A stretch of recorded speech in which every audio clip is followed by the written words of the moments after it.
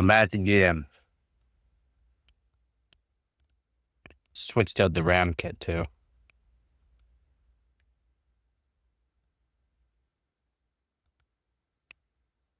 I even switched out the RAM kit. Got done with that RAM kit.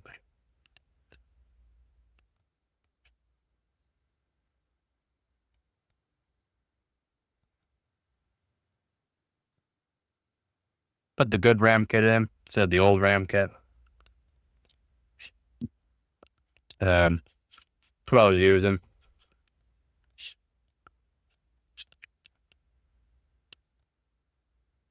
So should be good now. My apologies though. Bunch of bull.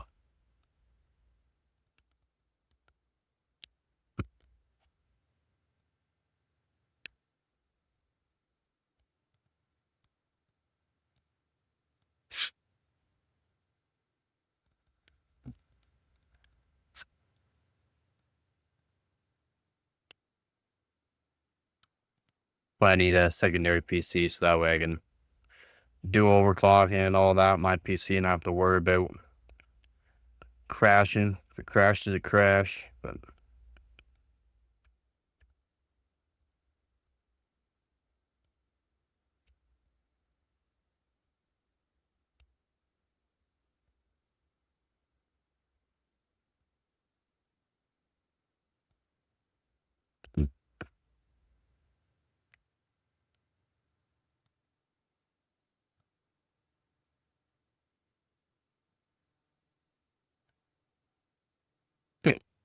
yeah, I'm back. My bad. I switched up the RAM.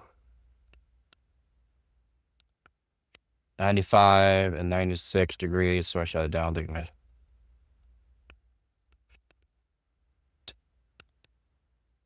It's AIO. What CPU you on? Because you got an AIO, not custom water loop. AIOs are not great, in my opinion. Yeah, what CPU you're using again?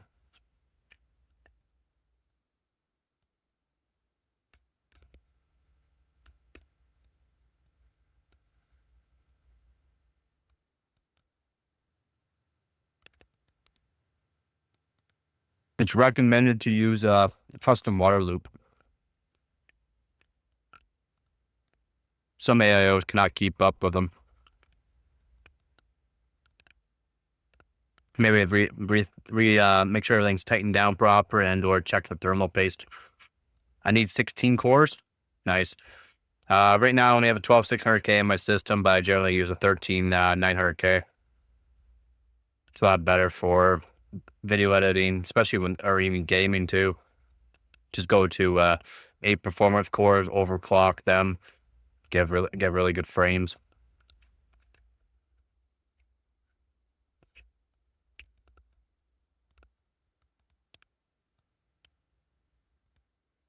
Although AMD has a thing where it'll boost clock all the way up to wherever it wants to and keep the CPU at 95 degrees Celsius.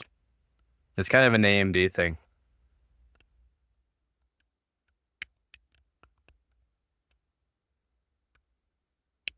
The max temperature I'll see on my 12600K here, even overclocked to 5 gigahertz, is maybe 45, 50 degrees Celsius. Should I upgrade from a 5950X to 7950X, 9950X, 1400K, or 285K? 9950X. Wait, you want? So yeah, never mind. I don't know. 9950X is pretty beastie. It's up to you on that one. Either 14900K or the 9950X. Because you have to switch up to the next platform anyways. But I mean, the next platform for you for AM5 is not cheap for motherboards and that. You can find cheaper motherboards for 14900K. You can find 14900K for decent prices right now too. So that's up to you for 14900K or 9950X.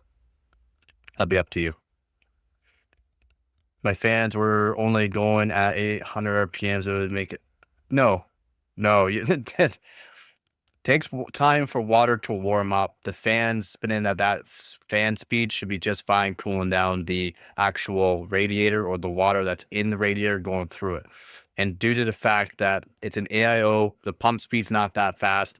I don't know about the cold plate, how that cold plate's made. If you let me know what AIO it is, I can maybe do a little bit of research on it. But again, AMD CPUs generally go up to 95 degrees Celsius, unless you're on like a custom water loop with a good CPU block.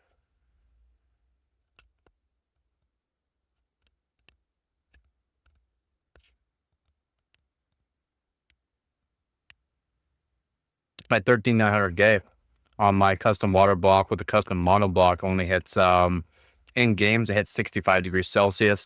And when I'm doing overclocking on it, it'll hit 95 when I'm doing overclocking on it.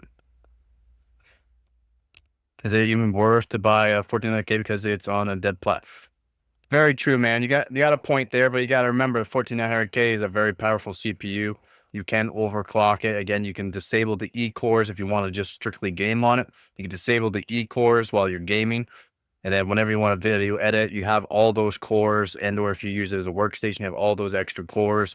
If you have a custom water loop already as well, it's a really good CPU in my opinion. But you got a point there. It is on a dead platform. Unfortunately, it sucks Intel did that and switched over to their Core Ultras, and they're not that great in my opinion. For streaming, yeah, great for streaming. Okay, so for streaming, well, for streaming too, the 9950X is still good because it's got 16 core, 32 thread. In my opinion, for streaming, so when I stream and record at the same time. I record at 4K and I stream, and then I can game on a 13900K, no problem. More cores, better. Better for video editing, better for streaming, recording, and gaming at the same time. So even a 9950X is still really good. The 9950X 3D is also really good. And again, you're on a new platform, AM5 for AMD, and they're going to be going for a few more years, at least a few more years on that platform. So you got a point there, man. I do like my Intel's like 13900Ks, 14900Ks. I do like those CPUs. They are very beefy, and if you keep them cool and do some overclocking on them, I can get my 13900K at 8 peak cores, 5.8 gigahertz, overclock the RAM to 7200 or 7400 or even more mega transfers per second, and you can get crazy good numbers in games. Yeah, it's about that price here too, man. I'm Canadian, so yeah, it's not cheap. I hear you. Do you find a decent 9950X for a decent price? Yeah, for sure. I'd go with 9950X just because, yeah, AM5 might have a few more years, or probably a few more years for that platform. And you're right, the 14900K is kind of a dead platform, but still a really good CPU.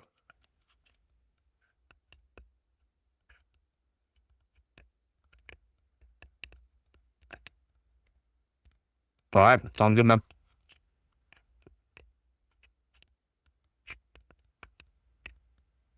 Yeah, I'm glad I switched out that RAM kit. Shouldn't crash anymore now.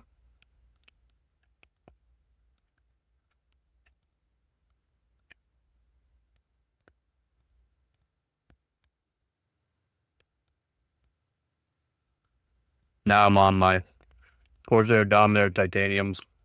These are the 7200 CL36. I can do CL 28 7200 though. It does take quite a bit more voltage though, but that's cast latency scaling with voltage. And a 48 gigabyte kit. Hynix M-Die. Nice. Mm.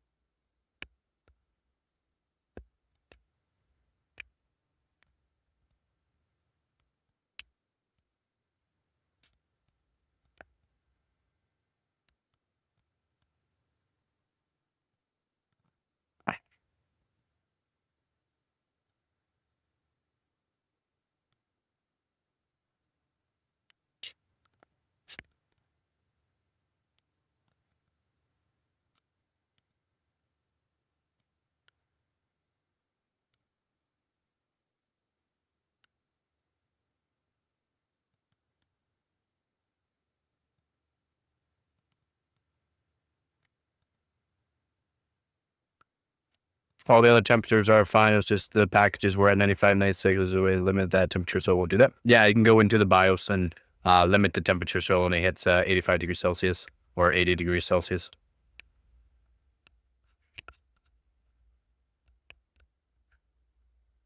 Yeah, you can limit the temperature, but it won't probably boost as high.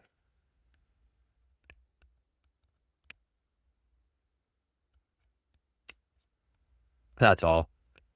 Yeah. Just hit delete when it's starting to go into BIOS, right? Yep. Yep. Just hit delete.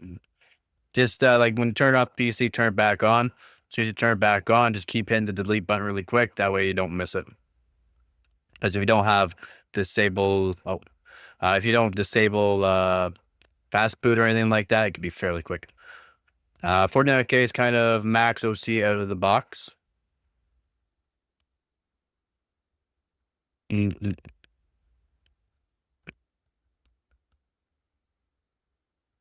People with their undervolting and crap like that.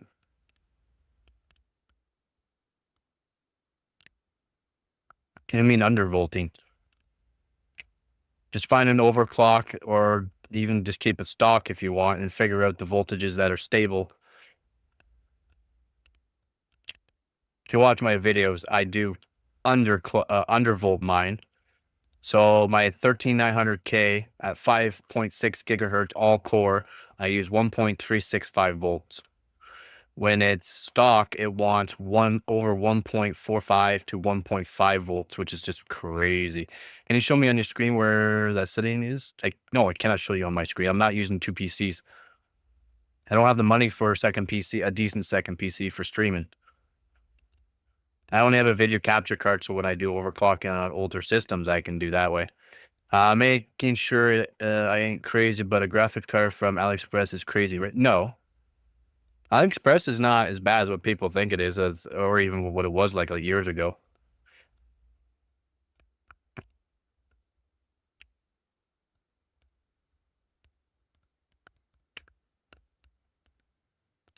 His AliExpress is still fairly new, technically. I will just Google how to set temperatures and BIOS. I'll back. Yep, sounds good.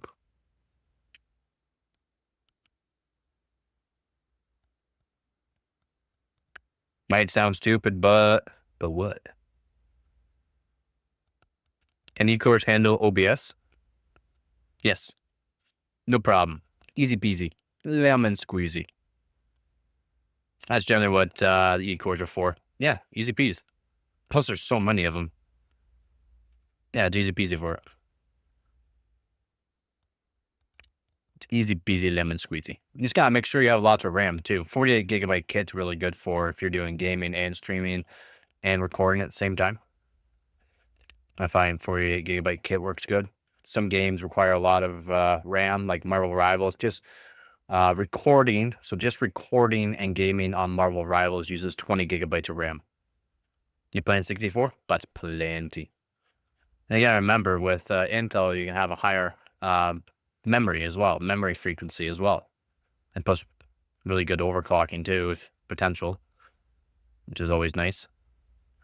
Especially for like video editing and stuff like that. 64 gigabytes, awesome. You should be able to do 6400, 6800 mega transfers per second, no problem, some decent times, depending on the kit.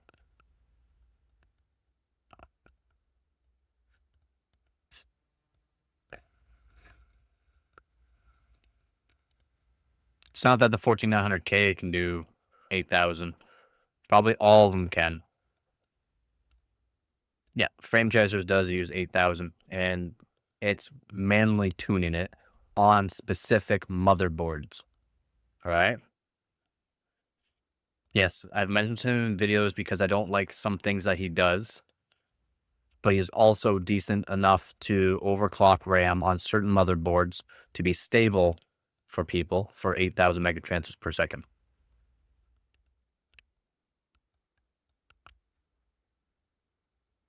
So he's using specific motherboards. Use either Unify X or the Apex motherboard, which if you know how to manually overclock DDR5, you can basically get a lot of kits of RAM to 8000 mega transfers per second on the Apex motherboard, and or UniFi X, which are 2 DIMM motherboards.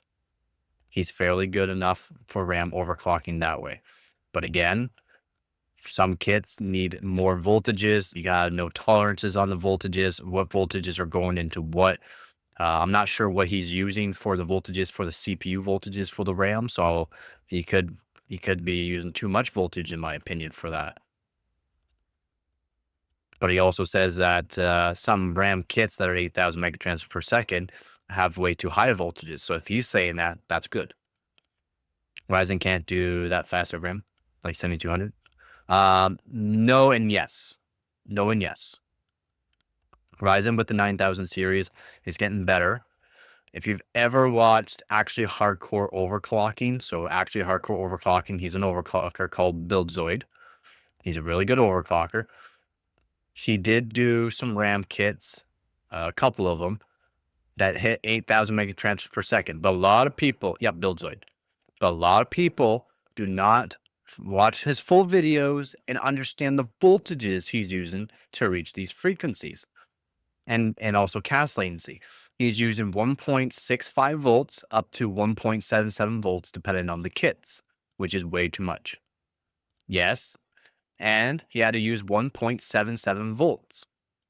That's what a lot of people don't realize. He was using 1.77 volts. And people talk, oh, you can do this and that. I'm like, yeah, if you want to kill your RAM kit, did you even watch his videos? Like, did you watch his full video as he explained it in that, or actually see the voltages he was using?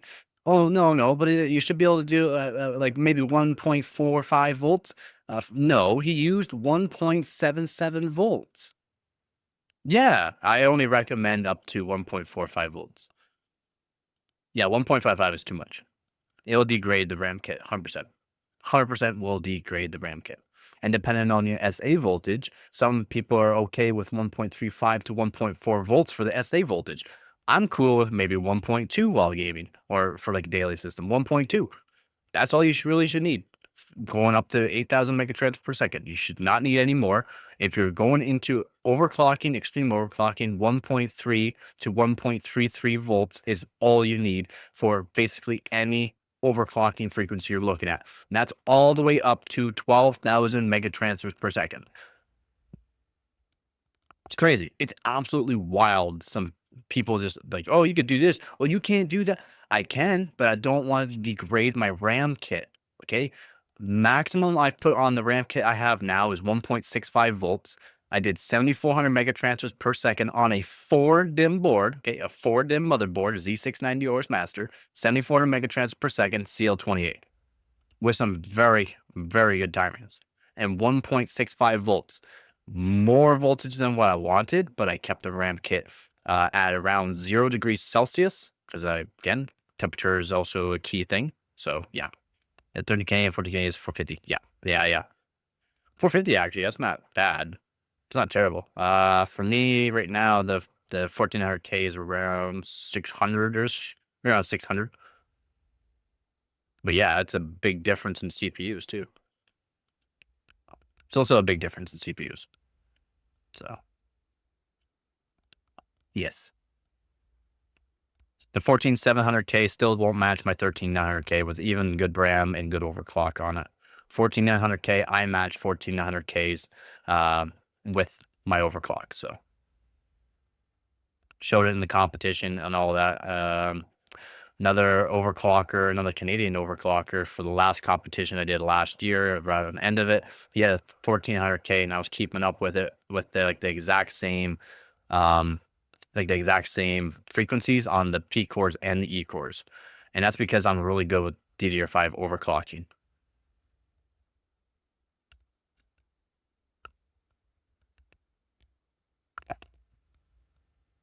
There's not much difference between 1300K and a 1400K. Or even, well, there's a big difference between the 13700K to 14700K, but for the 1300K to 1400K, not big difference. Not a big difference at all.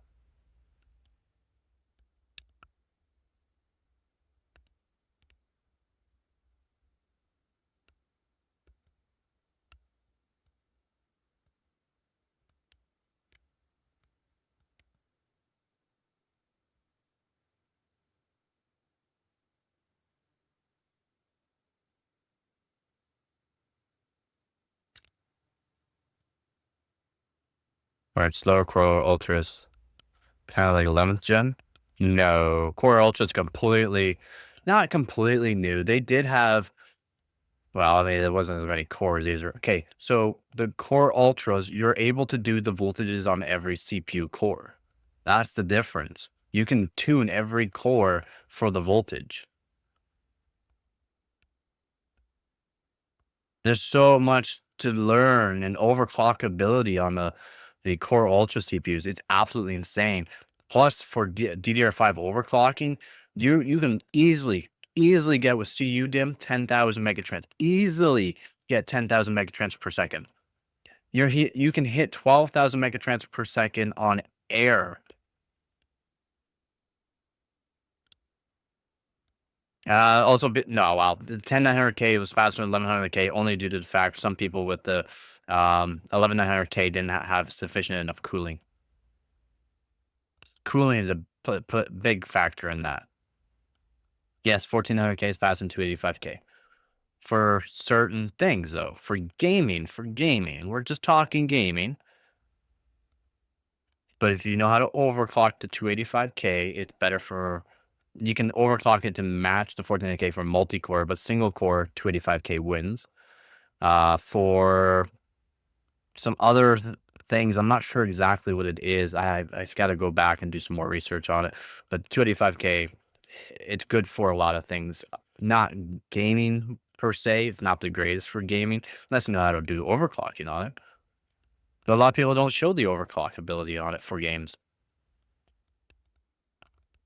Yeah, 24 core, 24 thread kind of sucks. It does. I cannot say anything about that. It does suck. 24 core, 24 thread. It's like, but you can do a lot of overclockability on it, make sure the CPU works the way you want it. You overclock the RAM a lot. I do like the 1400K because the hyper threading, you got 24 core, 32 thread.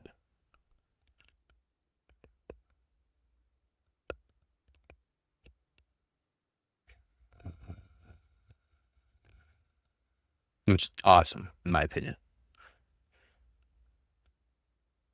And a lot of people do need the multi-threading, which really good to have, in my opinion. But 285K, I want the 285K with an Apex motherboard, so that way I could do more RAM overclocking, so I can get some more points on my profile page. So that way, hopefully, I would like to be up to date with all the platforms, because if I can stay up to date with the platforms, it's easier for me to get sponsors by Intel, Corsair. I really want a sponsor from Corsair, or even G.Skill, AMD, NVIDIA. But I don't have that kind of money. That's why I'm still on a 13900K and a 3070 Ti with a Z690 Aorus Master. It's all on a nice custom water loop, but still, it's not anything new.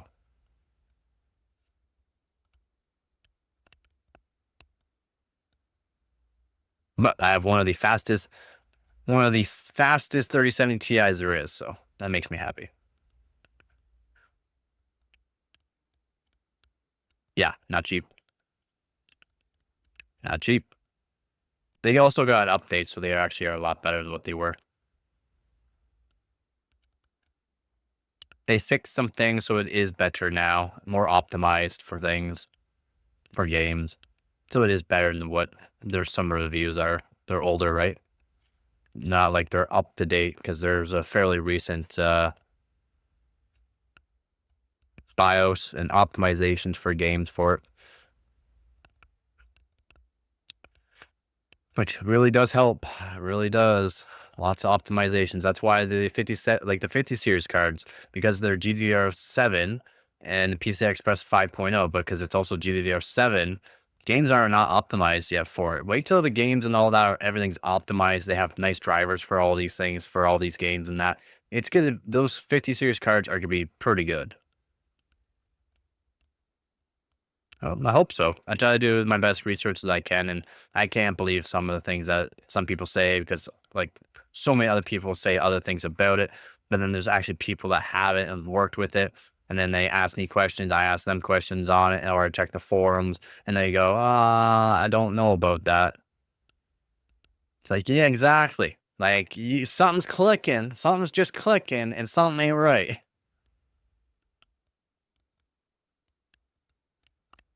Hub.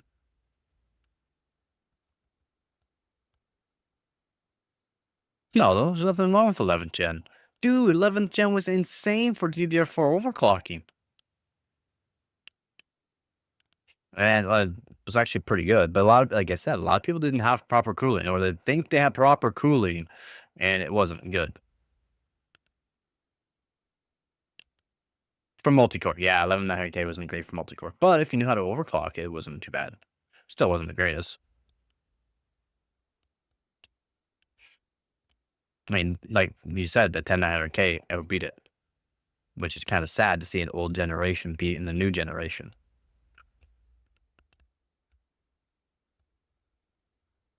But 11900K was really good for DDR4 overclocking. It was a monster. That's why it gets all the records with DDR4. Either that or Coffee Lake, but you have to do Coffee Lake mod for it, so.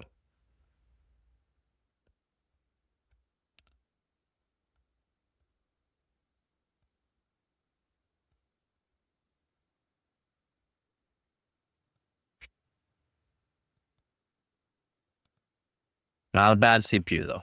Definitely not a bad CPU. Not the greatest, but definitely not bad.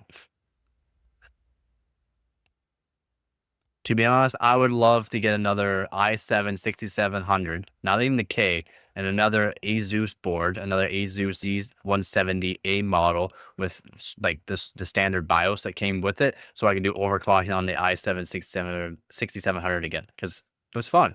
You can overclock a CPU that wasn't made to be overclocked. Yeah, Intel, yeah, they try new things, right? Like they're a big company, so they can try new things and all that, see what's really working. Yeah, remember AMD though also copies Intel and copies NVIDIA.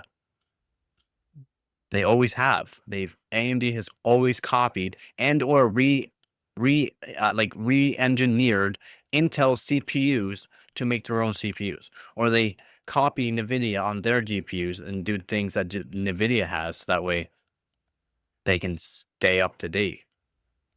i3 10th gen equals i7 6700. Yeah, i5 10th gen equals A700K. Was such right there, buddy. I had an i7 A700K in monster overclocker, monster on water, absolute monster. i7 equals 9900K KS. Yeah, the 9900 KS is insane. First consumer CPU for soldered like soldered IHS, so soldered on. Hey man, I checked out some stuff. It looks like 95. I told you. What did I say, man? What did I say with the AMD CPUs? They go up to that temperature. It's an AMD thing.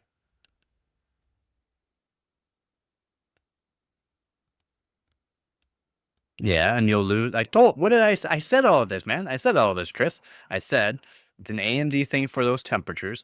If you do put down the temperature like 80 or 85 degrees Celsius, you do lose boost clock, which means you lose performance. I know someone who had i7 1600 and streamed. I don't know if he streamed on another PC. I don't know. It's only 4-core 8-thread CPU. Wasn't the greatest. Just so fun to overclock. It's a CPU on a certain motherboard Asus came in with, a Z690, a Z170A with a stock BIOS. You can overclock the 6700 non-K version. No, you can't go nuts with it, but I mean, you could overclock it.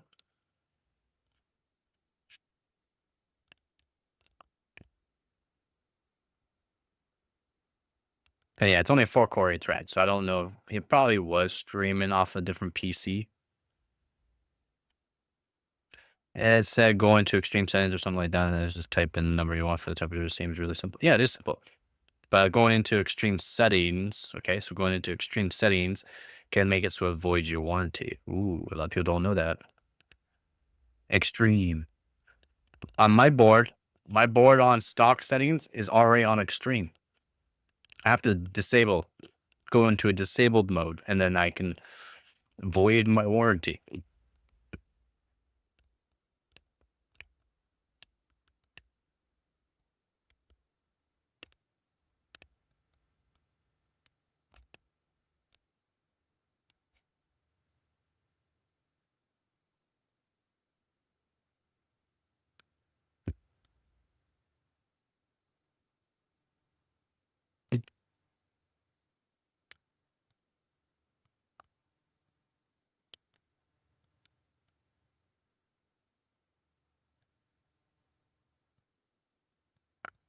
I don't think there's any way for them to know. Yeah.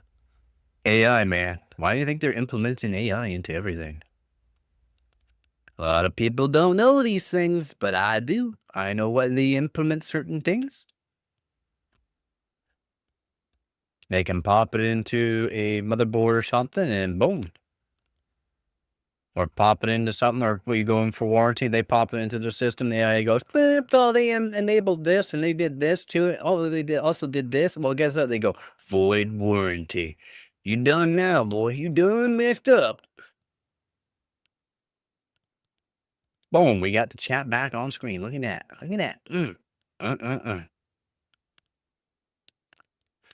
But yeah, 3 mil subs and only i7 1600 and GTX 1080.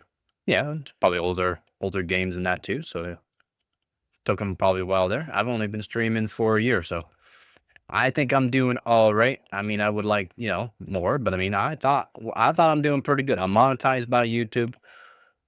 My videos are monetized now. Sorry for all the ads, but I need to make money because I need to be able to pay bills.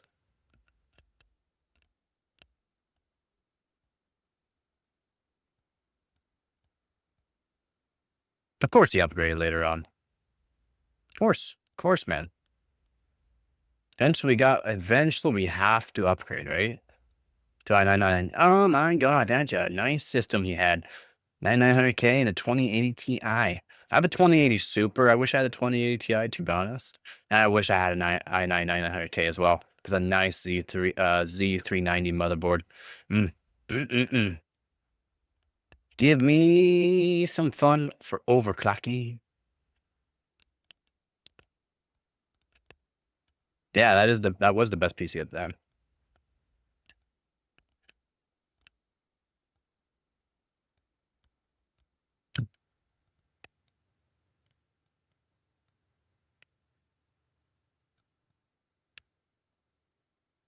One of my best PCs back in the day was the i7 6700 with an R9 290.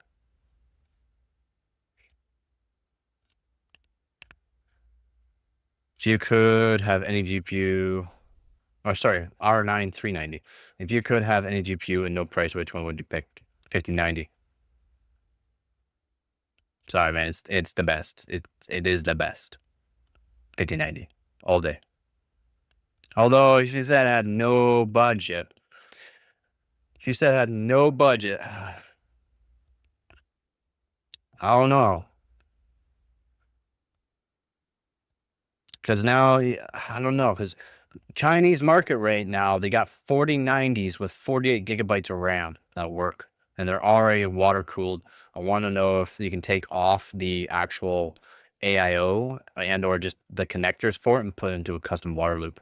And they're only single slot. They're a single slot as well. He now had an i9 13K 49. Very nice. Pro 6000 has 96 gigabytes of VRAM. Yeah, it's true. That's not really gaming or anything like that. I mean, it would work good. It would definitely work good. It's more for AI workloads, right? You need more VRAM. It's like the H100.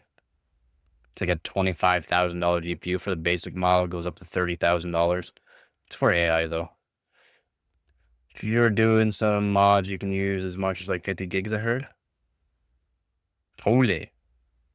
It's insane. Yeah. He was friends with another high-end buyer. Nice.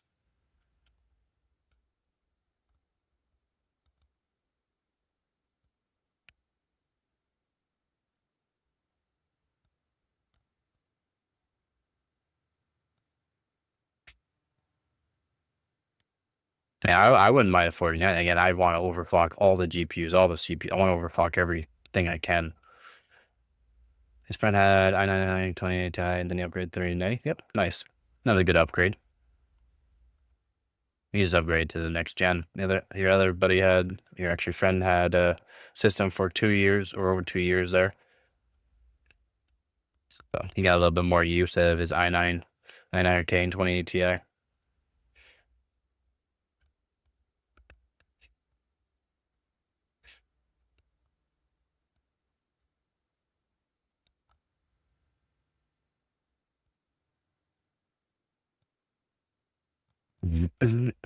I can do with a 2080 Ti. Well, yeah, 2080 Ti is a great GPU. Definitely nothing wrong with it. 11 gigabytes of VRAM. It's not for nowadays. I mean, it's good.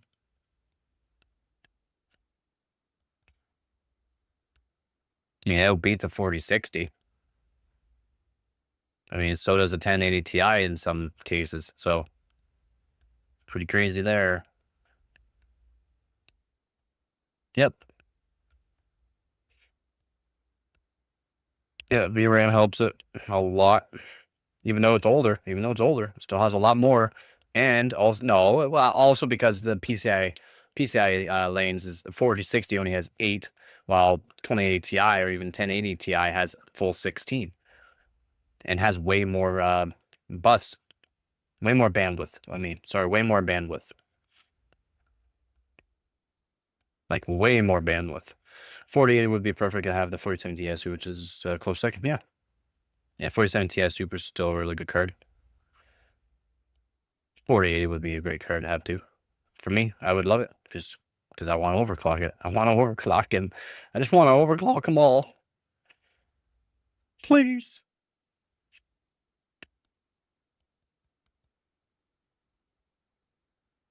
Still got to modify my GTX 1080 Ti, but I want to wait until I get another one, another EVGA for the Win model, 1080 Ti, then I'll modify.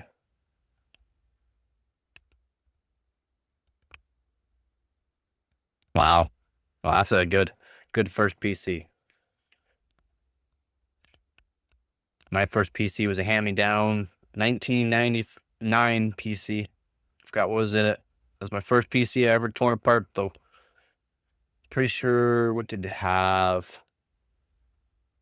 Has some sort of Intel CPU. Can't think of it. What was it?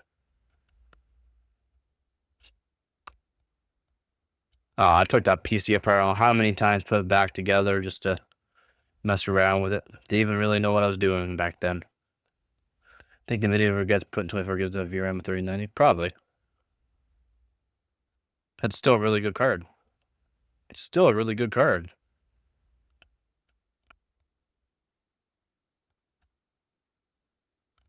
Plus, they forgot putting 24 gigabytes. It's like, oh, next generation, we're going to have to put more on it. And then they don't put more on it. And then people are like, well, they didn't put more VRAM on it. And then next generation, they're like, okay, we'll give you 32 then. Yeah. Yep. And it has a lot.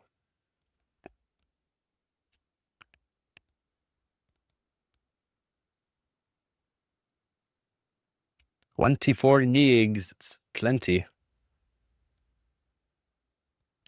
I don't know why people would need more. I don't know why they made the 5090 32 gig, but I mean, I guess people weren't happy with the 4090 not having 32 gig or more. Pretty rare that something needs more than 16 gig. Yeah, exactly. But I mean, for future proofing, that's why people enthusiasts buy these higher end GPUs, right? For future proofing, so that they're good for the next 3 to 5 years at least. Some people like to game at 4K and want like hundreds of frames per second.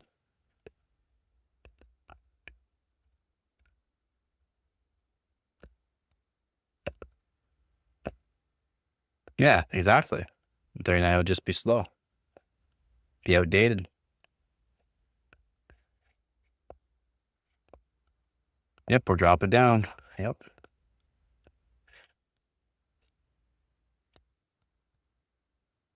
And a lot of games get optimized as well too, but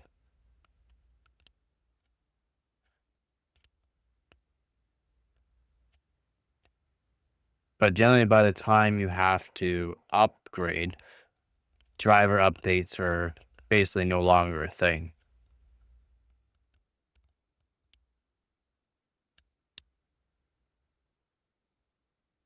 Generally, or scarcely done.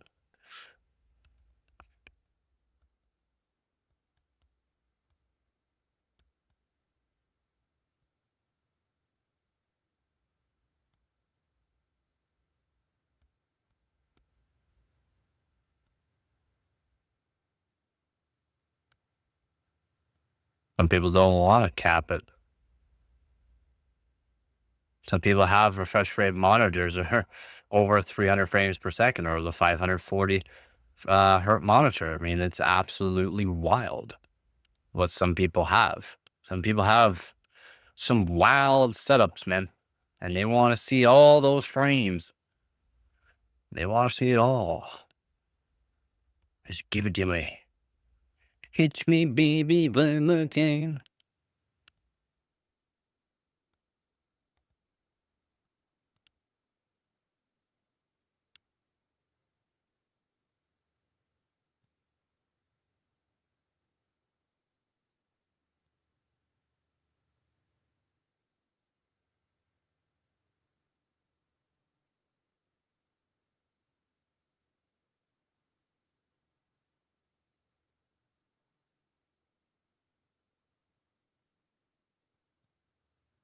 I have a lot of information. I just don't really know how to implement it yet. I haven't navigated all these windows before. You'll learn, buddy. You'll learn. You will get there. Believe in yourself.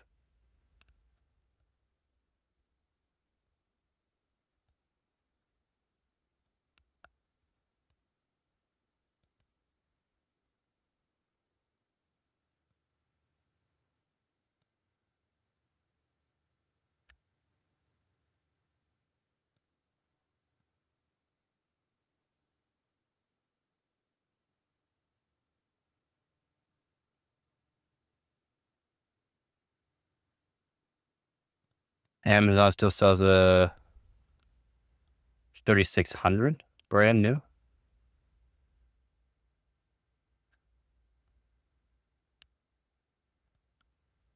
I bet it's still not cheap. 39 is probably great for somebody like a streamer that might need a little extra VRAM. No. Streaming, you don't need a lot of VRAM.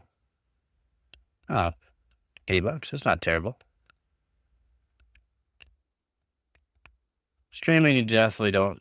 Depends on the game, I guess, too. It also depends on the game. But you also need just better cores as well. Not just VRAM for multi-monitor. Then you're going to be impacting the CPU as well, right? You're going to need a really beefy CPU for multi-monitor setup for gaming. That's why I always recommend, like, spend your money on the platform, the CPU, motherboard, RAM. Set yourself up with that first before you spend the money on the GPU, so that way you're good to go. That way you're not going to be bottlenecking the GPU.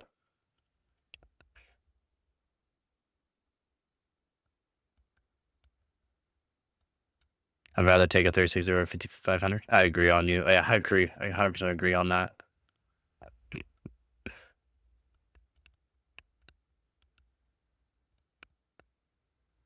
I agree. I agree.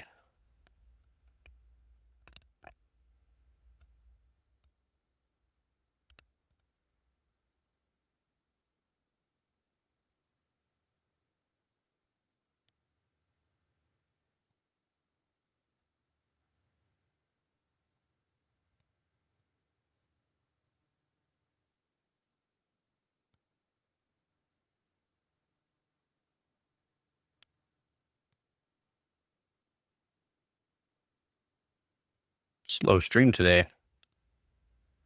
That's why I find streaming on the phone seems to be pretty good. What's the most VRAM would you need for 1080p? 16. Just 16 gigabyte for 1080p be the most you need. You generally don't even see past 11 gigs usually.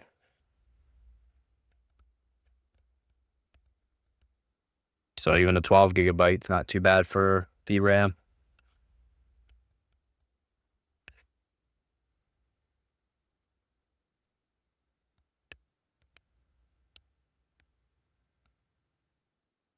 And there's plus a lot of games or first person shooters that are more or less needing better CPU, faster CPU frequency. Faster CPU frequency helps a lot. Could be an older generation, but if it has a faster actually clock frequency, then it's gonna be better. Can be better. I think the next one I build, I might use a 5070 since they're quite a bit cheaper. Yeah, they are. Dude, he had an i7-6600 and his PC crashed while streaming. Oh, probably. Yeah, probably not 100%. It's 4-core 8 thread. It's not. It's not much. Even back then, it wasn't much for streaming and gaming or doing whatever he was doing while recording or streaming.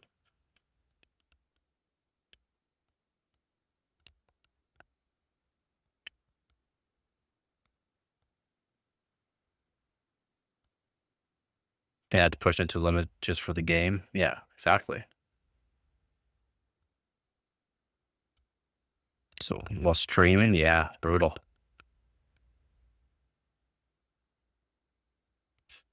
Just a brutal.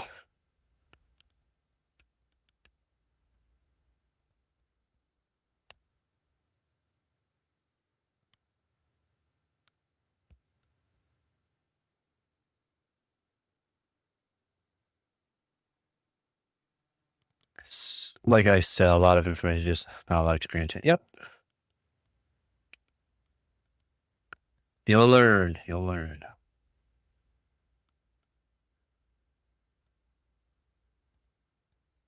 Figure it all out. You'll figure it all out. Just takes time. Takes a little bit of time.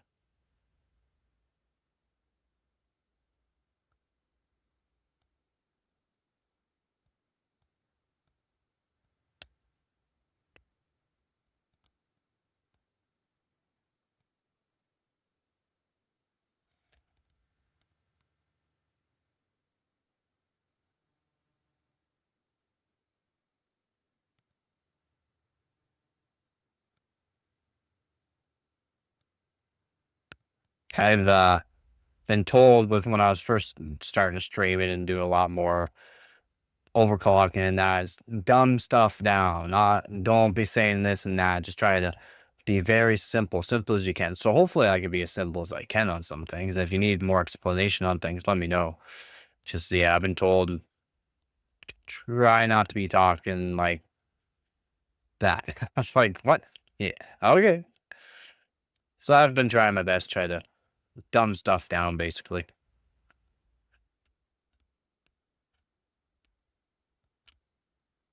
Seems to be working. People seem to be liking some videos more.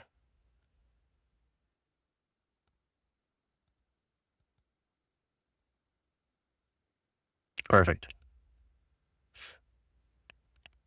Oh, I switched out the kit of RAM though. These are really old. These Corsair Vengeance.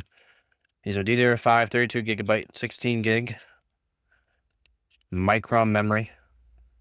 Brutal. And he said a kid was hacking him.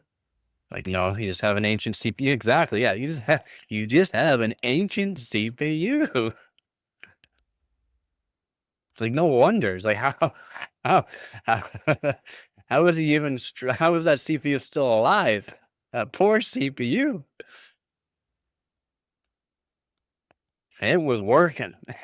It was working, man.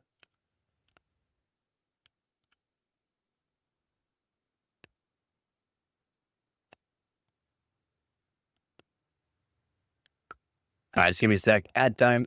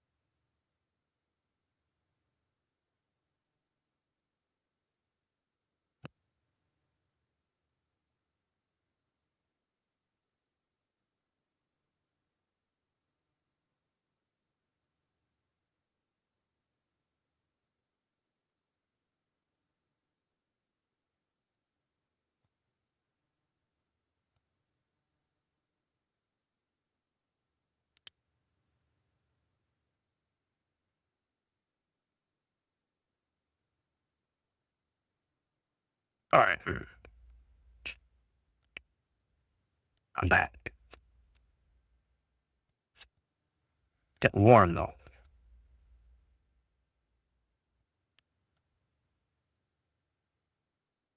Why does it sure have so many buttons?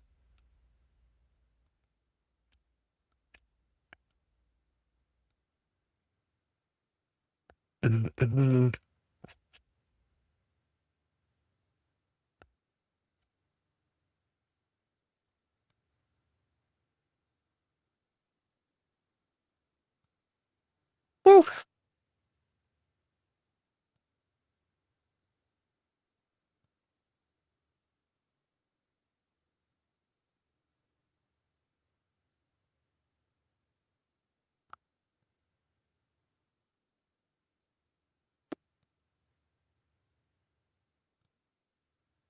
Would you rather 8 performance core CPU or 12 performance core CPU? Why not a 16? Why not a 16 core performance core? Hmm? 16.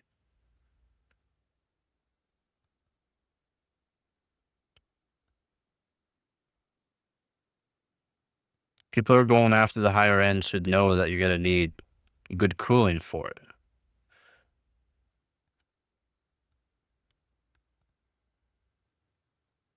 Yeah, it'd be a toasty CPU, but you also got to remember with DLVR, digital linear voltage regulator, you can tune each core for voltages. So some cores don't need as much voltage as other ones, so you can be really good. It'd be really good to do. So you can be able to cool it down a bit more. You can boost clock some cores up for more single-threaded performance or dual core performance without having to put in all that voltage. So yes, it's an obvious answer. I mean, 12 core, yeah, I definitely want a 12 core, but 16 core, I would definitely want 16 performance core CPU. It's like the 12400F. It has 6 performance cores. That's it. That's all it's on it. And it's a really good CPU for budget builds. Stays reasonably cool as well. Don't need crazy cooling for it because there's only 6. And you are losing out on integrated graphics, but I mean, most people don't need the integrated graphics.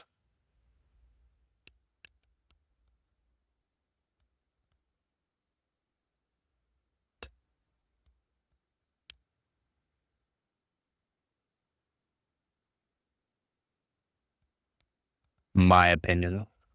Some people have their own opinions, and that's just fine.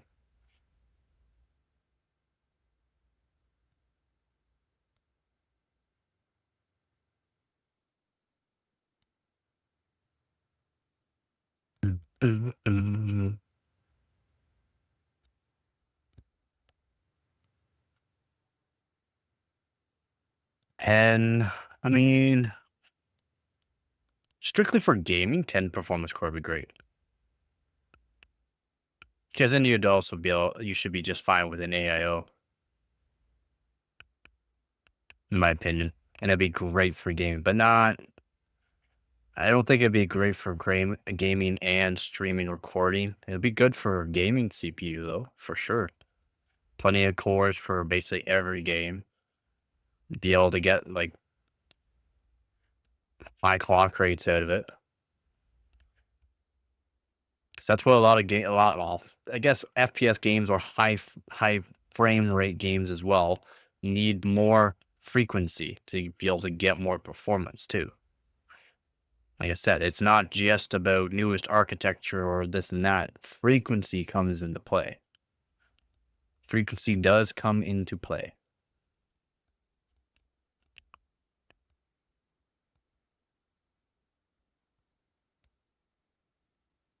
For 10 performance core, I mean, you probably see a 10 performance core CPU around 6 gigahertz. for at least 4 or 6 core, or at least 4 core. Boost clock up to 6.2 gigahertz for a single core, which would be pretty good to see.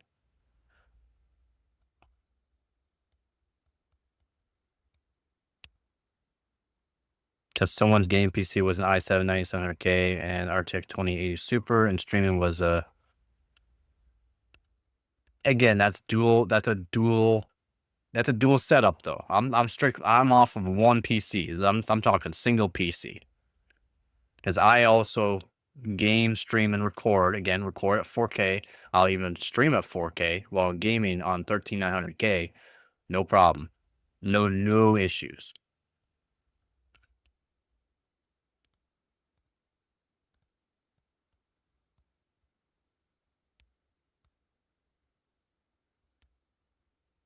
Because yeah, remember, you're taking the full load off of the streaming and or recording at the same time off of the gaming PC. Streaming and recording, or if you're just streaming, then yeah, you don't need a whole beefy CPU. And GPU, you just need an encoder. Just smoking and chilling. But yeah, it's pretty simple. For the streaming PC GPU, even Intel A770, because it has a really good encoder on it as well, will be just fine.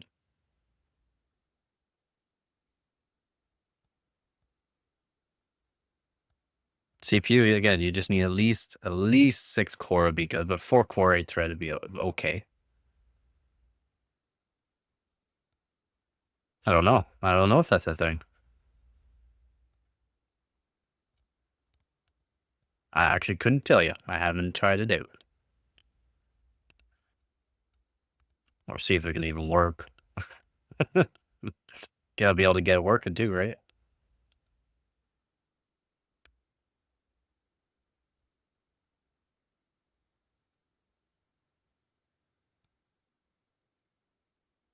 I mean, I've streamed off of my X5650, which is 6 core 12 thread Xeon, an old LGA 1366 platform, and I streamed off of it, and it was just fine.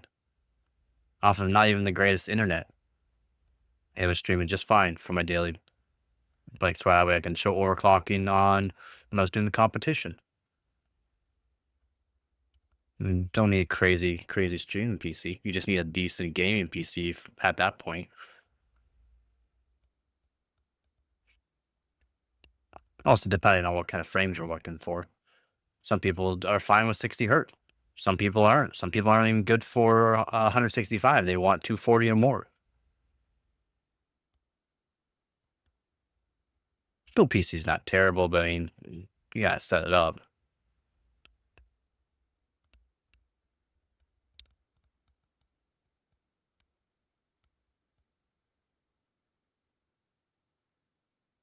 I mean, I would like to dual PCs all the time, so I don't mind that. I love building PCs.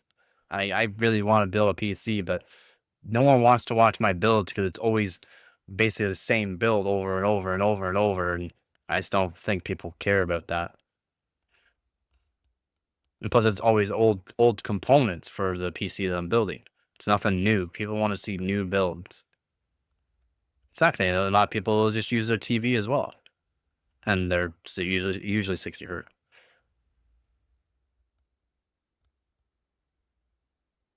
Yeah, it depends.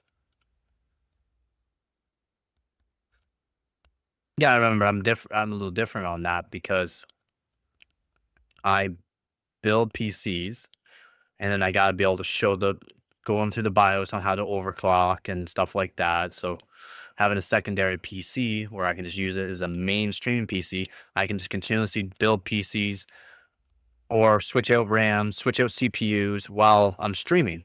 While I'm streaming, I can do all that instead of just ending the stream, building up a PC, and then streaming again. That's for me though, right? That's why I like another PC.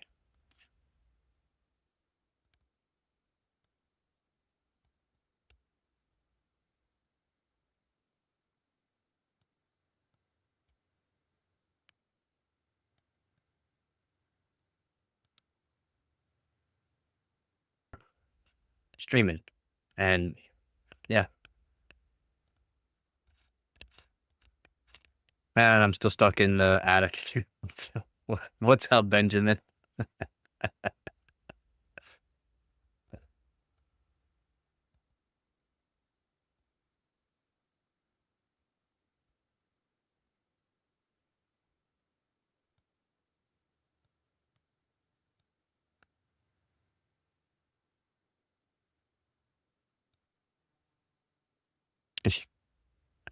No, man, I completely forgot about you again.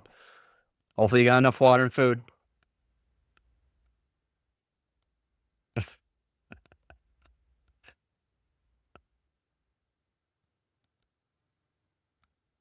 But yeah, generally, streaming PCs is just basically you just need like 16 gigabyte, even 16 gigabyte would be fine. But I've always recommend 32 gigabytes. So 32 gigabytes of RAM. Doesn't have to be crazy like RAM. Just make sure it's a nice stable RAM. So just find a good stable RAM kit. Find a decent CPU, at least a 8-core, 16-thread CPU will be plenty for streaming and recording on if you want to do that too. I feel bad for that guy. Yeah, he's licking the pipes and eating the bugs. He's keeping the attic nice and clean.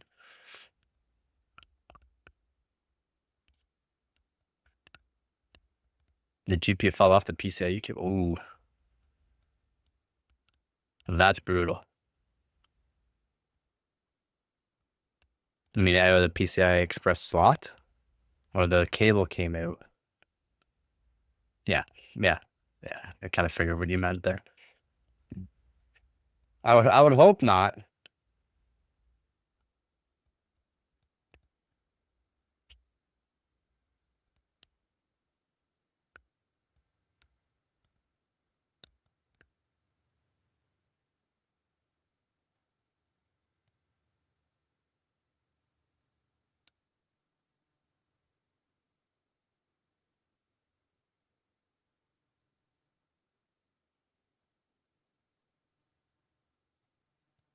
Yeah, I've heard of some horror stories on like pre-built and stuff like that, and shipping's brutal on them. And yeah, ship any PCs that I build off. I'm not taking responsibility for that. And even if you did like insurance on, insurance isn't going to cover all of it. Benjamin. How goes your night there, Benjamin? Your message got blocked. Haha.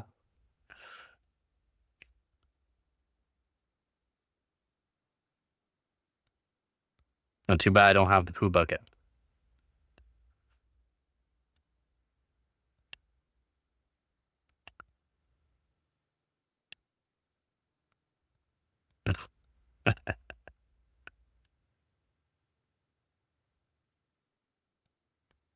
If anyone's new to the stream, welcome.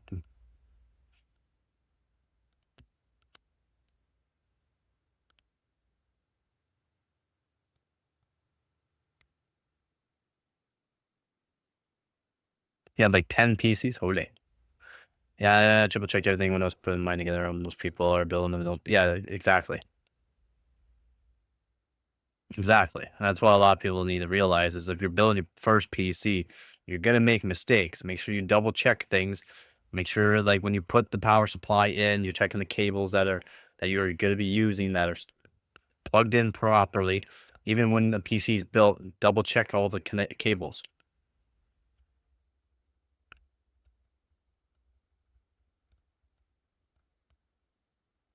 So that way you wouldn't get away. You jump, break your legs. There you go. Yeah. Uh,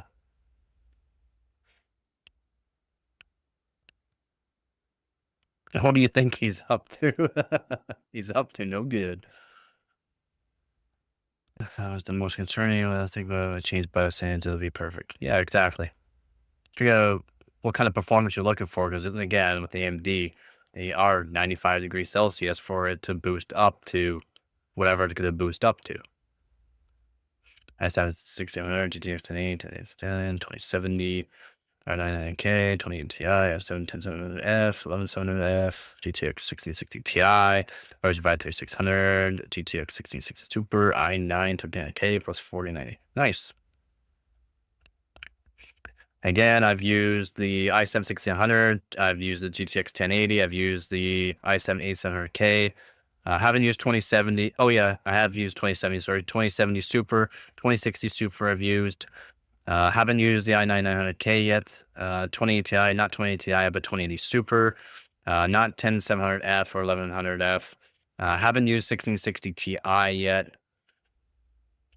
I have used 1660 Super though. Ryzen 5 3600 haven't used. Again, I've used 1660 Super. I've used 1300K, 1300KF, 12900K, 12600K. Haven't used 4090, but I would like to use a 4090 someday. Well, can I just let you know my phone's all messed up? Is it? Is that all messed up? Well, that sucks. No, it'll be fine. It'll be running in 4040p or better, so it really won't matter. Yeah, there you go. It's just more than good for 1440p. 20 minutes ago, you get down or you never get down. Exactly. He's never getting down. I don't understand why he upgraded from 10700F to 11700F. Just because he could? How about that? Just because he could? Oh my god. I didn't know you have a slot machine at half. Let's gamble.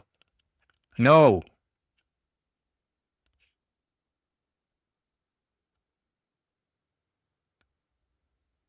Gambling's bad. I've never gambled in my life, by the way.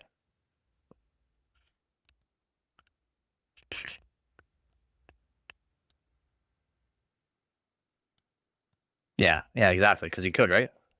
Oh, I forgot they brought my wallet before I got stuck in the app. Hopefully I can break it and open and get some coins and then play.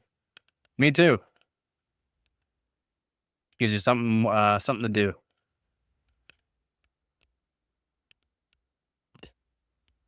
And every time you win, every time you win, you keep playing. Every time you lose, but guess what? You're one more coin not to play anymore.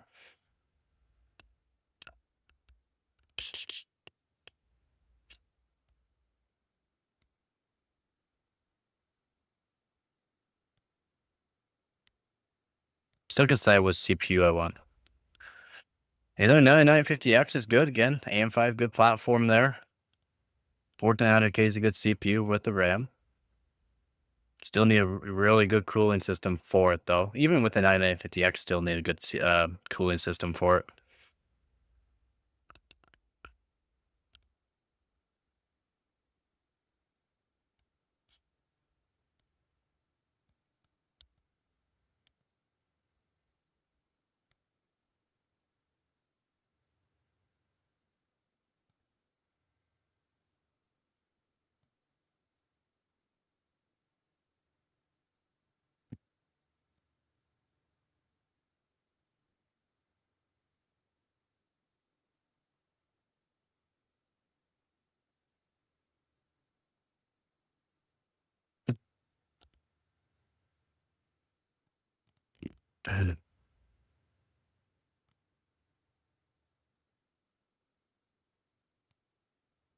I want some KFC chicken now.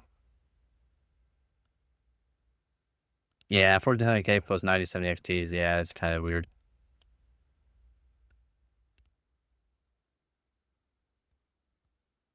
Did everyone check out the Q&A?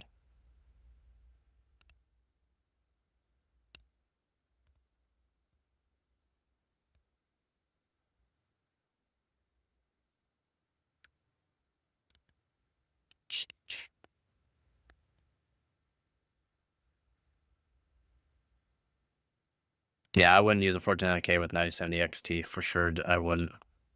1400K is way overpowered for it. 1400K is more for like a 5080 or 5090. That way you don't bottleneck the GPU. Even 9800X3D bottlenecks the 5090 in some cases, so you need lots of cores, you need really good frequency for it. 1400K I've seen it doesn't bottleneck the 5090. In most cases, doesn't.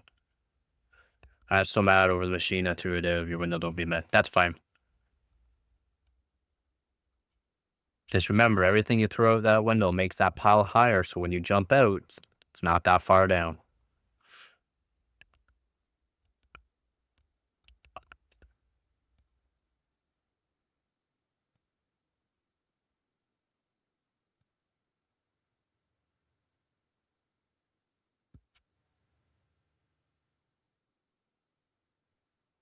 So you're saying 49K could be faster than? Yes. Yeah.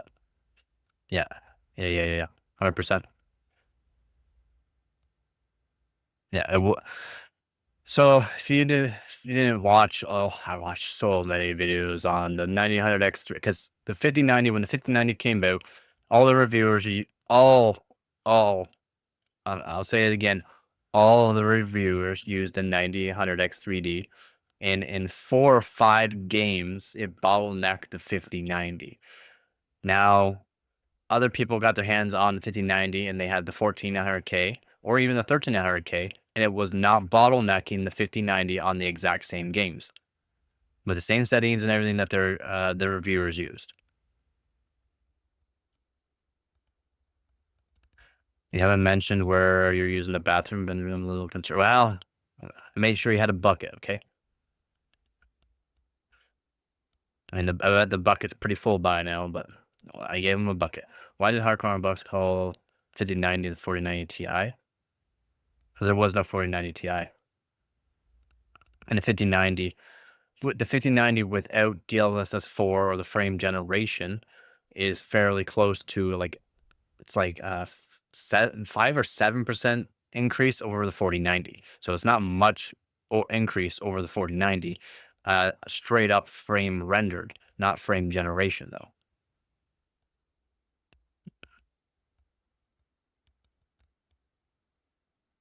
The 9070 XT isn't better than the XTX, only in some cases. The 9070 XT does match the 7900 GRE and the 7900 XT. It's like a toss up. Some games it's good like that. Some games it's good for like it's more performance. Some games it's like less performance, but it's in between like a 7900 GRE and a 7900 XT. Not the XTX though. Surely 49ers give at least 3x frame gen? No. They won't. They probably won't allow it. That's all. They'll allow 20 series, 30 series, 40 series cards to use DLSS 4, but not frame generation.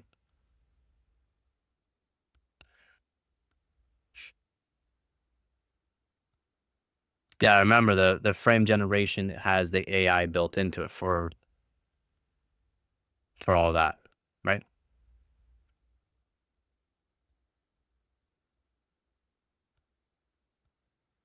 Oh, you mean like capable? Yeah, it would be capable. Yeah, it'd be capable. But you also gotta remember, it doesn't have certain AI parameters put in place with the 4090 as like it would with the 5090. And the AI does help the frame generation. So even let's say they made it so the 4090 was able to do the two or even 3 frame generation.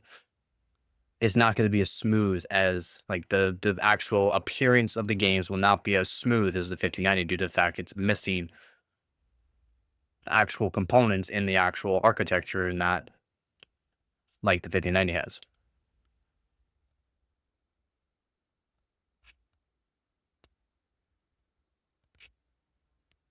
Got to rewrite that one there, Benjamin. I didn't see hardware on a box called the 9070 XT and 9070 XTX Lite.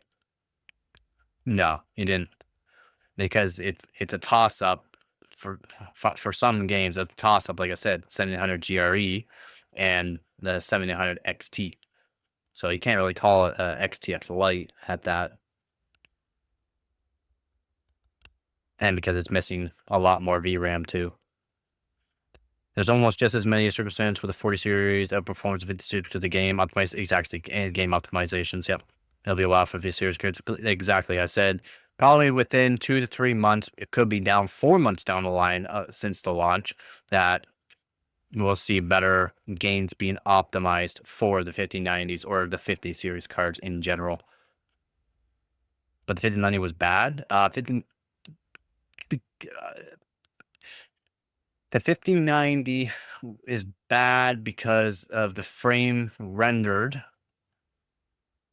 is not as good as what it should be. Not a lot of games use frame generation. It's still using the 12-volt high power connector. Uh, let's see.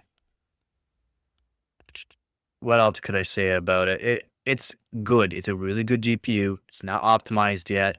The 12-volt high power connector. I mean, come on, they should have added two into them. If you, I am making a video on Galaxy Hall of Fame where they made it so that way, if you want to add in another power connector, these are for overclockers. You can add in another 12-volt high power connector. Have a dual 12-volt high power connector. Have a 1,000+ watt BIOS mod for it. So yeah, that's cool with the Galaxy Hall of Fame. The 12-volt high power connector is not great. The drivers right now are messing up GPUs, not just on the 50 series cards, but because DLSS4, they're trying to do these drivers for all these other GPUs, 20 series, 30 series, 40 series, and 50 series cards with the driver updates. It's messing up all of them, not just including the 50 series cards. And that's all because of DLSS4.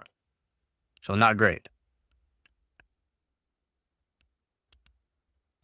I don't know. Was in a weird box back in 5090 is mid. Yeah. It it's it could have been better, okay? The 5090 could have been better. What Nvidia did during the CES and before it came out, saying it's going to be so much better, or the 50 series, the 5070 is going to be the same performance as a 4090 for $549 or whatever it was. Not true. It's gonna perform like this. It's not. With frame generation DLSS4 on the 5090 cards, the frame generation still isn't as good as what it should be. The actual like renderization or generation, sorry, and it's not rendering, it's generating the frames. It's not as smooth as what it should be, so it's not good there. But RDNA 4 was slower than RDNA 3. How is it that not bad? It is. Oh man, I have so much to say about all of these GPUs and that. There's a lot. Some people actually show how the 9070 beats the 5080 because physics. You guys need to watch my early live streams and or videos I published because I talked about this stuff. NVIDIA did something good. So NVIDIA did something good, guys. They made it so PhysX 32-bit was fully, the full SDK was fully available for people like the community and that to implement it into these GPUs so you can still play these games on the 50 series cards. Okay. So NVIDIA actually did something good there. And yes, I've already showed the PhysX and that you can use an older graphics card with PhysX 32-bit as long as it has PhysX 32-bit. As long as you add in the card, that two cards, you can have two cards in, it'd be just fine. But yeah, the 9070 would beat it because the PhysX, the actual PhysX, 32-bit PhysX for these games, instead of it going on to the GPU, so PhysX 32-bit is a software GPU acceleration for real-time physics in games, okay? Which instead of the CPU having to do the real-time physics, the GPU can use it. It can use the software for real-time physics, and the GPU will accelerate it and take the load off the CPU. That is why the 9070 can outbeat the 5080 in PhysX. That's only PhysX 32-bit. I think the 7800 XT last gen was in a perfect spot. It was great. Yeah. It was a decent price for it, and it performed very good. Bob sounds like a bad guy. Does Bob want to be in timeout? I'll put Bob in timeout for destroying computers, unless it's a Mac. As long as Bob is destroying Macs, I'm okay with that, all right? Anything below is slow. Yeah. Anything over, I'd take NVIDIA. Me too. It was a good medium high-end card. And now they don't even, AMD is not even caring about doing high-end cards right now. So that's smart of them. Smart of them. 5070 matched the 4070 Ti Super, except for a few circuits where you need more than 12 gigabytes of VRAM. True. Yeah, I got, so I got a lot of subs out one stream, and then I did one more stream. I got a lot more subs on it, and then I throughout the night, I got a few more subs, and yeah, so it's awesome. It's actually amazing. Again, thank you to all my viewers, subscribers, and donators. You guys do help out this channel a lot. I am fully monetized by YouTube for their two-part system they have so they have a 500 subscribers, 3,000 hours watch time for the first part. Then they have a 4,000 hours watch time and 1,000 subscriber for the second part. I'm fully monetized by YouTube. Somebody help, I'm running away from the cops. I don't know what to do. All I did is break up. Well, that would make sense. That would make sense. That's why I keep telling everybody, go watch my videos, because I need people to watch videos for the ads. I've only made 17 cents since yesterday, so I haven't made a whole lot off of the ads. Even if you want to go to bed and just watch some of my long live streams. I have 22-hour long live streams, buddy, or almost 24-hour long live streams. So if you want to go watch those and just, go to bed, that's cool with me. Has anybody answered the fastest DDR5 RAM speed record right now? Come on, people. I'm gonna be ending this Q&A. Oh, Benjamin.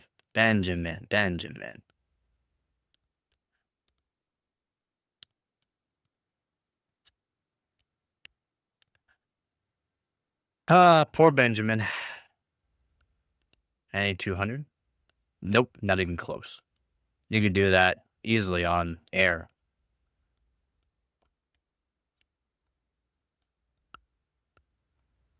You can do that easily, buddy. Easily. 9200.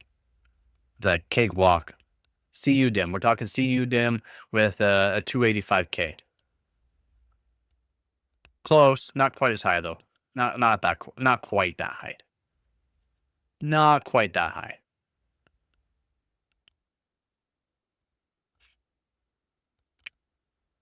It's a lot though. Oh, you're just about there. You're just about there. It's a little bit higher than that.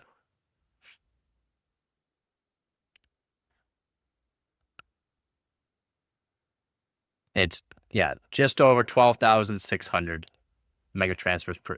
Yeah. There you go, Tech. Yeah, 12,650, 12,660-ish for the fastest DDR5 RAM speed right now. I know an overclocker named Benchmark. He's a really good benchmarker for RAM, and he can get 12,000 mega transfers working on air.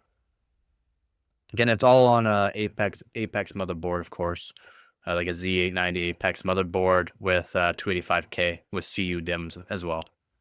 But yeah, it's crazy speeds, man.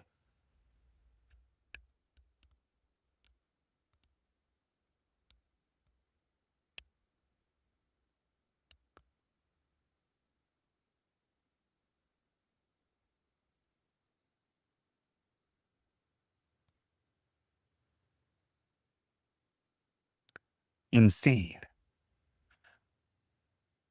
The mother. Nah, motherboard handle it, no problem.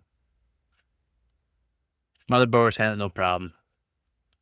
2DIMM motherboard, they can handle lots of frequency. What really makes the motherboard hum is overclocking the CPU. All right, it's the VRMs that need to have good VRMs.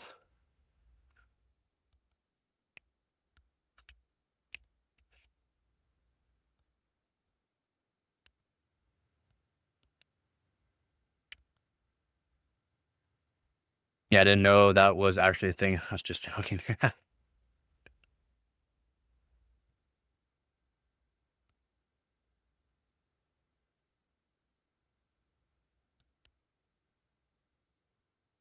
Yeah, yeah, you can make them hum, and they get toasty.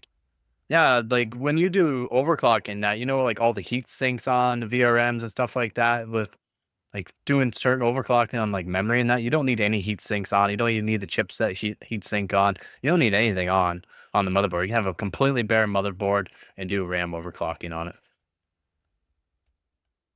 Do you want 60 series to focus on efficiency?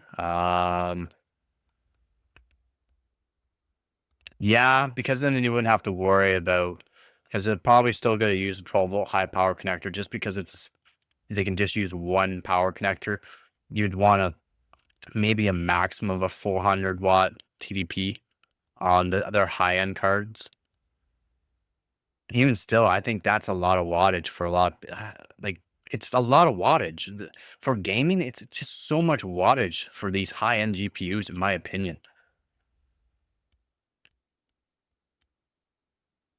Oh, 20% faster. It'd be great to see actually 20%. Yeah, exactly. That would be amazing to see. And this is and again, if you don't watch my videos, you guys should probably watch my videos. Intel, remember when I was talking, I don't know if you guys remember, Broadcom, NVIDIA, and AMD might be partnering up with Intel for the 1.8 or 18A node, or the 18AP node, which is their lower powered 1.8 nanometer transistor. NVIDIA wants to use this so that way they can maybe do something like this.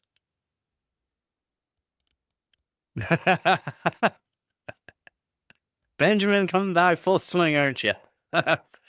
Yeah, like NVIDIA, AMD, and Broadcom might be partnered up with Intel for the 18A and 18AP node, because it's groundbreaking that Intel made this.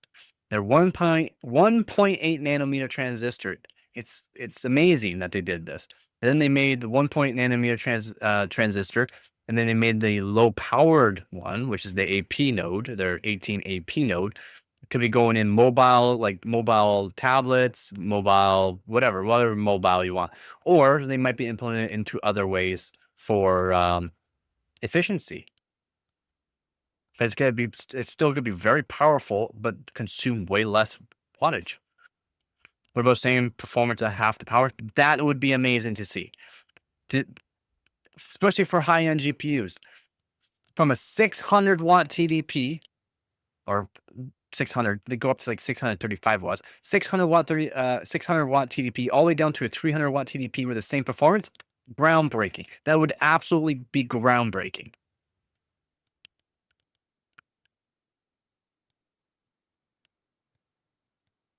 I'm the best around. Yeah, the one I have is like 4 nanometers, I think. It depends on the CPU. I don't know. So it's like Samsung. Samsung literally made I don't know if they're done it, but they made a factory in Arizona. They were working on the 3 nanometer, but because their yields was so small, they went directly to 2 nanometer, which what? They're getting better yields with 2 nanometers, so they built a factory just to make 2 nanometer transistors? Because they're getting better yields with 2 nanometer versus 3 nanometer? That's insane.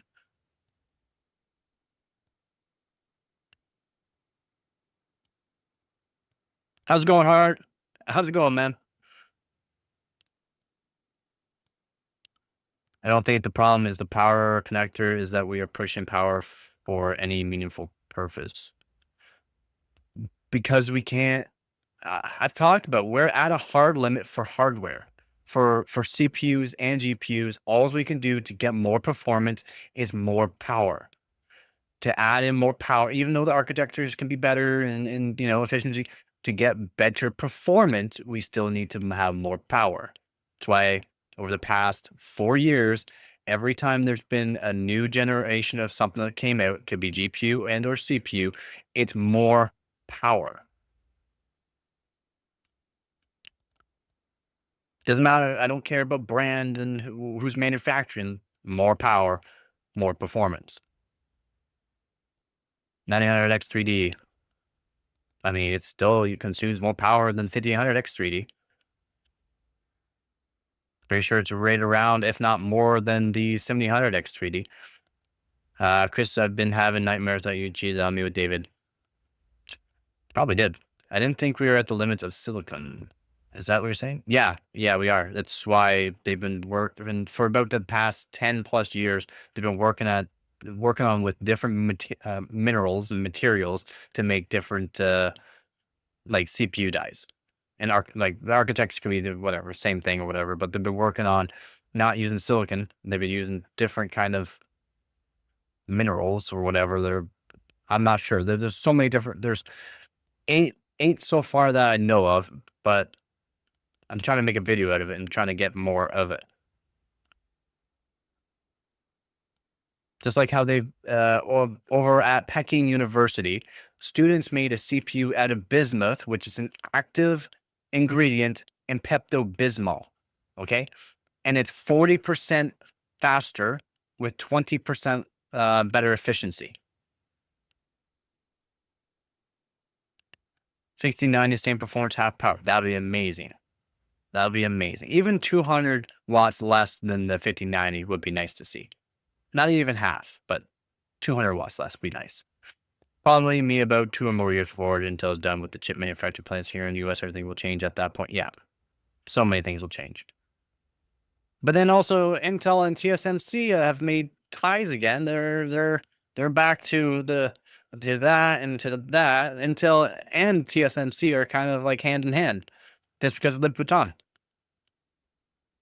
Let's go Louboutin. 70, 90, 30% faster, double the power.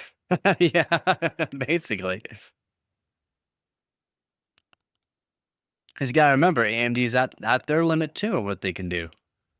And if they can't figure out their RAM issues, like they literally had to figure out with RAM manufacturers specific RAM kits for the 9000 series, so that way they can get low latency, not even high clock rates, low latency. That way it works for them, so it helps benefit them. Plus the timings, right? It's a 1-to-1. So a lot of people don't realize that AMD is a 1T. It's a 1-to-1. It's not 2-to-1 or anything like that. Its command rate is 1 versus Intel's 2. Intel, you can get 1 working, but it's not easy. And since they had to make kits for AMD for low cast latency or decent RAM timings, I guess you could say. I'm not sure what the RAM timings really are on the 6000 CL26 and 6000 CL28 kits are. I would like to know, but I don't. That's cash and let's see what viral, how no. Yeah, I know. Can't believe that. Wow, you Benjamin. Yeah, TSMC is building at least one plant, if not a couple of them here as well. Yeah.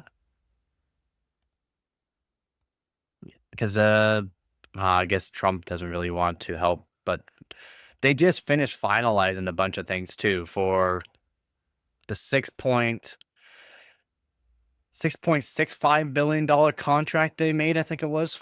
So they have to make their factories and they have to be happy with them because they're probably not going to get a contract like that for a while. Day 3 Bob is now on the FBI list. Poor Bob. NVIDIA made DLSS and FrameGen because it's hard to make out GPUs faster. Yes. Again, like I said, we're at a limit. We're at a hard limit to where we have to increase the power to get more performance. We're just at a hard limit. It doesn't matter about architectures and designs and stuff like that. We're at a hard limit. That's why Intel with their 1.8 nanometer transistor is kind of groundbreaking. It's why a lot of companies want to partner up with Intel right now. Who knows what's going to actually happen? Hard. I know there was 3 plants total, but I wasn't sure who owns which one. I'm not sure either. I haven't actually searched up to see who owns which plant and exactly where they all are. I just know where some new ones are right now. You know, you made it big time when you got pizza ads running. Was there a pizza ad? Was there a pizza ad? Bob all the way to California. Wow. Let's see how I reacted with all these emojis. Whenever we get a very efficient note, yeah. Yeah, when we get I know what you're gonna say, mine. I know what you're gonna say. You playing GTA or something, Benjamin? Did you find a TV and playing some GTA on the PlayStation 2? Yes. Well, whenever we get an efficient thing, people want to partner up, and yeah.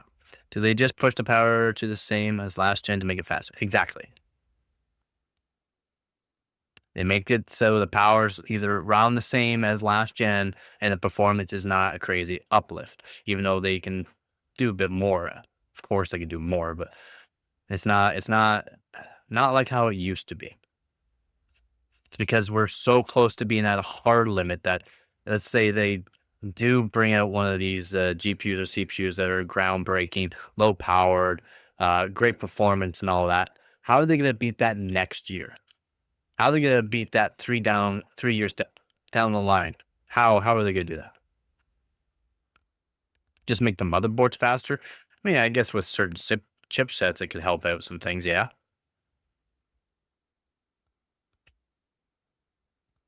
I mean, I don't know how really the chipsets could help out CPUs and GPUs that much, to be honest. Well, like you said, it's all in the frequency, and memory has a much higher frequency in the series card. Yep. And bandwidth, right? Bandwidth.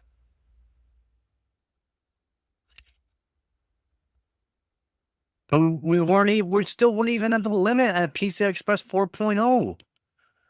PCI Express 4.0 has 32 gigabits per second bandwidth, like out of the 16 PCIe lanes. And then there's actually a mode where you can switch on a certain mode and get 64 gigabytes per second.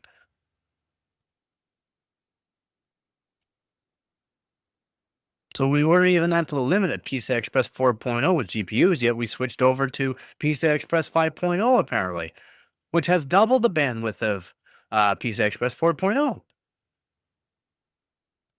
Like, are they gonna plan out making a whole bunch of PCI Express, um, eight PCI Express lanes on the GPUs? A whole bunch of them, like the 40s, 60s? I don't know. Like, if they did, that'd be brutal. I mean, like really?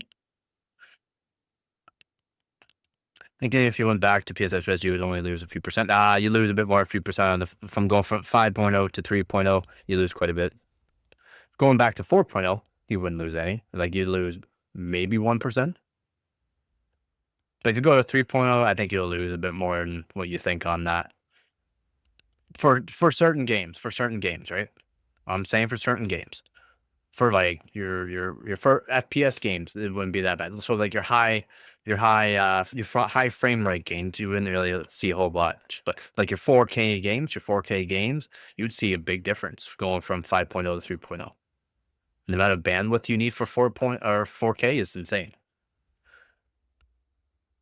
I get your PC would cost as much as decked out Mac, but it would be but it wild. Yeah. And I wouldn't want a decked out Mac anyways. Throw that shit in the trash. Well, it's like going to DDR3, you would only lose a few percent there. No, you lose a lot more. Yeah, DDR5. Okay, because the way DDR5 works, it's just there's a lot of learning there, Chris. We got a lot of learning there. Going for RAM from DDR3 to DDR4 is a big leap. Going from DDR4 to DDR5 is also a big leap.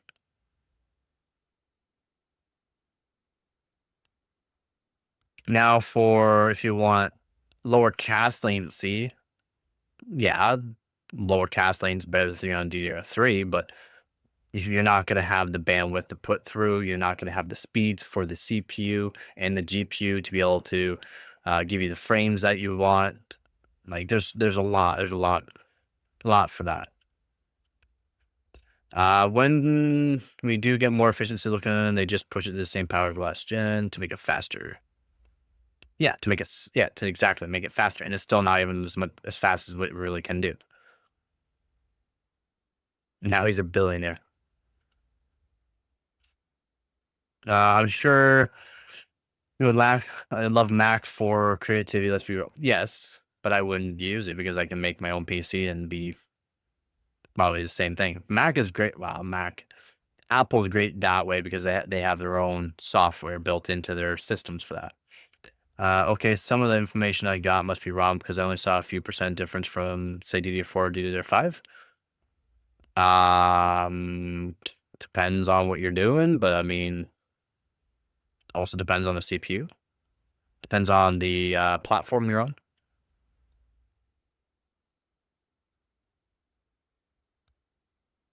Because now you're talking older platforms. So let's say you go with a 5800X. 5800X matches basically a 12600K. 12600K beats in some things. 5800X might be in one or two things. Right? And 12600K can use DDR 7000 or 7200 megatransfers per second, which is pretty easy to do on them. I've been watching both portable PC builds. Love that stuff. I haven't seen that. Lag. I'm lagging.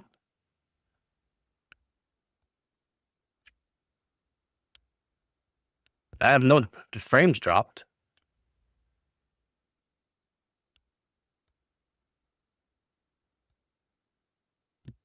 I have 0 frames dropped.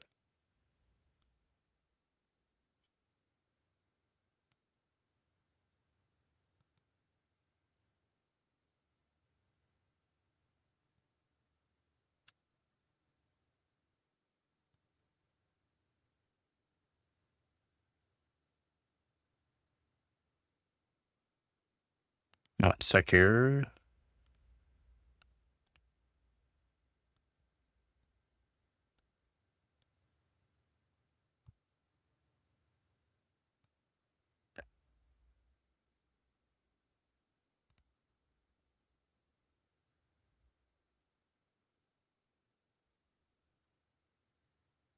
Yeah, I can literally show. I can show you. I literally have 0.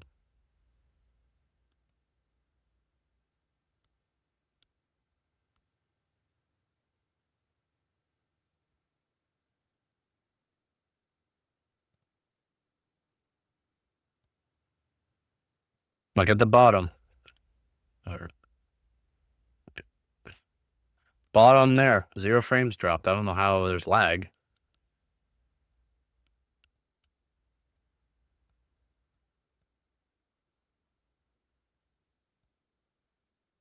Buffering.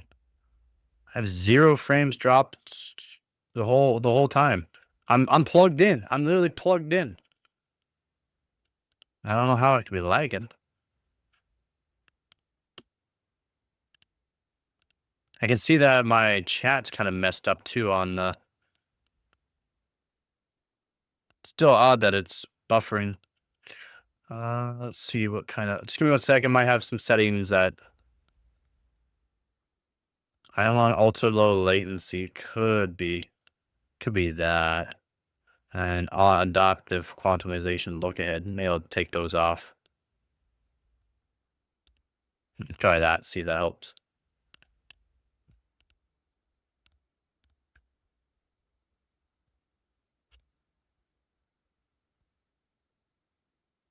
Hopefully that's better. Not bad. I mean, I got good internet for a reason. Although I am only using the 12600K right now, and the RAM's not even overclocked. So maybe it's a little bit of an issue. My apologies.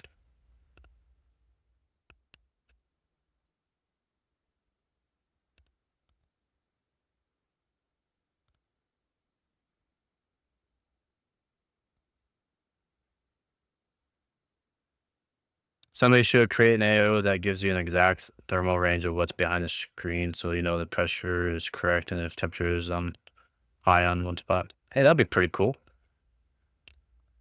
That would actually be really, that'd be really cool. If an AO that uses AC cools down the water, built-in AC.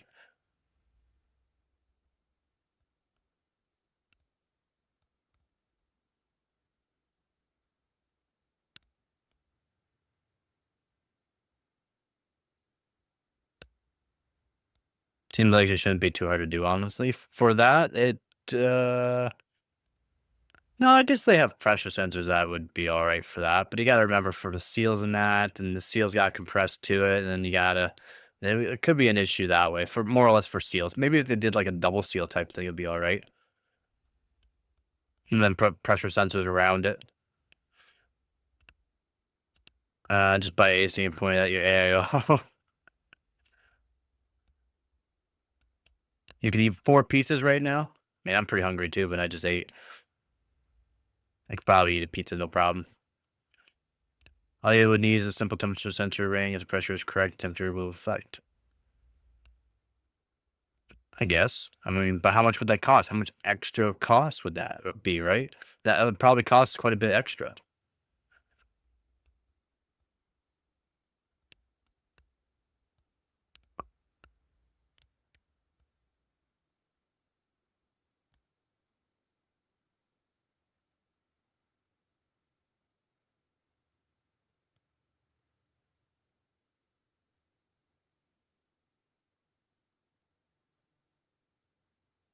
You think it'd be extra 50?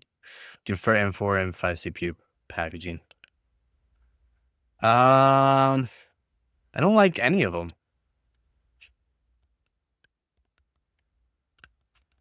Even like,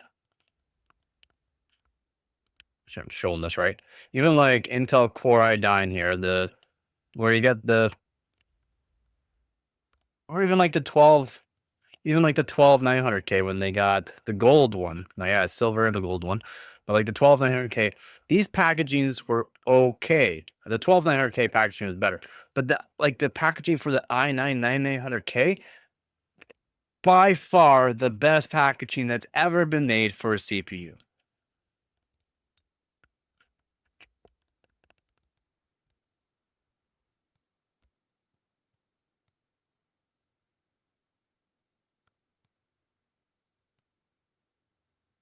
My opinion.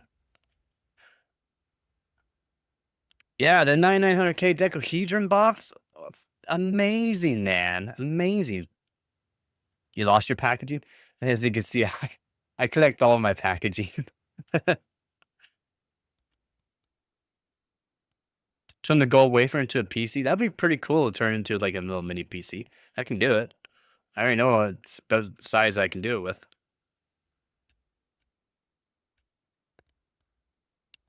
I wish Intel went back to 8th, 9th gen CPU packaging. Yeah, same. There's really cool packaging. For their higher end CPUs, of course, but I thought it was pretty cool. I even like I said, the gold chip here. Spin it. There's no CPU in this one. So if you don't know, I broke my 12900K and 13900KF with a direct die, so I don't use direct die. Well, at least that direct die anymore. Maybe in the future I'll do direct die again, but I broke a 12900K and a 13900KF with a direct die. So I don't have the 12. I do have the 12900K and 13900KF still, but they don't work anymore. Or you I gotta do the giveaway still. I don't have money, man. Right now I don't have enough money to be able to ship it out. To ship out the Xeon. I know I gotta do the giveaway still and do more live streams for the Xeon giveaway, but I don't have the money to ship it out. What about the 10900K box? I'm not sure what the 10900K box looks like.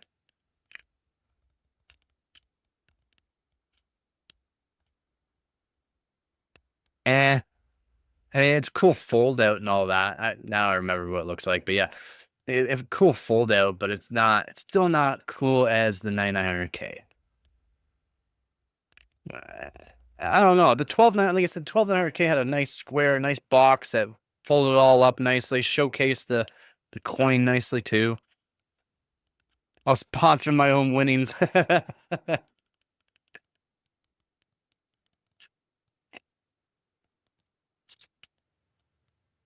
But yeah, I do need to do an actual live stream for the Xeon giveaway.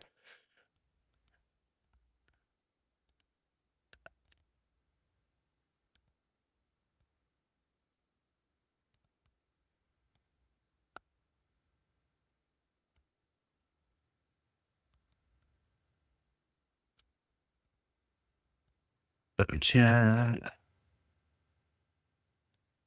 see.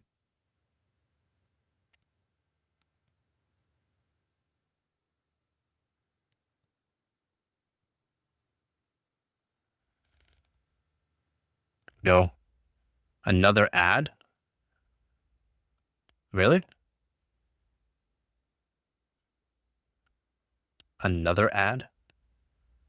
I didn't place any ads.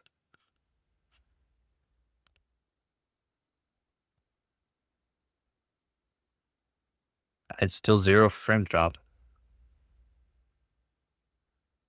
Hmm. Hey, thanks, YouTube. You're trying to make me some money. I didn't place any ads. I only placed one ad so far. So if any ads are being put up, it's not from me.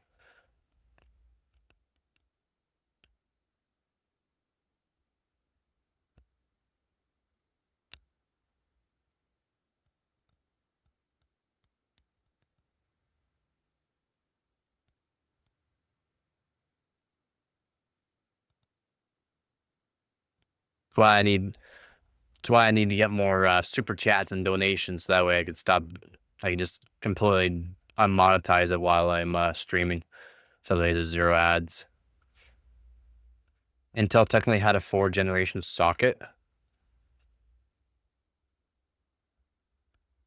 You talking about like the LJ1151 socket?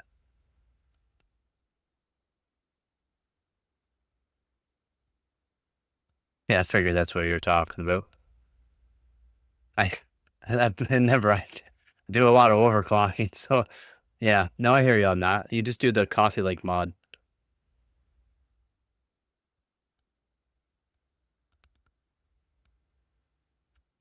I absolutely don't want to give YouTube any money. I'm doing like privately. Yeah.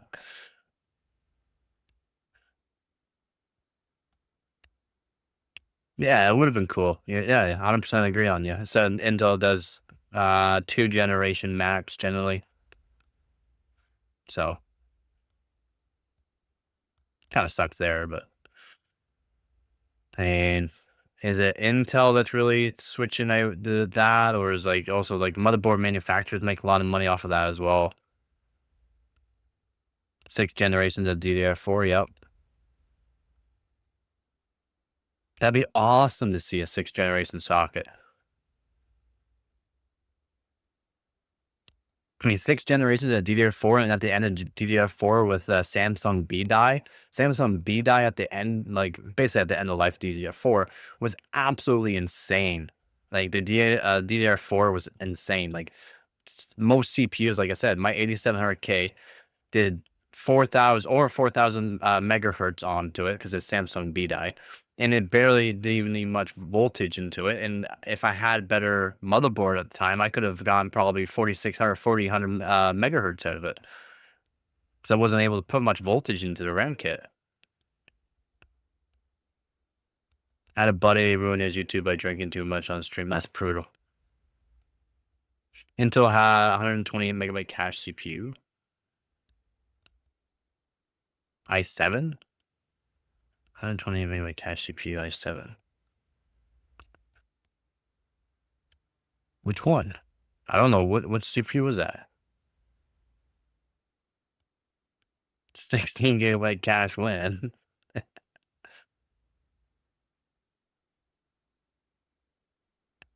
5775C? But that's not even like anywhere close to 5775C. You talk about L3 cache?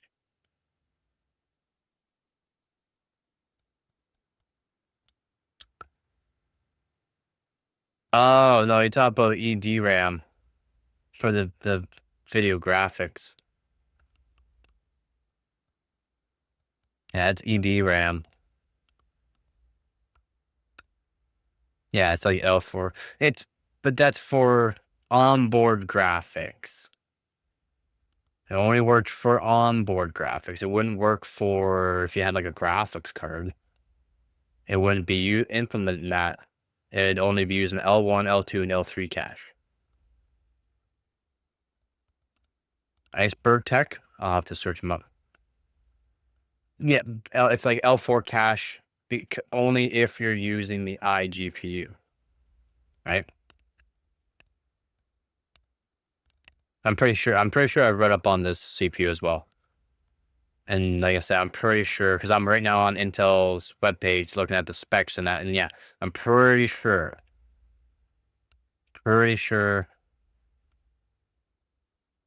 it's just for the iGPU, which is the Iris Pro 6200.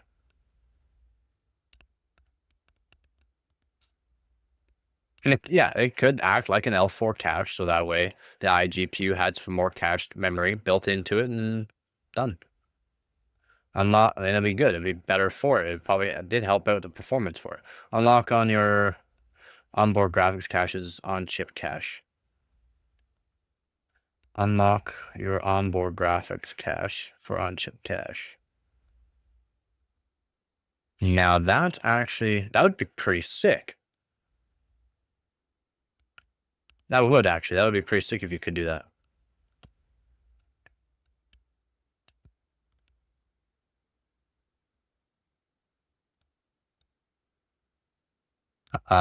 Possible to. No, because then that wouldn't really be it would be CPU too, but it'd also be the chipset. So the motherboard chipset would have to come into play for that as well. And maybe the North Bridge. But more or less the motherboard chipset. Right? The motherboard chipset would have to come into play for that.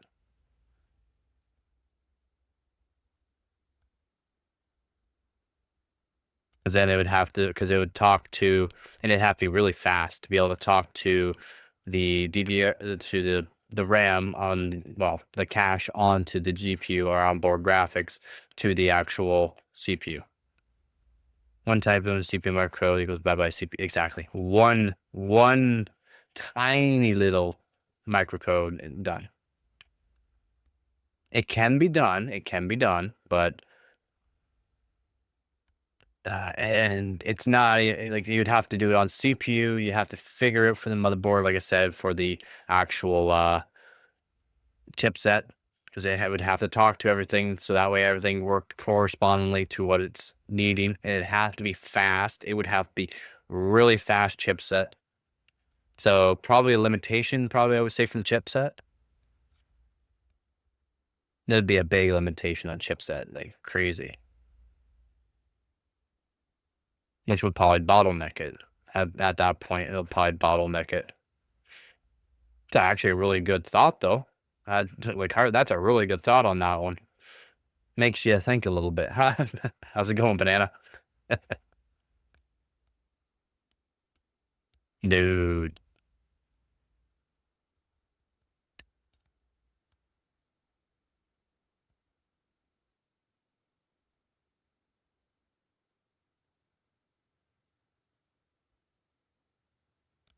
Beam me up, Scotty. Someone used it? We mean someone used it.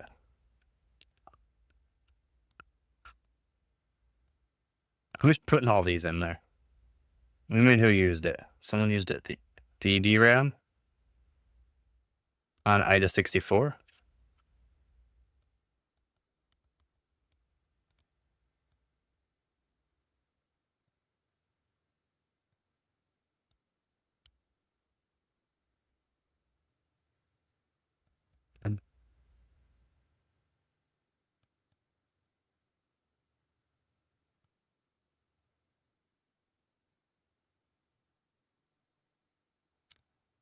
But they forecast around 2600 CL11 on i6 for pretty impressive. i7. I say it's cache 2600 CL11 and impressive.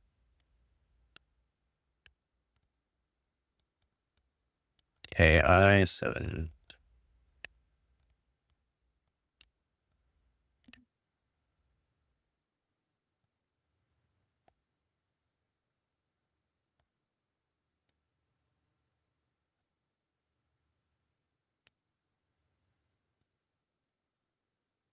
Would that be on Reddit or Tech Power Up? Tech Power Up here. I'll definitely use Tech Power Up over Reddit any day. Nah, I'm not. I'll use Tech Power Up. Basically, blah blah blah. We raise the SA voltage to 1.18 analog. Digital voltage offset to plus 150. Fails. Blah blah blah. 3770K. 1084, 3770K. Oh, here we go. 5775. 4100 megabytes per second, or 41,000 megabytes per second. Read, write, 40,000 copy, 43. Latency, 45.1. It's okay. L1 cache, L2, L4 cache. What? 53,000 megabytes per second. Read, write, 36,600. Copy, 41,000 with a latency of 38.5.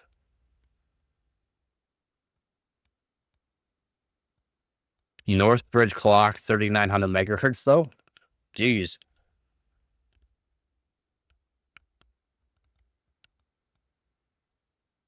Yeah, I'm reading it right now. Yeah, they got CPU Z and IDA64. So CPU Z here. One data, volume data insist, level 2, level 3.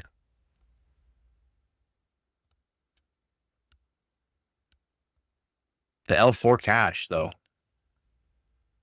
So the IDA64. Hold on. At the end of the day, it's all just signal being amplified. Agreed there. Agreed. So the screenshots just show an IDA64 using the L4 cache. It's not like it's being implemented with anything. Okay, so it's just showing the speeds of the L4 cache and what it can do.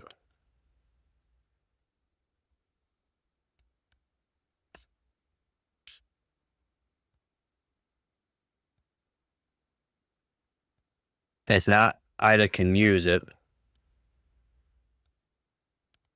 It's technically for games. Games up to like needing that kind of megabytes per second.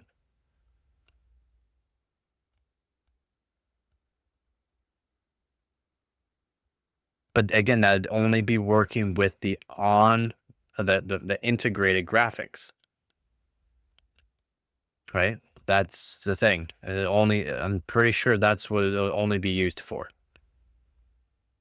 Forecast EDRAM and 27 CL, pretty impressive. Yeah. But it's not.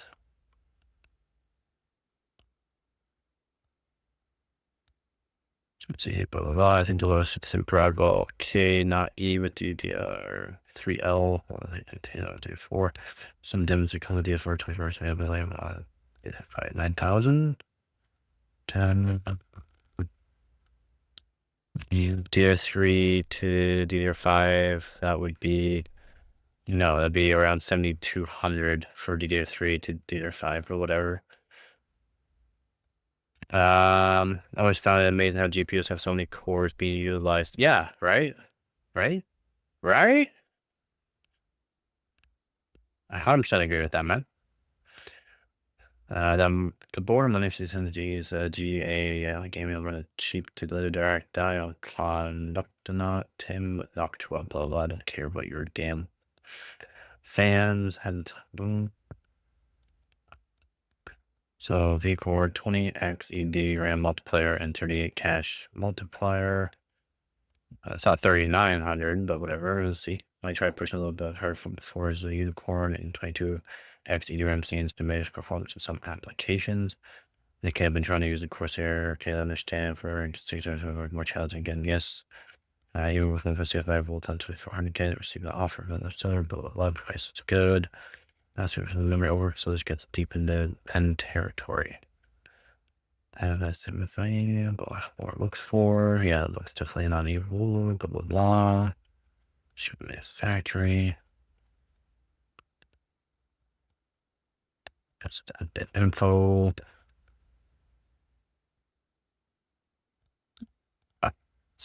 Yeah, still. I'm pretty sure. Let me just read it. Let's see. Uh,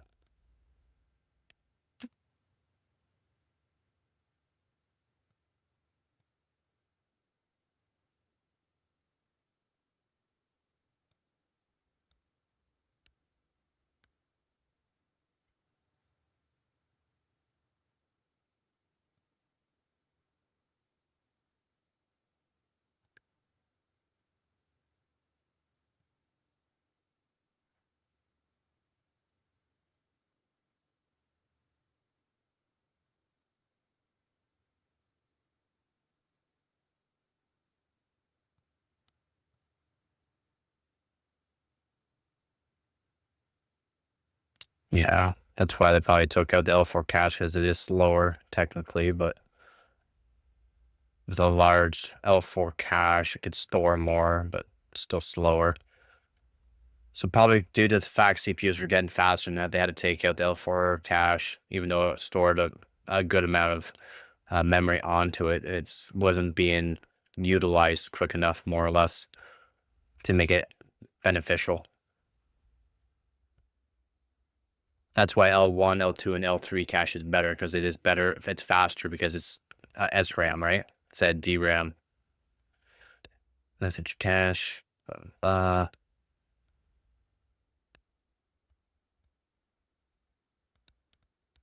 5th gen is weird. Again, remember Intel is good for trying to come up with new things and seeing what works, and then seeing, like, putting it out to the market, see what people can utilize it for. If they don't see that's going to work out for the next generation, they're not going to implement it.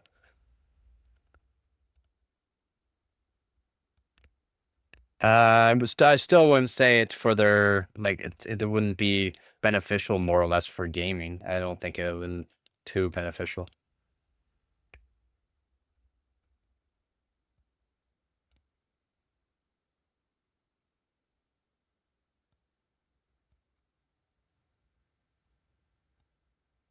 You're getting for what they're saying here, they're gaining 4% increase in game performance. 4% while using L4 cache.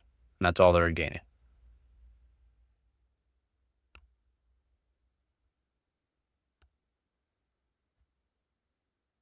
In my opinion, I'm pretty sure they would use it more in data centers.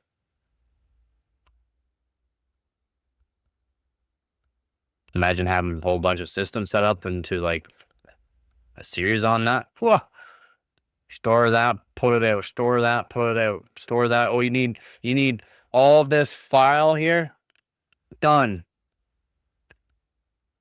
You need 20 terabytes. Done. I mean, that'd be a lot of CPUs that you need to use, but I mean, it'd be quick. You could get it moving pretty quick.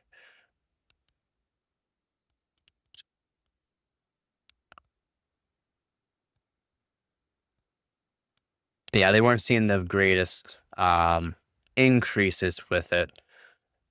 Someone was saying they saw a 6% increase, but most people are saying a 4% increase while using the L4 cache for games.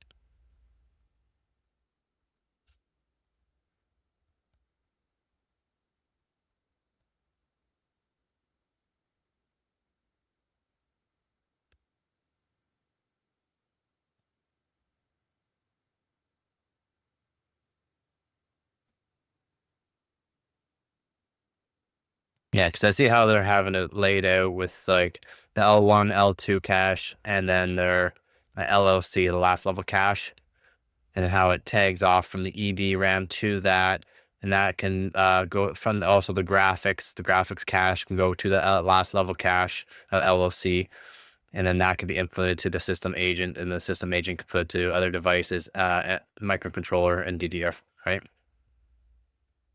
Exactly. Boom. It's boom. It's there. Up, like, it's fast. That's the thing. That's why I guess, yeah, I guess the 3D cache is good, but I mean,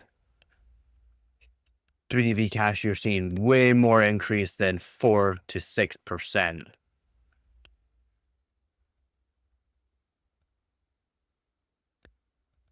So specific workloads were like 50 gigabytes per second per bidirectional interface. That was fast for the time. That was fast for the time.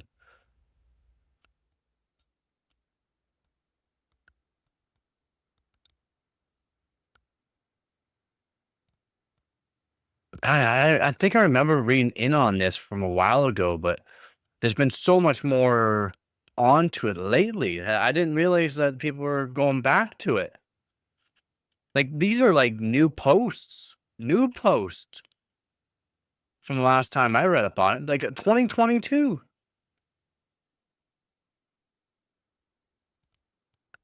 2023 posts. Crazy. A lot of stuff can't even fit into cache, like even 1 byte. Yeah, exactly. No, it's specific basically. You gotta put that amount in, and you put that amount out. But you gotta remember, you can put that amount in, and you can put that amount out. Like, yeah, some fast DDR3 at the time, done. Latency will come into play there. So CL11, DDR3, 2400, not good. You could do 26. So the kit of RAM, I want to win with this competition. There's a kit of RAM I want to win, even the second grade. So some random person can win the kit of RAM. It does 2600. So DDR3 does 2600 megahertz at CL6. At CL6, at still at 2.1 volts, but CL6. Now that would be fast on that 5775C there. With the cache, like there'd be performance gains just due to the fact that it's CL6 2600 instead of what they're testing at 2400 CL11, which not that great. CL11 is not great. I'm an overclocker. Yeah, I remember that. So anything like that's pretty basic in my opinion. 2400 CL11 is pretty basic. You'd have to like to impress me. You have to do 2400 CL7. That'd be somewhat impressive. But the kit I want to win with this competition does 2600 CL6. A lot of voltage, mind you, but I mean, still, it's hard to find DDR3 kits that can do that. I mean, it's really hard. It's really hard. That's what she said. That's pretty cool. I'll read up more on that, buddy. I'll definitely read up more. Thank you for bringing that up. And apparently, my chat's slow. Besides Cinebench 2024, are there any Cinebench benches that I can run from this Benchmade program to test my GPU? GPU Pi. That's about it. I'm sorry, they're just 2D benchmarks. If you have Steam, do you have Steam? If you have Steam, download, or if you don't, you can download Steam, or I would assume you had Steam. Just download 3D Mark, and there's 3D benchmarks you can watch. You can watch it, and they'll show you like how many frames, and they'll show you performance, and it'll show you how good it is compared to other same platforms.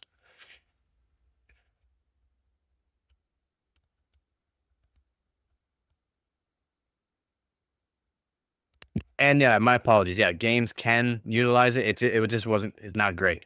Not great.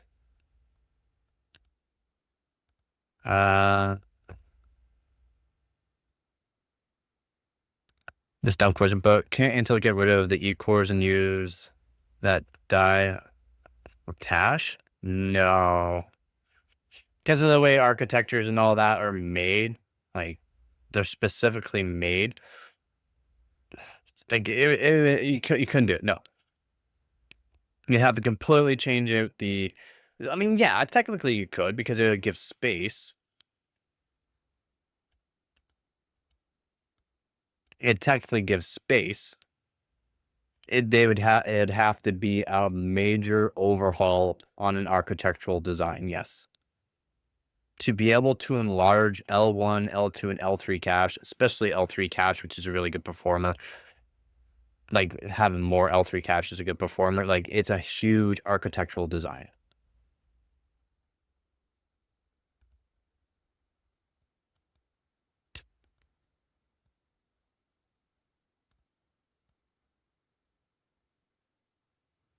But yeah, I guess you're right. It could be done. It could be done.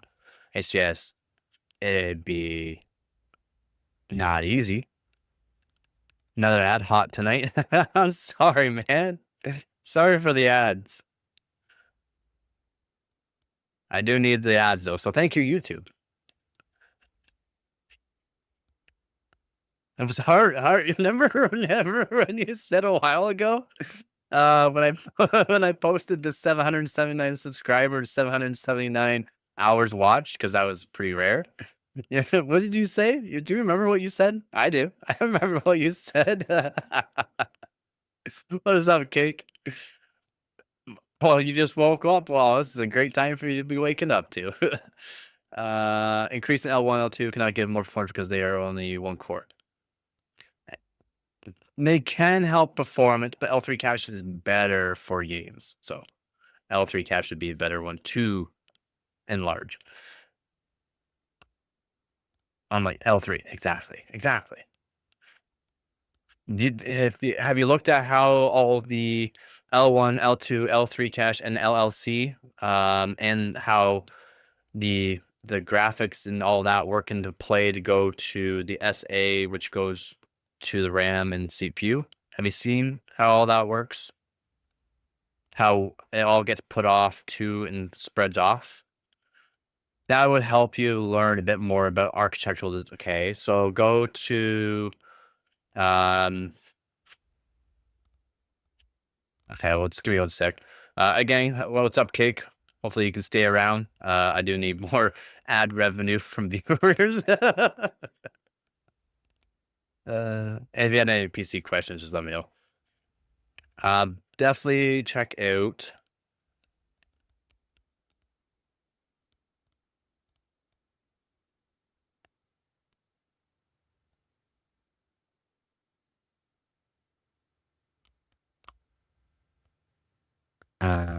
Tech Target, I think. No, it's not Tech. Yeah, Tech Target.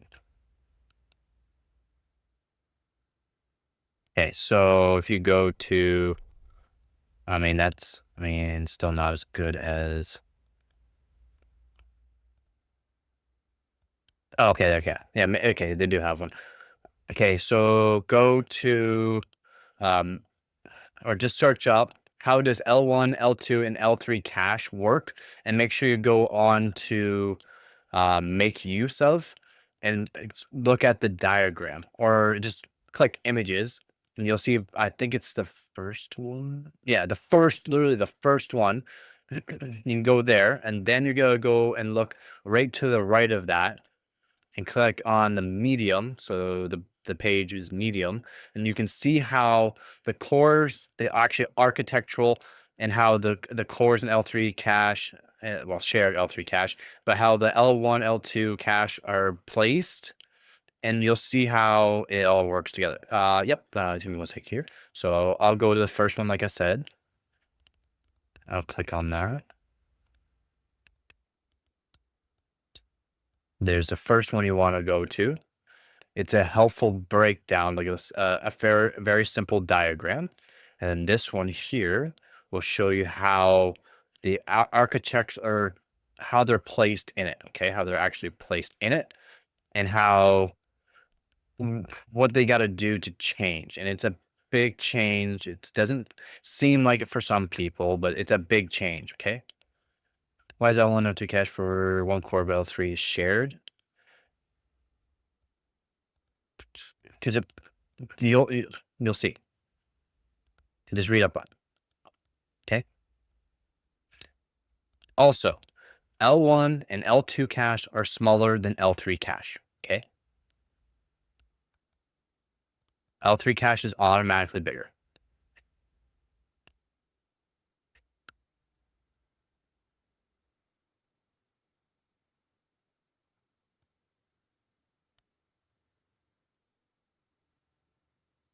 Your CPU has seen much better days. What CPU you rocking there, bud? I like all CPUs. I want to overclock every CPU, every GPU, every motherboard, and as many RAM kits as I can. I have a CPU with no L3 cache. Can't even get 100 frames in Fortnite. 600X. What? Are you sure that's your CPU, not your GPU there? 5600X is not bad. You can overclock it too. 1.4 volts is just fine to use in it to get 4.6 or even 4.8 gigahertz out of it. So all core. 3060 12 gig. You should be seeing at least 100 frames. What settings are you using? Yeah. Thanks, mine. Take over for a second, mine.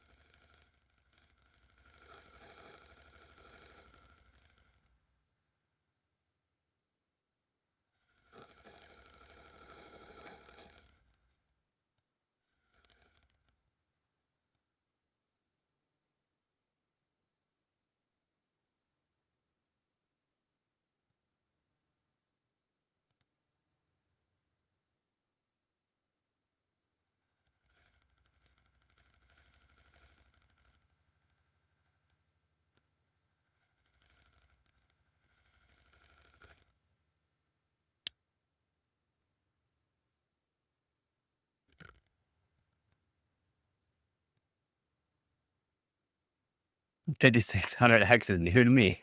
The TJ Max voltage for 1590 50. Probably around the same. Like max voltage, probably around 1.4 volts would be all right. But you want to keep them fairly low voltage for AMD. AMD like 1.325 to 1.4 volts, depending on the cooling solution you have. All low, 1720 by 1080. It's an odd resolution.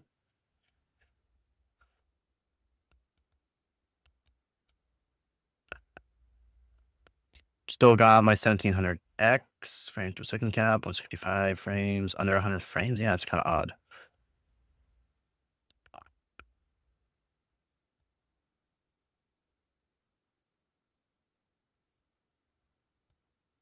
Yeah, that's what it seems like. He's running out of RAM.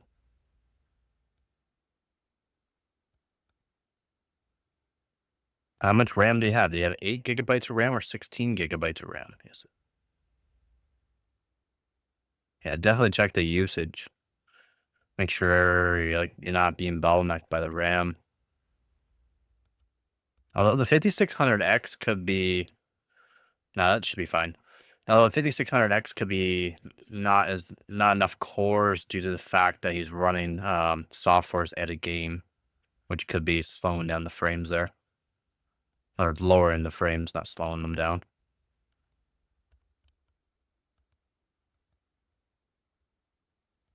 Make sure you don't have like a locked CPU ratio. I'm pretty sure they have a locked CPU ratio. I'm sure they only boost to what, 4.5 gigahertz on 5600X.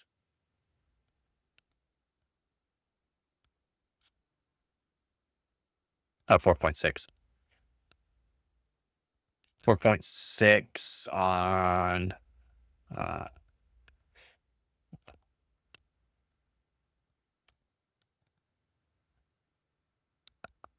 4.3 would be going to. We'd be doing 4.3. 4.3 gigahertz is what it'll be doing to. On all 6 core, which probably is using all 6 core with the software running. So it could be limited by CPU core with the software running. It might be whatever you're using in the background that's making it do that.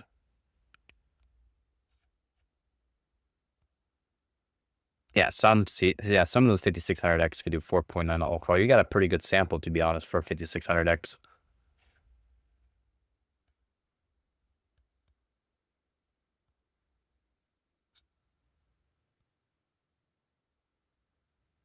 Now your RAM, it's not your RAM issue. What's your it? I've seen you around here too before there, QX, but it's not your RAM. Still, even up to around there's fine. What voltage though? Did you see what the voltage was? Was if it's below 1.4 volts, you can easily do 4.9. But yeah, I'm pretty sure your core limited, as in whatever background things are running in, like open up the task manager, check to see what's running before you start up the game. Close anything you don't need, except for maybe your one software you want to use. But I'm pretty sure 1.35 volt. Yeah, man, you're just fine. You can easily hit 4.9 gigahertz. Even just raising it up to 1.36 volts, you'd be fine hitting 4.9 core. You have a good sample. But yeah, 2x. I'm pretty sure it's CPU. Your CPU limited, and you're being bottlenecked. That's a lot of processes going. Holy moly! What? How do you have 193 processes going?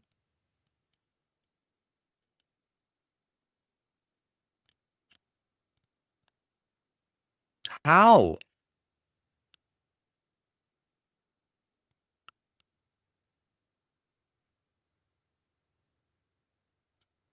That's a lot of processes, man.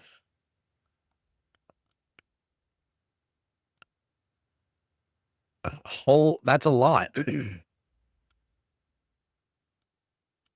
It's a lot of processes, and that's why you're probably utilize. How much CPU utilization are you right now without even gaming? How much? What does your CPU say for utilization? 7%?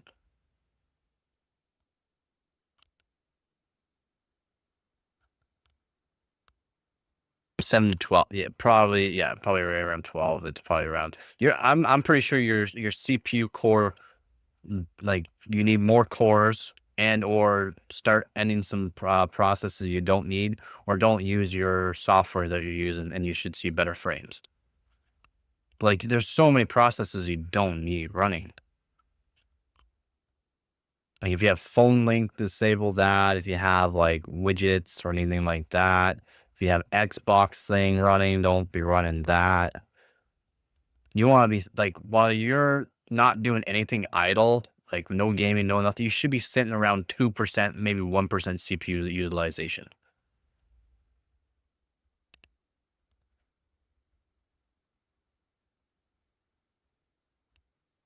Yeah. You have a lot of processes running. I am streaming with streaming software. I got for my camera, I got certain camera things open up. The video broadcast open up. I have a Windows for YouTube open up, and a couple other things. And I only have like just over 100 processes. And I'm on Windows 11.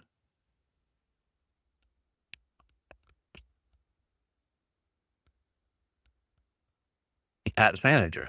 Yeah. So Control Delete. Maybe I can show this on my screen too. Control Delete. Performance. Check your CPU.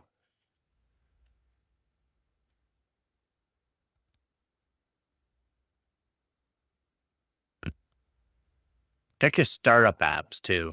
Disable every startup app that you don't need. Every single startup app that shows, disable every single one. Only like that's you'll have like the fastest load up times too by disabling all for startup apps. Okay, that's good. That's good. That's good. Processes, CPU utilization, it really shows. Doesn't show how many cores technically it's running at. Hardware monitor works pretty good for showing how many cores it's going. So HW monitor. Just give me one sec here. I'll get to Google.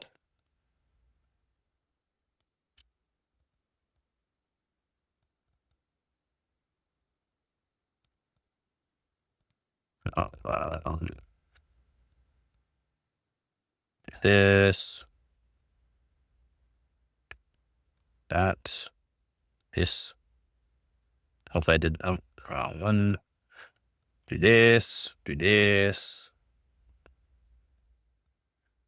Okay, hyper monitor here. Whoops. I guess soft tonic does work, but let me see one sec here. Just in case information I don't want to show.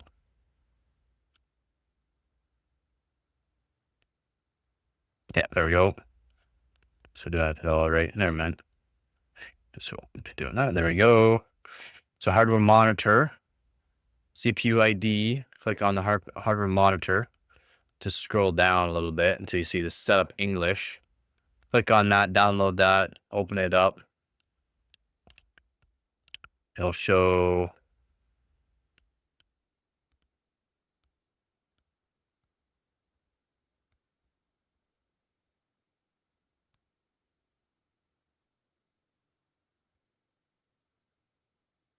this.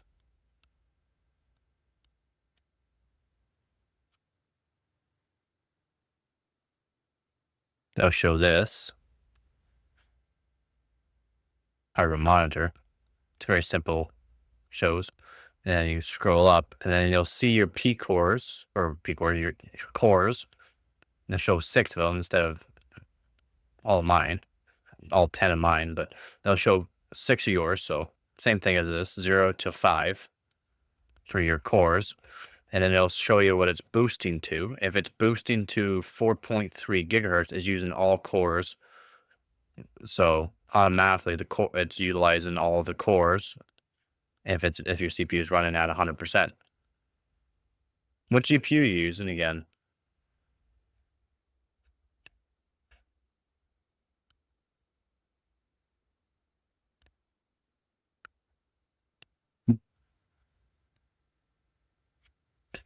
So how this shows quality cores. And apparently my worst core on CCD1 is better than my best core on CCD2.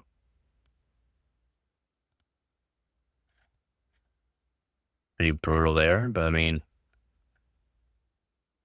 still, there's always gonna be cores better than other cores.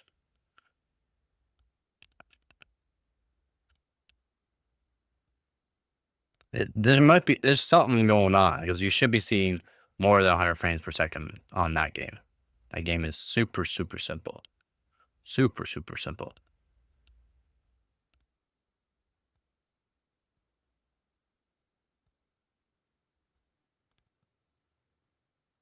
But all of them CCD1 better?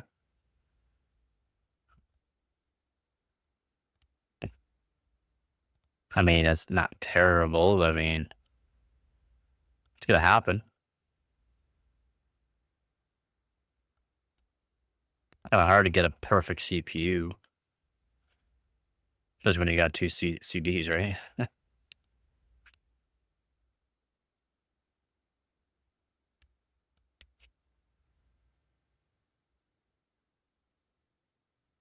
I mean, where?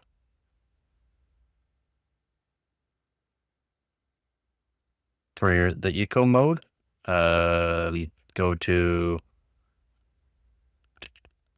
man, make me go through a bunch of stuff. Just search up eco mode in the taskbar there, search bar. Search up eco mode or performance mode or whatever, and it'll show you if you're on kind of a performance mode or eco mode.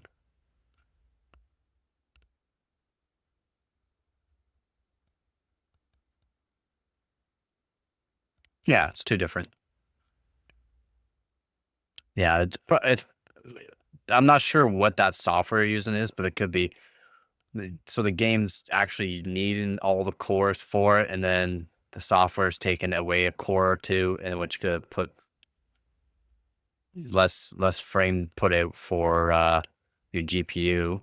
So it means it's gonna put down the frames. So I'm pretty sure it might be the software because you only have 6 core, 12 thread. The game might be utilizing a lot of it. whatever tasks or whatever processes that need more threads, basically, it's going to take away from them. So yeah, I'm pretty sure you're just CPU core limited and thread limited. No, because not all the YouTube videos are good for doing that. Especially some of them are trolls and they'll make it so you break your system. So I don't trust that. I do not trust that. Okay, well, as long as you can trust a video going off, then yeah, do it that way. I don't know them.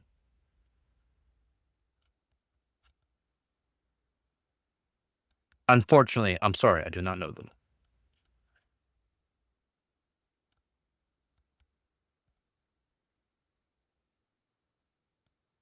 That's what I was wondering. What power plant is he on? And he should be fine for that, though.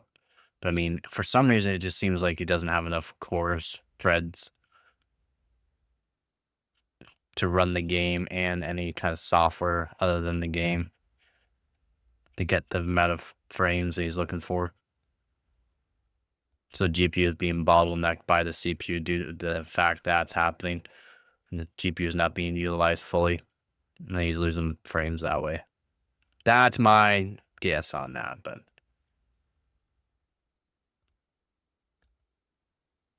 could be wrong though. Could be wrong.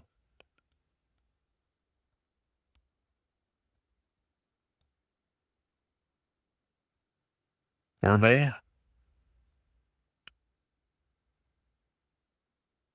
Yeah, see, it's really you gotta really. There's a lot of people that just throw out these things and thinks it works just fine for them, but other people do and it doesn't work. And then why I don't trust a lot of YouTubers. I there's some YouTubers I trust, but then I get other people saying that, oh, I just do this and this and this for him. It's working for him. But did you follow his full video? His full video is like an hour long. Did you follow the full video to make sure that you're doing it right, and or that it only gonna work for certain platforms and that, and you just think it's gonna work for yours? Did you use the exact same LAN kit? You're on the same motherboard. You're on the same CPU. You're like so many things.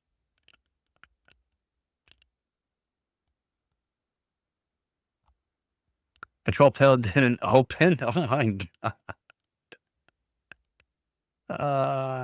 See, man, that's why I don't trust people. I don't trust. Yeah, you said you're oh yeah, he's on Thursday. Yeah, same thing. Yeah, I have a system started like this PC like 5 times in the past year. That's brutal, man. Really? Man, I've overclocked on this PC. Done so much RAM overclocking on this one. Have I shown you? I literally have 20,000 hours of work time on my SSD on this thing, and I've never had to restart it.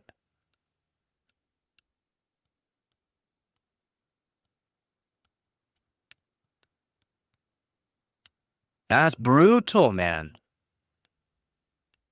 That's actually brutal. That's actually brutal. Yeah, I wouldn't be following their that's brutal. I wouldn't be following any of their videos. By the way, I haven't heard of them before.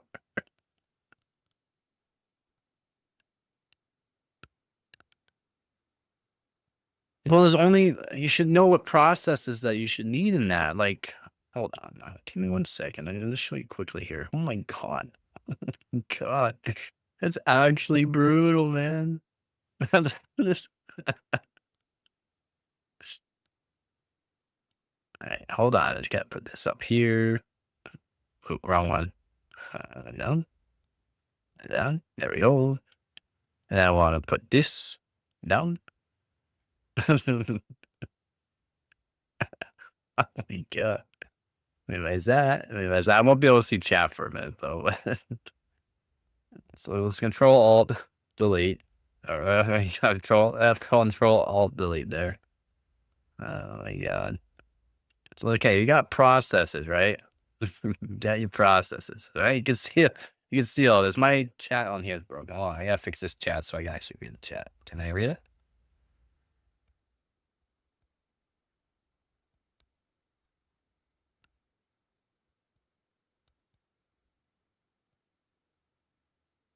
Hey, yeah. Okay, right? You got your control panel open. So do you have your set? So click on the name, right? So click on the name in that. Does yours say app, background processes, and then window processes? Yeah. So your apps are the ones you really care about.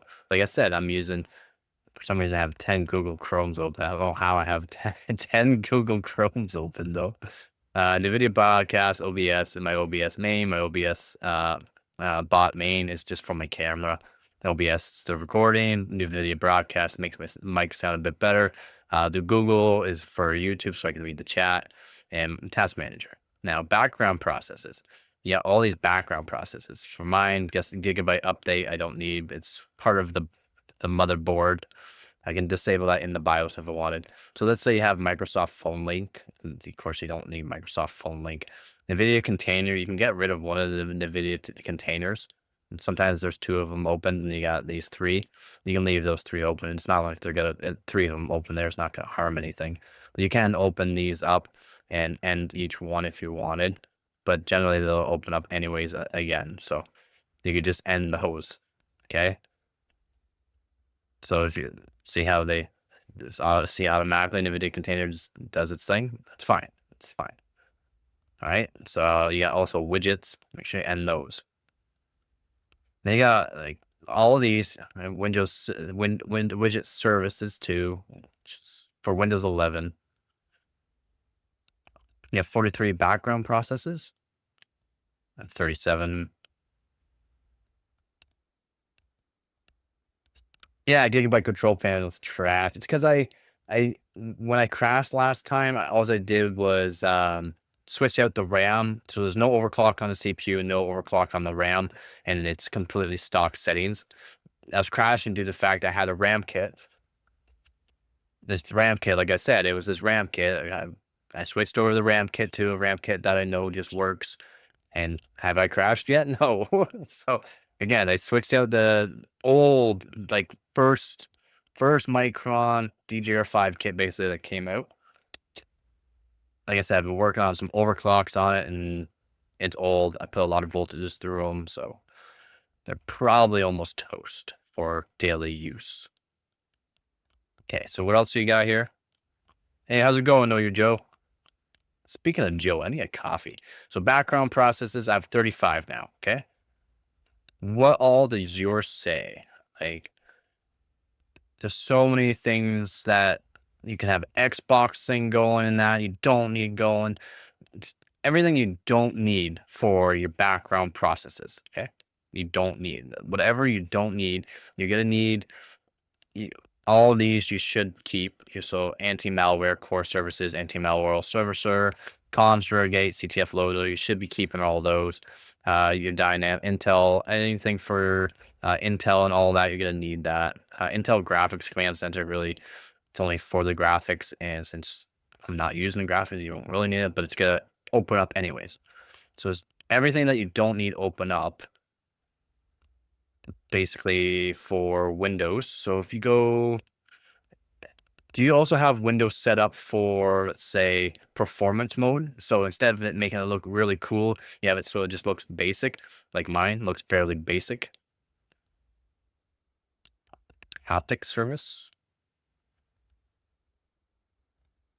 Is that in your background? Is Windows 11. If it says Windows 10, it wouldn't say apps and background tabs like this. Yeah. Windows 11 sucks, and he's only on. Remember, he's only on a 6-core 12 thread. He's on Windows 11. That's already a. I use Windows 10 generally, but Windows 11 for my streaming and all that, it's better for me because I'm on newer systems. Now, Windows 7 is gonna keep opening up, but yeah, that's what sucks about that. We can completely end those.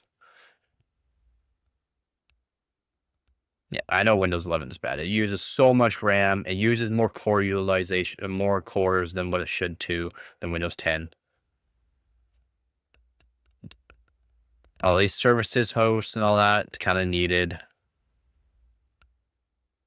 That's why you don't really touch any of the window processes. But since I only have literally 120, I have 126 processes, and he had 190 going. So something's up there. And it wasn't even gaming. Yeah, I have Google Open, NVIDIA Broadcast, OBS, another thing for that. It's kind of odd. There's like core isolation or something on Windows 11. Turn it off. It's so bad. We're down to 174 now. It's better. Again, you're only on a 6-core, 12-thread CPU. You only have 16 gigabytes of RAM on Windows 11. That's why I'm pretty sure you're 4-thread limited, and it's bottlenecking the GPU. Because once you get into a game, it's going to utilize more cores. It's going to try to use all the cores. It's not going to be able to use all the cores, so it's going to downgrade it from there, and then the GPU is getting bottlenecked from it.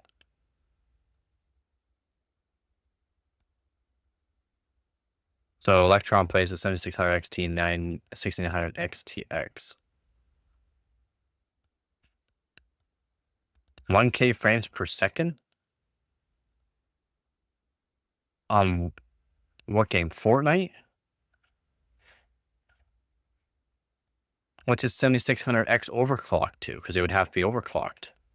Paired up with a 6900 XT, it would have to be overclocked, for sure. Because you gotta remember, the Fortnite and CS2 are more CPU oriented than GPU oriented.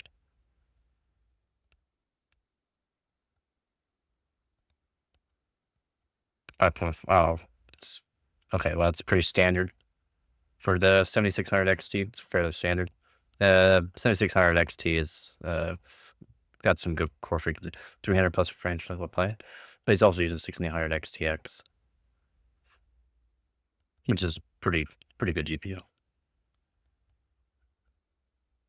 Yeah, some things will come back, which means you can. So let's say they come back, right? So let's see if my Windows widget came back. Yeah, no. I don't have anything else I can end shell, but Windows widget, you gotta come back so I can end it. Apparently Windows widget's not gonna open up again.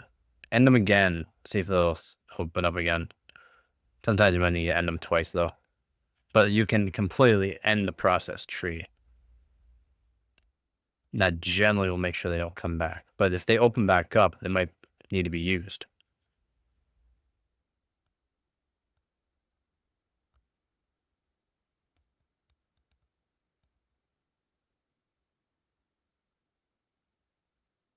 Odd.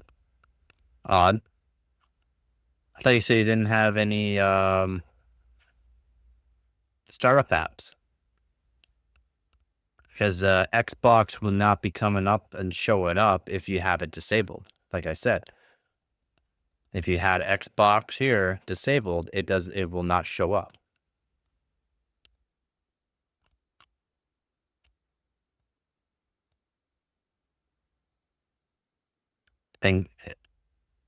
So it's game bar that's the issue. Completely get rid of game bar, but I mean, oh, Skype, oh, them. You have to completely uninstall them.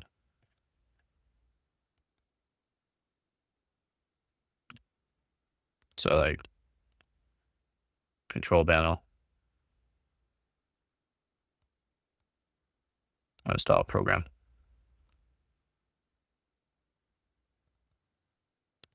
Best FPS monitor sucks. So getting rid of that right now, actually.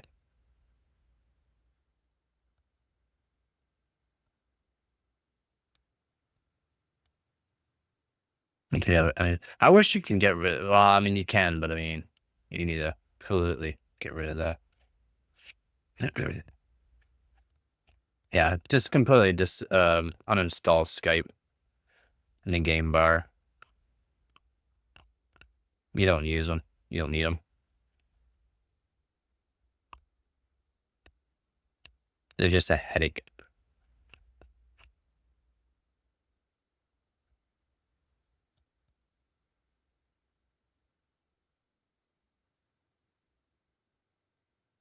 Yeah. So if you click that and you see it down here in the little thing, right click it and then exit it out, and it'll exit it out. Other than that, just uninstall it.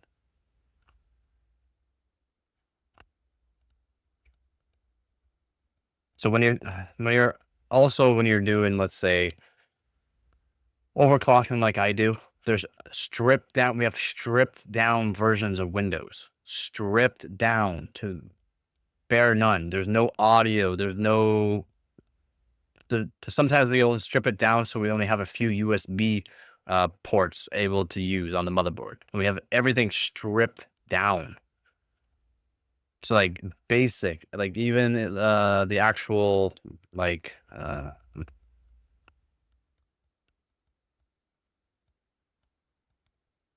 services. I guess we can go portions of window, like literally portions of the windows. So see here we have Microsoft Visual C++, or right? Don't do anything here, though. Don't do anything that I'm about to say. So all of these here. So let's say I go to Windows 8 or something, or even Windows 10. I'll literally get rid of some of these visual. I'm not even gonna say which ones and all that, but you can literally get rid of these because these x86 are not needed. We only need x64s. We can get rid of a bunch of these, and that will get rid of a bunch of things that we don't need. There won't be any Wi-Fi. We won't have any Wi-Fi or anything like that. But yeah, it's bad. Again, for overclocking, we want as many points as we can, so we'll have literally stripped down window versions. We use ISOs though, ISO files that we use on USB usually, or put them over to SSDs. But they're stripped down so that way we have the best performance. Yeah, like I said, don't do anything I just said there. You delete one of those things, you'll need to reinstall Windows. Yeah, I literally talk to hardware nerds all the time. Like absolute, like no, basically every little point. They got Windows 7. They got Windows 7. They got the new CPUs to run on Windows 7, Windows Ryzen CPUs. Yes, for 1 or 10 Cinebench points, that is what we'll do. Yes. They'll make it so only a few USBs work on the motherboard to gain a couple points.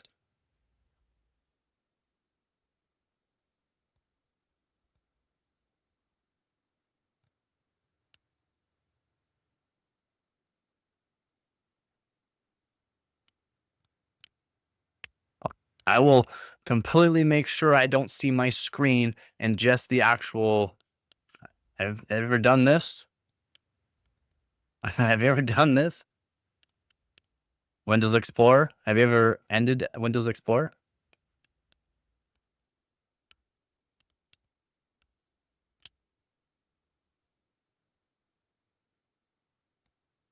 And set Cinebench to real-time priority?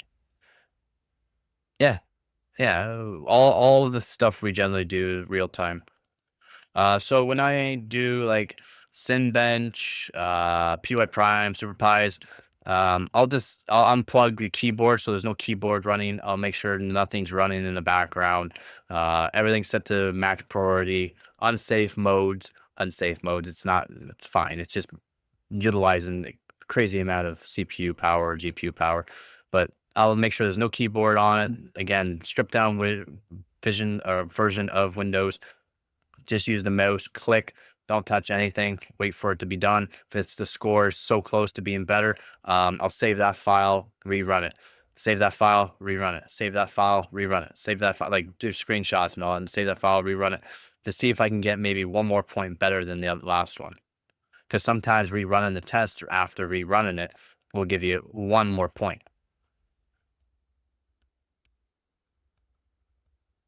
It will get everything to stay like. There's also you can also get cracked down versions of motherboard BIOSes, so you can literally make it so only a few USBs will work on it. No Ethernet, no Wi-Fi. Stripped down versions of Windows will make sure there's no Wi-Fi. It's basically you go to like Windows, let's say Windows 7 or XP. There's no Wi-Fi or anything like that. Everything would be disabled. Again, only a few USBs would be working. I have 92 processes. Is that good or bad? No processes? That's fine. Yeah, it's fine for Windows processes. Yeah, we literally need every bit of it. We need all full utilization to CPU to go to that. There's also ways to do these tests too. I could show you for Benchmade. So like and because we spend so much time benchmarking, let's say we go to GPU here, and this one's fine for doing this, for showing on screen and all that. So I have it on. So I have GPU Pi real-time mode, thread 2. It's not the best thread on this CPU. It's the best thread on my 1300K for points. Different threads give you more efficiency. Those certain cores will be better. You have to go through all your cores for this test. OCL is unsafe. Have unsafe mode. So OpenCL math optimization, you go to unsafe mode. Safe mode's fine, disabled, and whatever. Fast is worse than unsafe mode, but it's not worse. It's just easier to crash.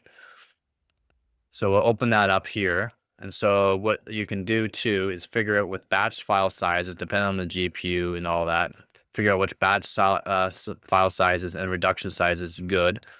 And then you can do, so you do okay, stop calculation, calculate, enter. Now what? So stop calculation, calculate, enter. So I see 391. So now if I do that, and then do really fast, 3.86. See how I just gained? See how I just gained a few seconds? Now, well, milliseconds. just it makes it so the GPU boosts up, and then you untake it down. The GPU still boosts, no load on it, so it's still boost clocked all the way as high as it can go. And then you rerun it. It's already boosted up to where it should be at while it first starts, so it allows you to get a few extra points. Oh, it's so awesome.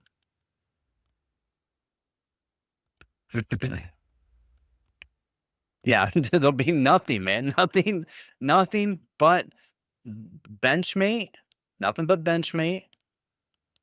Like, Benchmade, whatever works for whatever you're doing on whatever Windows operating system. Nothing but Benchmade and whatever can work for the mouse and keyboard. And a couple USBs. That's it. As long as it displays what we want, that's it. That's all we need. Everything. I'll not even do control delete. I'll even make sure I don't see anything. Like I said, have you ever ended Windows Explorer here? So you go to details, Explorer here, end task. End task. All right. Oh my God, what do I do? What do I do? I don't care. Now I got this, okay? So now there's no extra visuals. CPU doesn't have to worry about any extra visuals or anything like that. I wonder if it still shows. Does it still show this?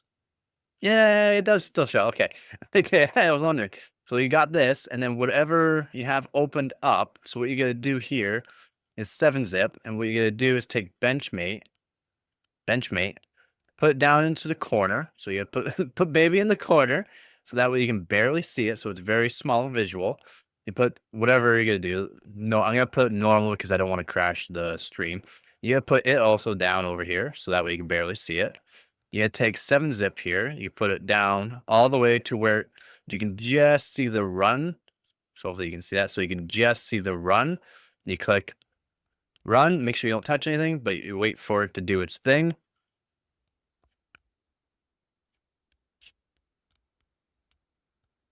Make it clocker. Hey, buddy, I live in Canada, so I chill my water loop with cold Canadian air in the winter. I can get my water temp down to -20.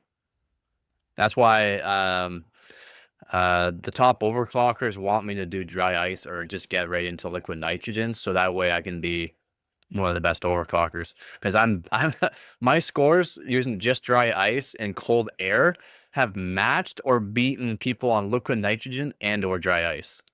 And I was, again, last year in Canada, I was top of my class, which is Apprentice League, which is dry ice, up to dry ice. And I was just using air and cold water. But yeah, that's it. That's all you got to do to get some more points. And you bring all this back. Control delete, task manager. Run new task. Explorer. .exe. And we bring it all back. That's it. Simple. Gain a couple points.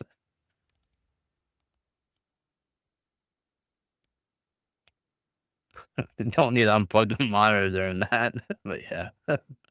What if I wanted to?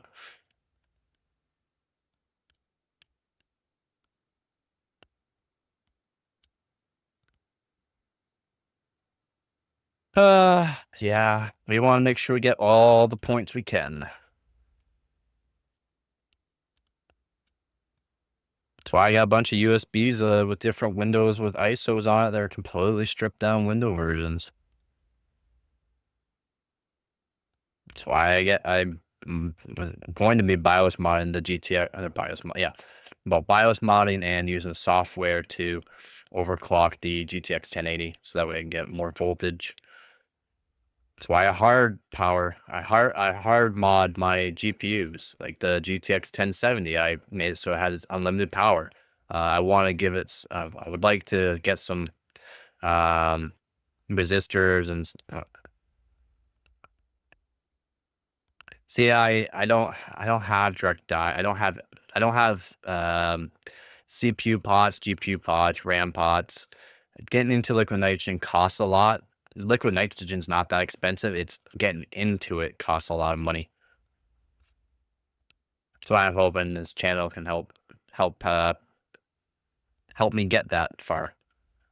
So that way I can start getting into dry ice and liquid nitrogen. I like to just stay with dry ice for a while if I ever get into it. But I need, again, CPU pots, GPU pots, memory pots for it. And they're $500 for a CPU pot, $500, $600 for a GPU pot. RAM pot with the actual heat sinks are going to cost me $400, $500. So, yeah. LN2. Dry ice only goes down to like -67 or around there, around -67 Celsius, and LN2 goes down to -197.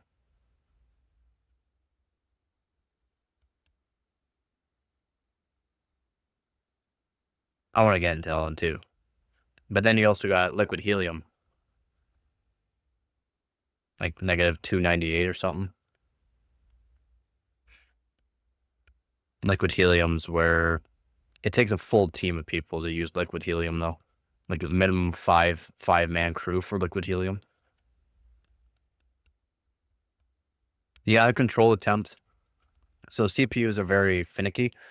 GPUs not as much. Okay, so there's terms for using liquid nitrogen. You got full pot. So once you can Well, if the CPU can handle full pot or temperatures that go that low, then full pot is basically as soon as you pour in, not pour in, but get everything cold enough that you can pour in the liquid nitrogen to fill up the whole CPU pot, like all the way full, and then like all the way full, and it's not bubbling, boiling away, basically.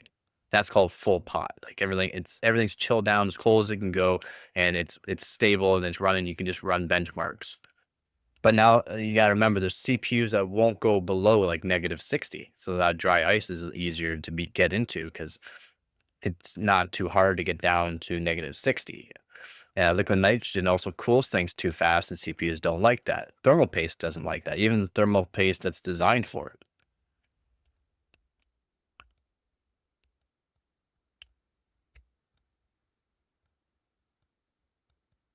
All right, question is up. The CPU gets too cold, you guys will OC the CPU more? No. Well, I mean, yeah, you can OC you get the colder. You gotta remember how how okay. There's so much, man. There's a lot to talk about when there's overclocking because temperature's a big thing. Voltages are things. Impedances are things. What happened if you set TJ max to like 200 degrees? Can the CPU get that hot? No, it burn out. It burn out. Setting the TJ max up higher can help stabilize the CPU if you're not running temperature, like as in you're not able to cool the CPU as much. It can help stabilize the CPU because then it's not going to hit thermal. Like remember, there's thermal boosts too, right? There's thermal boosts on CPUs and GPUs. Like GPUs, as soon as you go above 35 or 30 degrees Celsius, the boost doesn't go as high. Like you can't boost as much, where it starts downclocking after 30 degrees.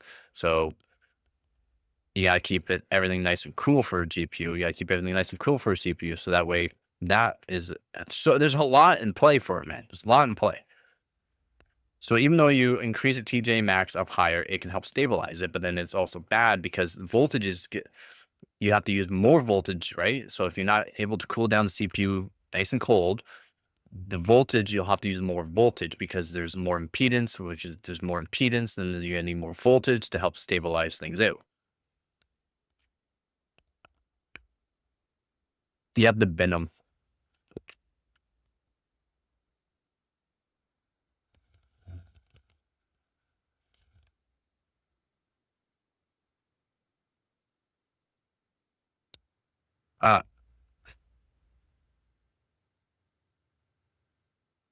Yeah, I'm not sure where I put my hundreds of CPUs.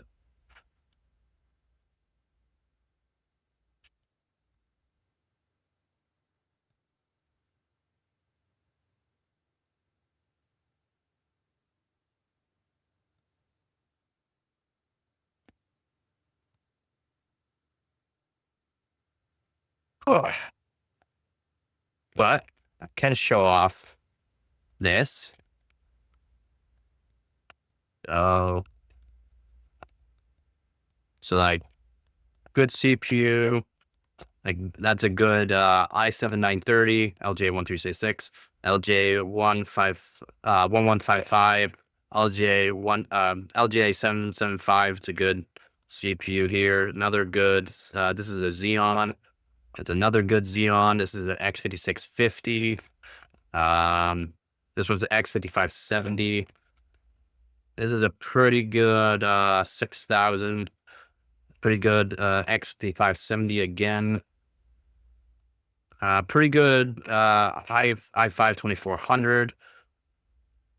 Pretty good X56 67. Those are just some good CPUs. And then I got a whole bunch of other CPUs that got been out.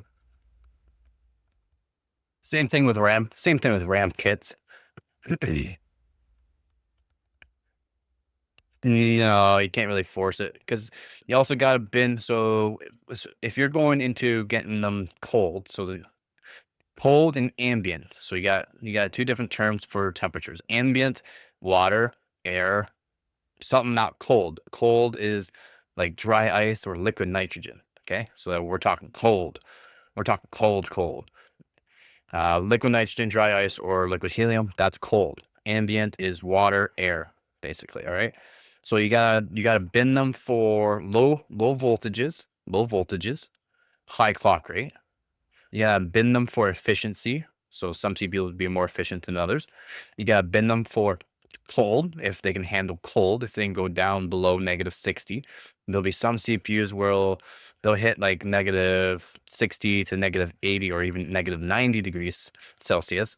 And then uh, you have to chill them nice and slow. Some of them, it's fine. You can just dump the LN2 in, but most of the time you have to chill them down slowly. But you have to bin them for cold. So not all CPUs will go down to full pot or -192 to 195 degrees Celsius. So you have to bin them for cold. You have to bin them for voltage. You have to bin them for the memory controller as well, the MC. You also have to bin them for that. So that way, when you put a good kit of RAM, you also have to bin the RAM, whether or not the actual CPU can handle good RAM. Because if you don't have a good CPU that can handle cold and handle RAM, high frequencies, good timings, then the CPU is no good, basically, for overclocking.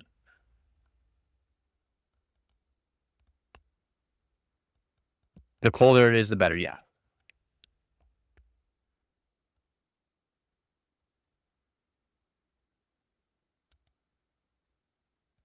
Don't delete System32. Okay. Oh my god. Yeah, I mean, worried there for a second that you were just gonna like say that, go on, do it, and I wasn't gonna hear from you for a long time. Uh, okay, that's good. Try out your game, see if it works, because that's pretty good. God damn, man. God. Uh, yeah, there's a lot. There's a lot for CPUs and RAM and even motherboards. All right, sounds good. Let me know what the frames are like. Oh, have you checked your drivers to make sure your drivers are all set up too? And what do you wish they do?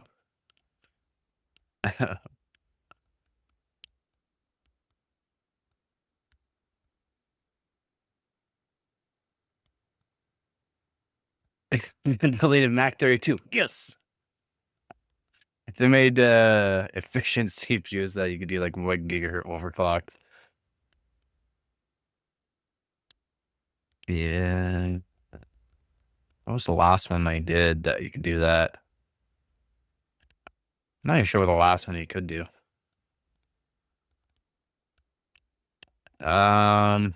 You can.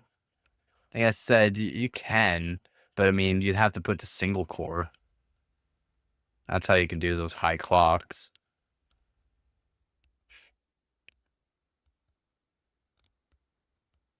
But it'd be awesome. It'd be awesome if they could do better. Because back in the day, they had like the Athlon, the 1 gigahertz back in 2000 there. You can overclock them to like 2 gigahertz or 2.2 gigahertz.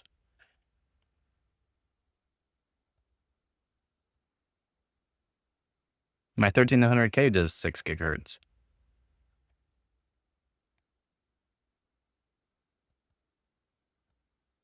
No, I could do 6 gigahertz all core.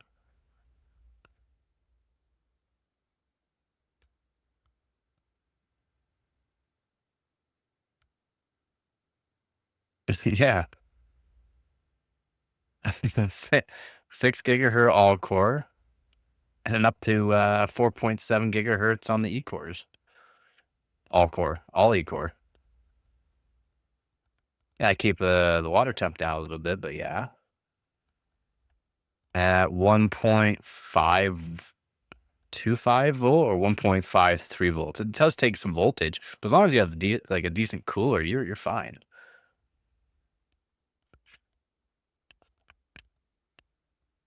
Yeah, yeah. Like I said, my 13900K it keeps up with 1400 KS. Yeah, 5.6 gigahertz. I can do 5.6 gigahertz all P cores at 1.365 volt.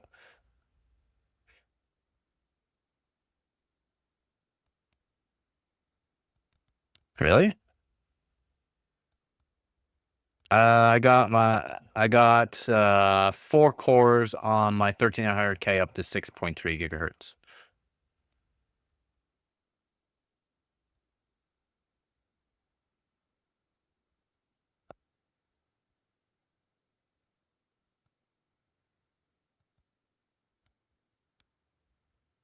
Oh, okay. Yeah. For gaming, for when I want actually some like good frames in CS2 and that, I'm talking, I want steady 650, 700 frames with my 3070 Ti. I overclocked my 13900K to 5.8 gigahertz all core, and I overclocked the RAM to 7200 mega transfers per second CL32 with some really good timings. Yeah, I know. I wish I had, like I said, I really wish I had money so that way I can get a 1400K or KS or just again, I want to collect all the CPUs, all the GPUs. So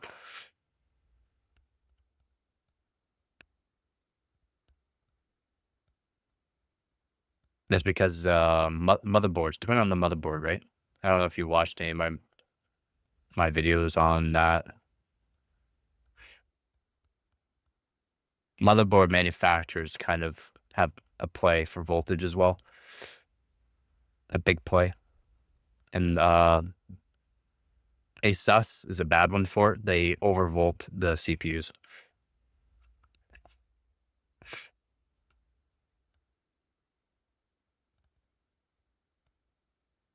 No direct die.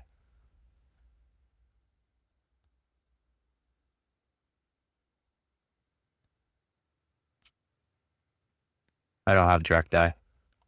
I stopped using direct die after I broke my 12900K and 13900KF.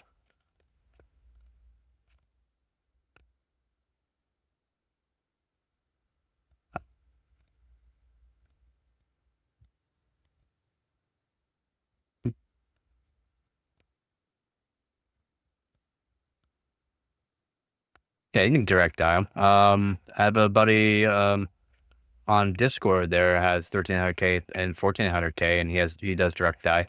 He does 6 gigahertz on his. He has a crazy cooling system though. Not delidded, not delidded, not even lapped. Both. I want to do all of it, man. All of it. Like all of it. I'm more into CPUs because there's RAM. I can overclock RAM too. RAM's fun to overclock, I think. I think RAM's fun to overclock.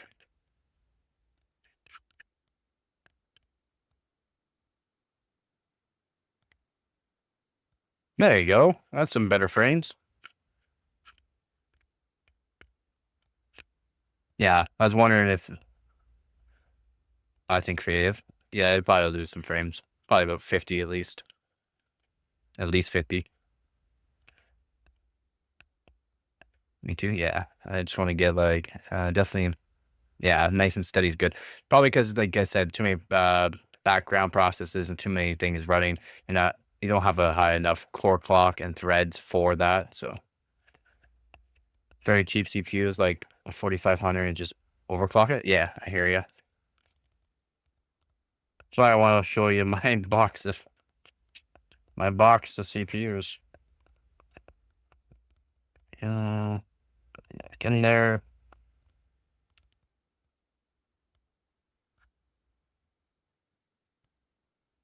Yeah, give me 1 sec. So not this one. So this right here is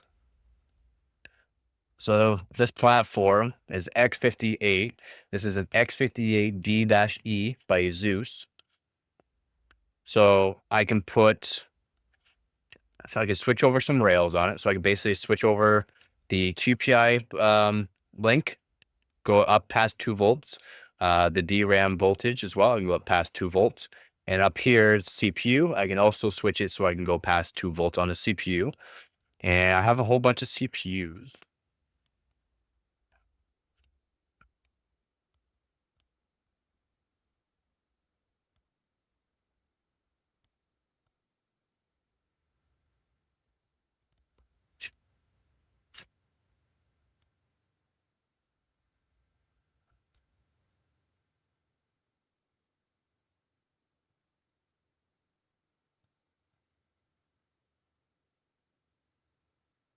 Oh, well, I have a box of 100 X5570s that I want to do some testing on. I want to sell them, to be honest, but I want to do some testing on them, see how much voltage I can put into them, and yeah.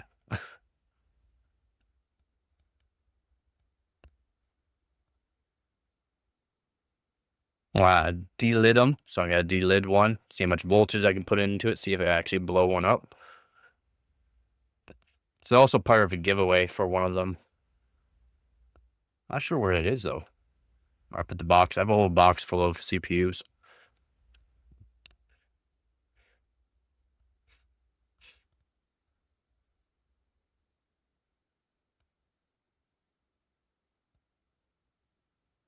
I'm not sure if they have any AM4 direct die, to be honest. Unfortunately, I don't think they do. Like maybe not like a high end one, but I mean you should be able to find one. I mean it's just direct die. You don't even need high end for direct die. Where did I put it?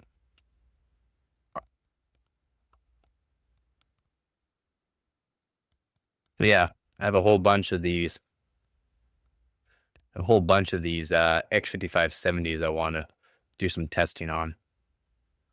See if they can handle 2 volts at ambient temperature. Delit it.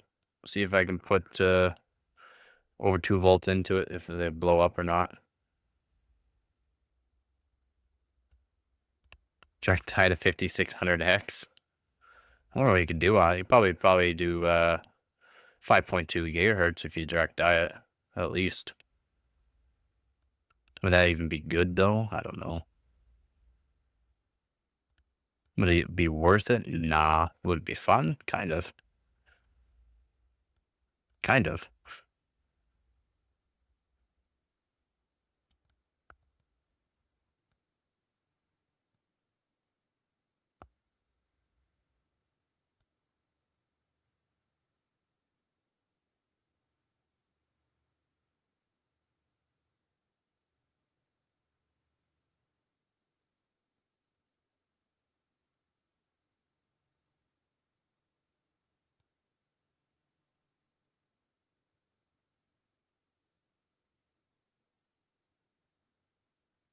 No, I don't believe there is.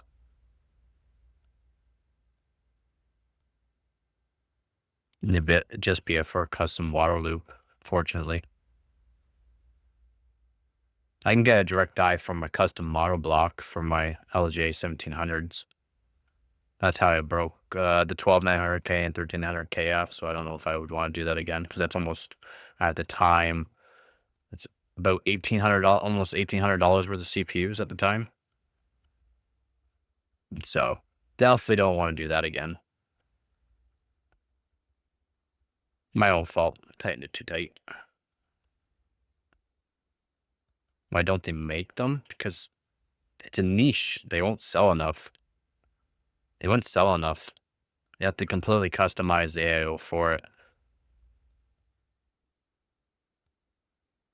Plus, have you not seen AIOs? The heads of them are so big.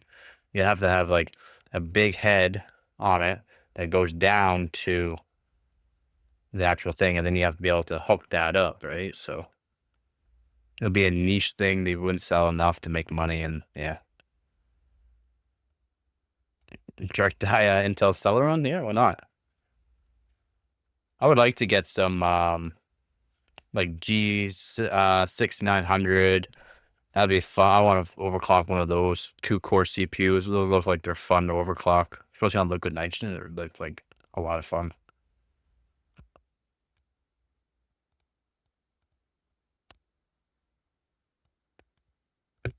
Yeah, exactly. That's why I don't mind the overclocking the X5570. Like putting 2 volt, try to put 2 volt plus into it.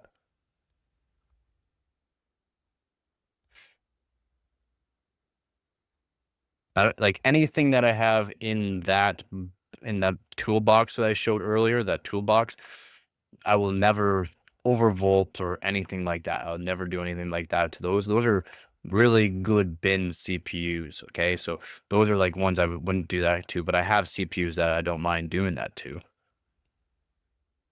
Whether they only cost about $20 or $25 per CPU.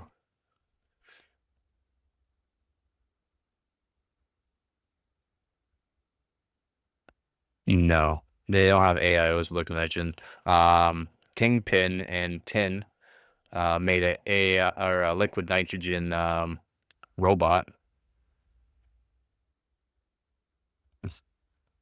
And literally it literally was it did itself. It overclocked. Well, not overclock. They set the overclock in that, but it would feed in the liquid nitrogen to the RAM and to the CPU and kept it overclocked with it. So they call it the robo clocker. What's the best way to overclock? What do you mean? Start off with a cheap platform, go from there. I would start off with a cheap platform and an AIO, I guess, and then cool it down however way you can. But with AIOs, you can only go so low. You can only go to like -5 degrees Celsius. And that would be the safe spot to be. Go any lower, it could blow up the AIO. That's why I do chilled water loops. But I use certain mixture for my loop where I can go down to -40 degrees Celsius on my loop and I'll be fine. Also, D5 pumps are way beefier and higher flow rate, and there's so many things. Better cold plates on the actual CPU blocks, stuff like that. Is it worth the change motherboards because this B550 can't handle 59? Yeah, I mean, it'd definitely be worth it at that point.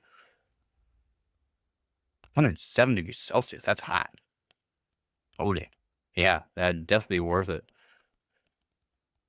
Hart, what's up there, bud? I just got an Intel ad. Is there actually ads going on right now? Or is it just you because you're leaving and coming back? Or are you just saying that? What's a good motherboard in AO for 5950X? Not sure. Not sure. I recommend the Castle 360EX because it's actually pretty good AIO.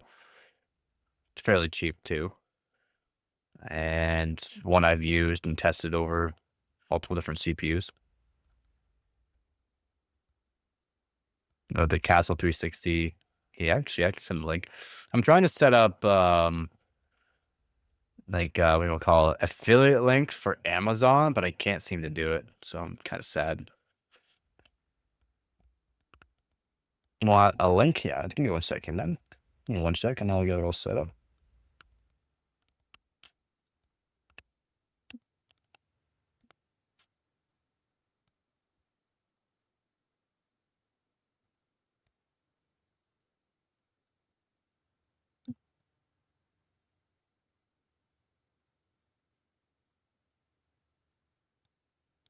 There's that Castle 360EX.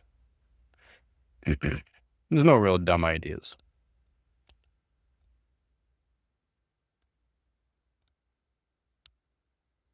Yeah, return or sell them. Oh wow, there really is ads. Really? Wow, that's insane.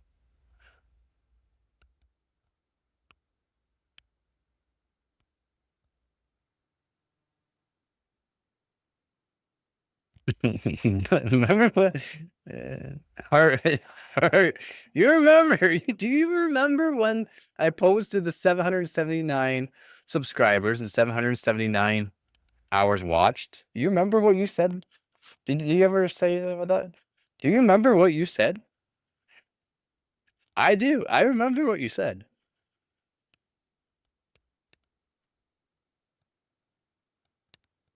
What did I say there? What did I say?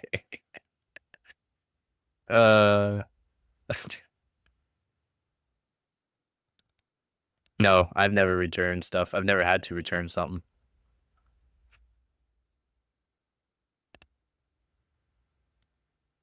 Or let's say the 3070 Ti I have is binned. So I bought a whole bunch of them I bought, I think I bought a whole bunch of them, 3070 Ti's, and at the time, their mining was pretty booming, and what miners wanted was the VRAMs to be copper modded. Well, guess what? I did that. I copper modded them, and what I did was I took the best one, and I have it now, which is a 3070 Ti amp hollow, and I copper modded all of them, and I checked to see one was the best one. I kept it, and I sold the rest to miners for a profit. So I made money off them. I never had to return them. I sold them to miners for a profit.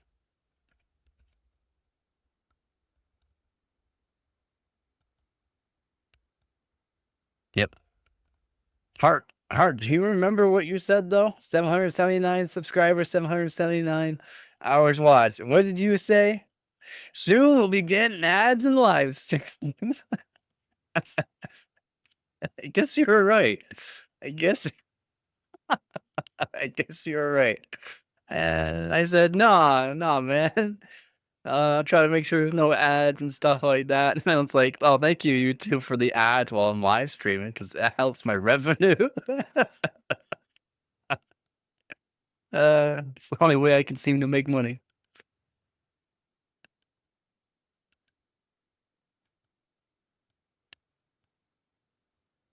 Yeah, I guess so. Well, thank you for sticking with, man. You've been here for the beginning. You literally have, man.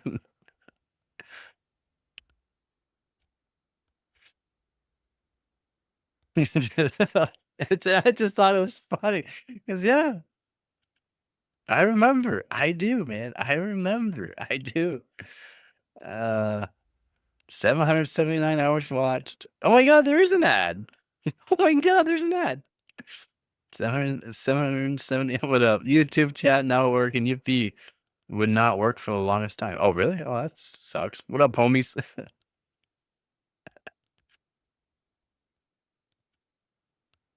Soon we'll be giving ads to throughout the stream. What up, Frosty? Would there be a negative effect if I play 160 frames at 240 hertz? Yeah, there'll be a negative effect actually. There will be a negative effect. You'll see some sort of stuttering. If your eyes are sensitive to frame rates, then yeah, there could be some stuttering. Unfortunately.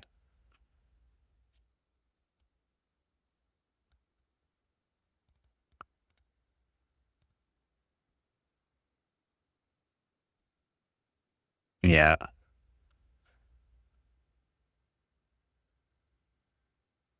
If your monitor's 240 hertz and you're only getting 165 frames per second, yes. If your monitor's only 165 hertz and you're 240 hertz, yeah, there's still if you're sensitive, if you're sensitive to that, and not everyone is. I mean, you have to have a really fast, really good pair of eyes and brain for that. So depends.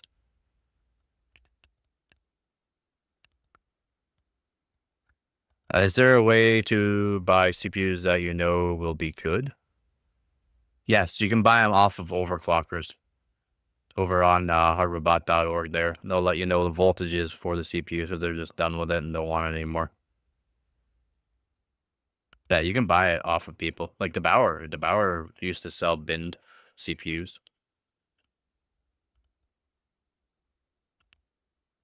But yeah, you can go and to hardrobot.org. I guess you have to be a part of them for so long. They won't sell it to certain people, I guess. But yeah, I can buy binned CPUs, bin RAM, binned GPUs if I wanted. 26,100 hours in 2.5 years of Fortnite alone. Nice. Try to beat 12,000 hours, almost 13,000 hours. Ain't exactly proud of it, but I mean, that's what I got in CS2 in 2.5 years. How come all these people can do 10 gigahertz at 1 volt. I can't even do 1 gigahertz. Hold on. Frame Chaser said something before 27 hours. Yeah, how come all these people can do 10 gigahertz at 1 volt? They're either like if you're talking like if you're on watching Redditors and stuff like that, they're liars. Lots of them are liars. If they're not lying, they're using chilled loops and or using some sort of extreme like cooling, so liquid nitrogen or dry ice. That helps.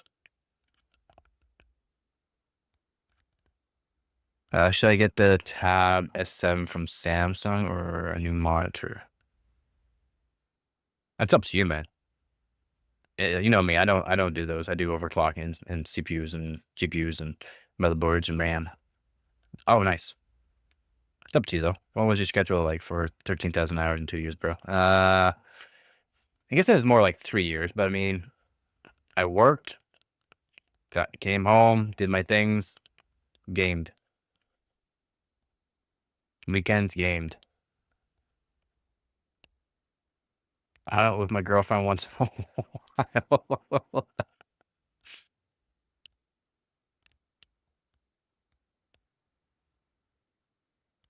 Like if you mod your BIOS and motherboard to have unlimited voltage and you do 10 volts V-core, the CPU would just die. Yeah, CPU would just die instantly. Like instant. It would just die instant, man. Some CPUs won't even allow you to do that. Like put too much voltage in. They'll just shut off after a certain amount of voltage. There's shut offs, more or less because temperature gets too hot too quick, and then it just turns itself off, reset itself, and then you have to re-imply everything again. Unfortunately, not unless you can disable hardware monitoring on your motherboard, which disables all the monitoring, so that way it won't monitor voltage and temperature.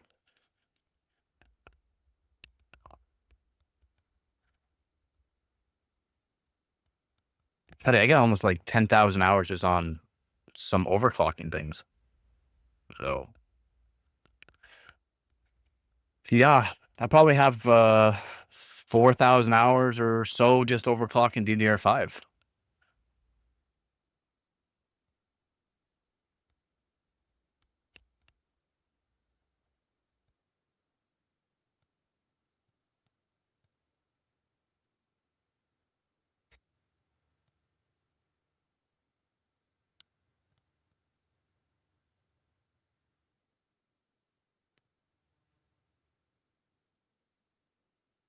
Yeah, I don't mind hockey. I don't care for watching sports, by the way. I'm more of a, I used to like playing sports. It's because I'm Canadian? Or it's because I'm white? Do you like hockey because you're white? Oh, well, maybe. Maybe it is because I'm white. Maybe it is because I'm Canadian. Yes, because you're Canadian. What if I buy a CPU that says like 60 hertz, 1.3 volt? That's good. Yeah, I mean that's good. You can find a CPU that says 6 gigahertz at 1.3 volts. That's really good. For 5.8 gigahertz all core, I could do 1.385 volts on my 1300K for 5.8 all core.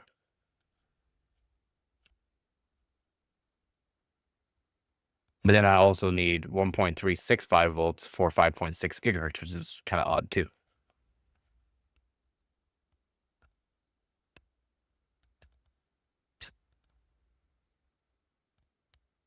Would you realize? Would you realizing? Probably no one's selling bin the 5950Xs anymore. Probably not, no. They'll probably just be selling the new stuff for bin. Again, I could check the hardware bot forum, the marketplace, because you have to be with them. You have to be part of hardwarebot.org and then part of like have your own forum account you have to be with them for so long to be able to use the marketplace. Yeah, probably on the marketplace, you could probably will find bin CPUs that old now. At least I think.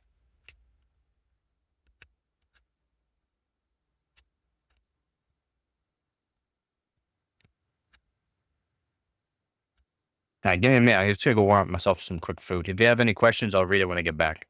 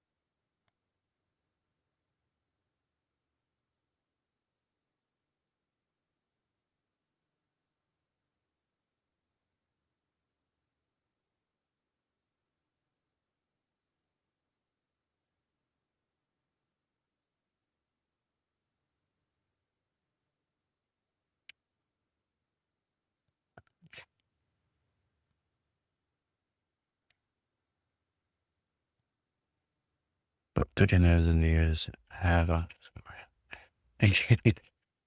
quick sliding move on thing so he doesn't notice. Where'd you go? You close screen for a moment. It'll support. We still support, and you are making new CPUs for M4. They are better than 5800 to 1500. Then I don't care. Yeah, very true. Yeah. I mean, they really need. Oh, again, like I said, we're close to a hardware limit. Like, so it's hard to get a better, or a way better CPU. Because then what are they supposed to do the next year? What are they going to do the next year?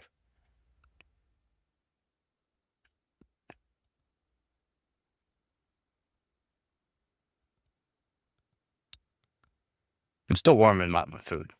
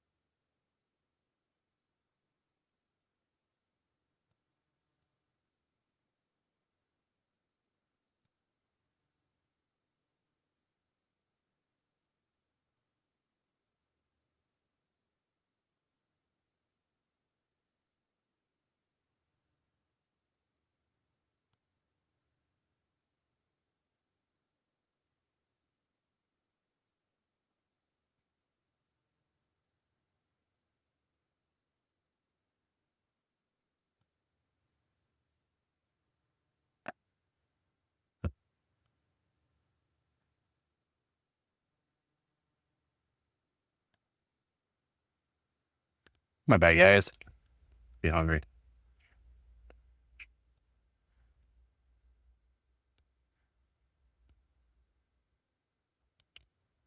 And they used to do new generation every year. Now it's every 2 years. Yeah. Thank you. Yeah, it definitely is getting harder for them. Like I said, I've been talking to this for a while. That's why they've been so adamant of working on different kind of materials for CPUs to hopefully help efficiencies and transfer speeds and stuff like that.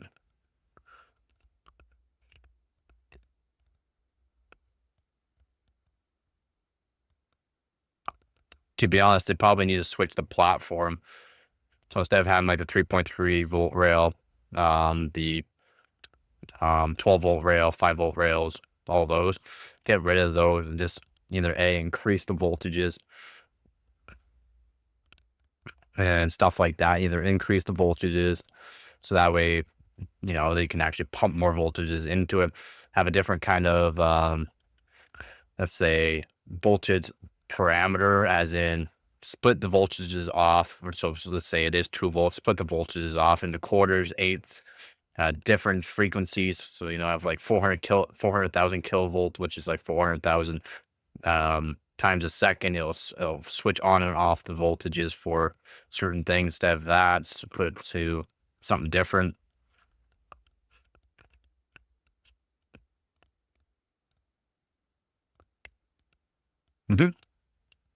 Have you not seen AMD's lineup with their 9070 and 9070 XT with their voltages?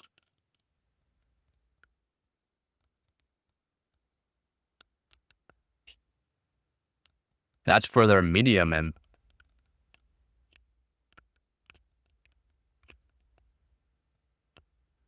In testing, I was seeing 345, 350 watts of the 9070 XT.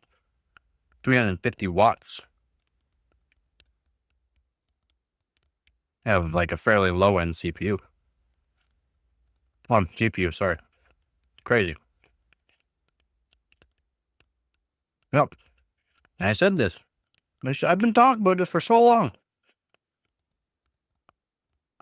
Only way they're going to be able to increase performance is increase power dramatically. I mean, they did. I mean, a lot of cores, though. That's a lot of cores, right? A lot of cores.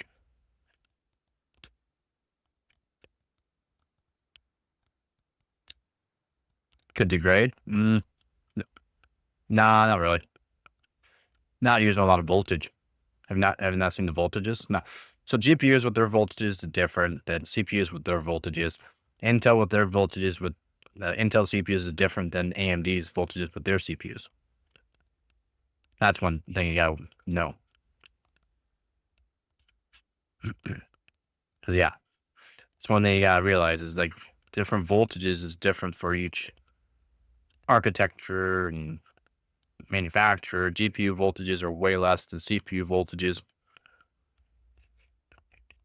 I know, I saw that. I just saw the ads. I'm back. I tried to run Still Nomad. I'm a power supply screaming.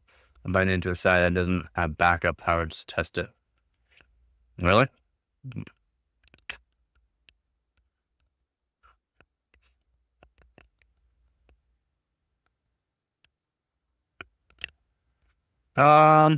No, because yeah, I think CPU dies are a lot smaller than GPU dies. Different dies are different sizes, different architecture, and depending on what they're implementing into the CPUs, or make there's a lot. There's a lot that goes on with it, man. Exactly. Exactly. It's hard to cool down a small package. That's what she said.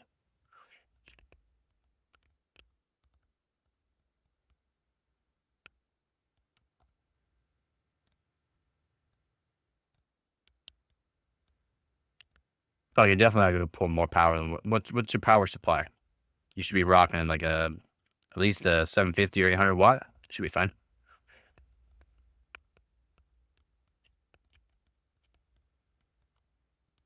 Yeah, you're fine. I can make my CPU hit almost that much wattage.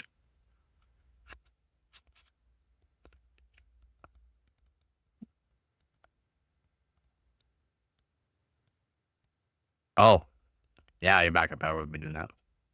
Oh, it's odd that your backup power is running. It should be passed through while it's plugged in.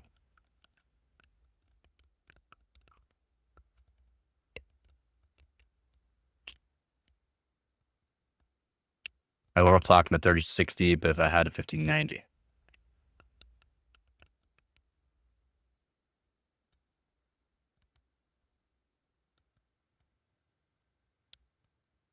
Yeah, exactly. Even I don't get people with their undervolting with their NVIDIA cards.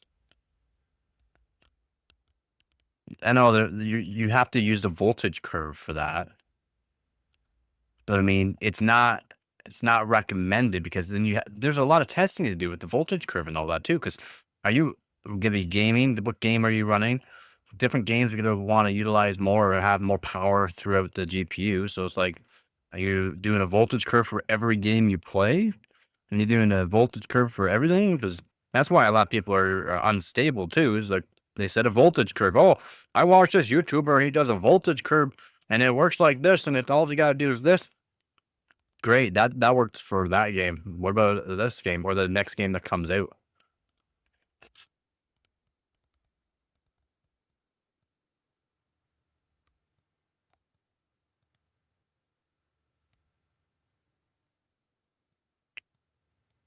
I don't undervolt anything for my NVIDIA.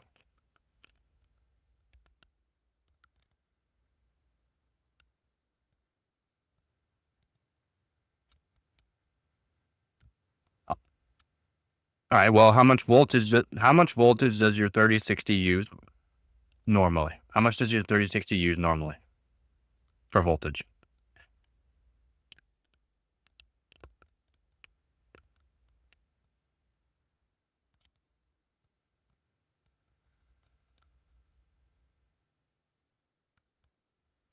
I had some people in the Discord channel with their 9070 XT.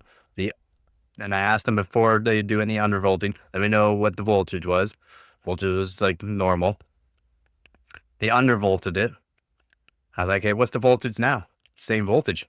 That's odd how you undervolted it, but it's same voltage.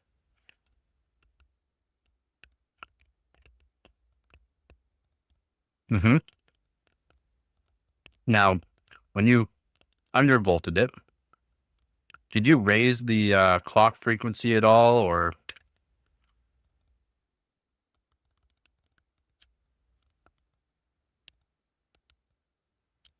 when I looked at the temperature before, it had two different package temps. Now there's only one package temp that I lose.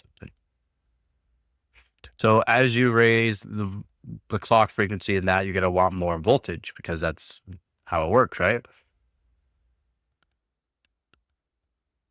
Is it stable at that? Is it stable at the 0.875 millivolts at that frequency, or is it actually boosting up the voltage without you knowing it? It's stable. I think it's 100% stable. You check it with hardware monitor and all that too while you're gaming.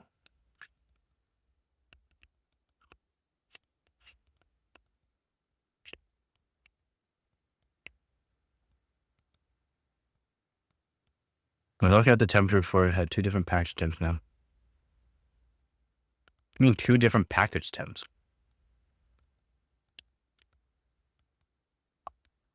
You only have one package temp. Why would you have two different package temps? Are you just losing your mind? I think you're just losing your mind there, Chris.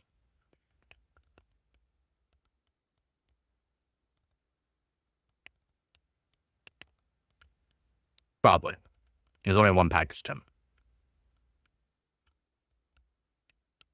You know what package temp is?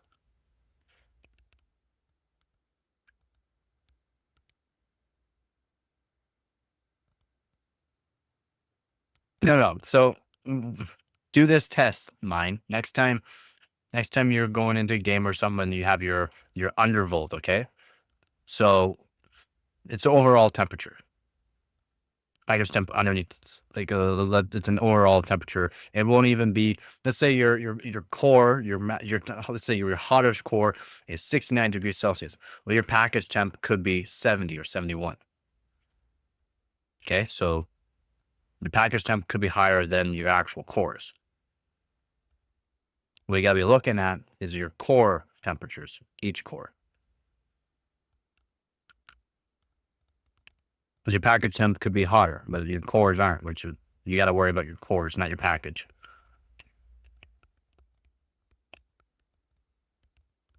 Now, mine. Next time you go into a game or something, or whenever you have your undervolt on your NVIDIA card, what you want to do is open up hardware monitor. Okay, hardware monitor. Don't use hardware info. Just use hardware monitor. It's very simple, very small. Doesn't use as much as the hardware info, anyways.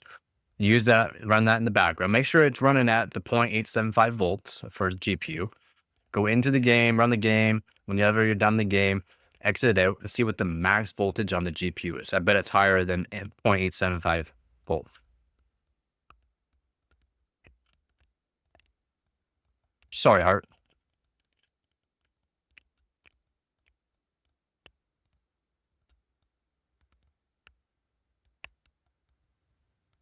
That CCD is 86. Huh. Crazy. Yeah, sounds about right. Because but it's plus or minus, right? Plus or minus one or two for that. So that's fine. Yeah, should definitely test Cyberpunk or just some game. But definitely test that there, mine. But yeah, that sounds about right. Everything sounds right.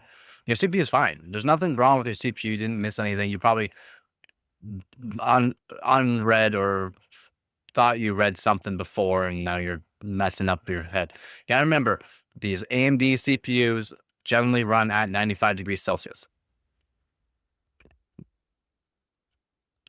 They'll raise their voltage and core frequencies however they feel like to adjust it for 95 degrees Celsius. And if you have it set to your temperature to 85 degrees Celsius, then it'll be plus or minus one or two, because the boost clock and all that, it takes a little bit of time. There's a simple website I can go to just check my PC tester real quick or something without downloading anything. Yeah, user benchmark.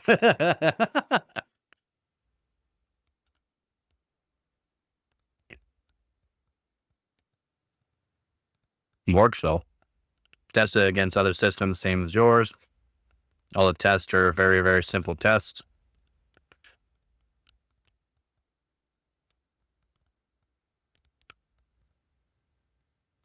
But yeah, user benchmark. No. Yeah, user benchmark. Yeah, ballpark. Yeah. If you haven't done any overclock, you're not going to reach the highest score, because the ones that are higher scorers because they overclocked it.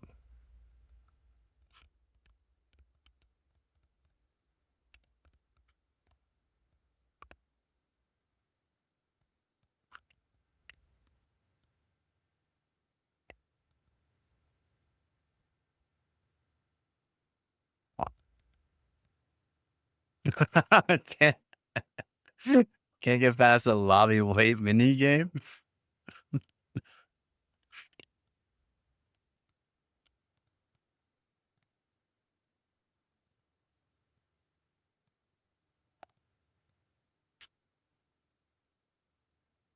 What, really? You're joking, right? Yeah, I'd be joking.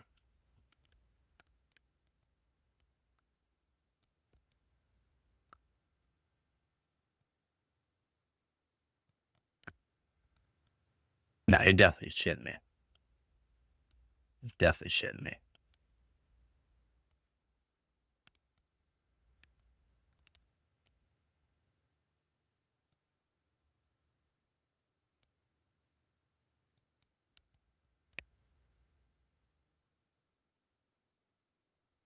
Oh. Your hardware monitor crashes?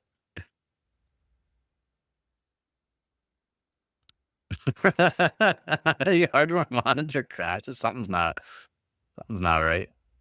Is it the uh your CPU needs more voltage probably.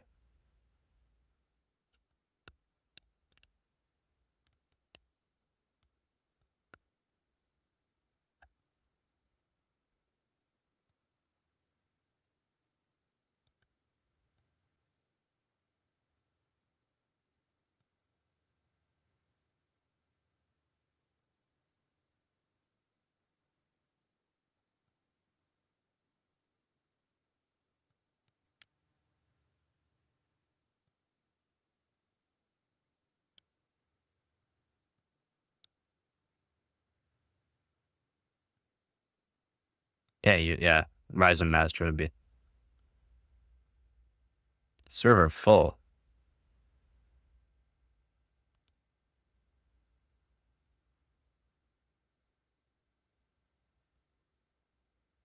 Yeah, do pro. Wow.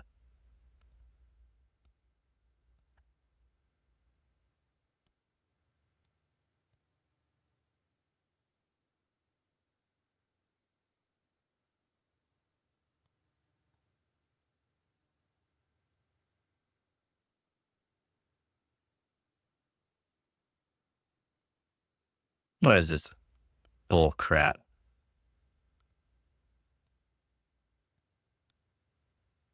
Bunch of bull crap, man. Can't even use user benchmarking in there. You gotta pay for it.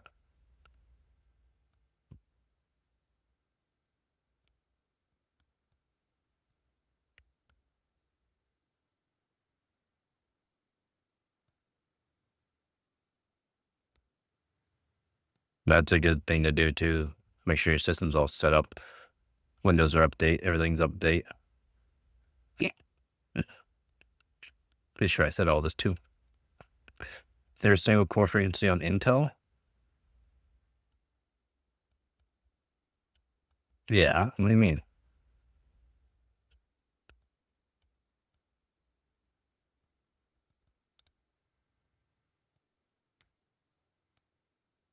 I guess it's only 2-core technically, but it's 2-core, not single core.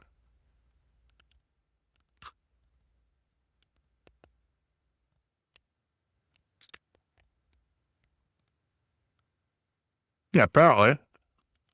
I haven't used it in a while. I mean, apparently.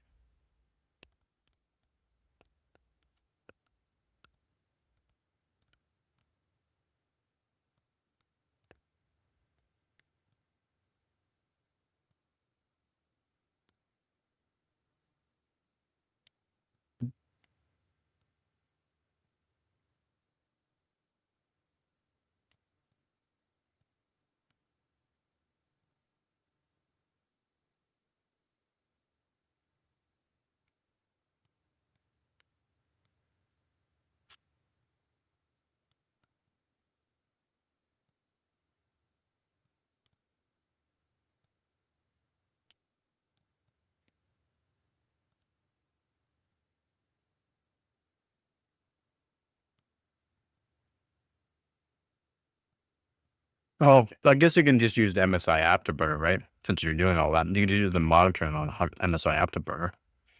Because I didn't think of that. Duh. So, we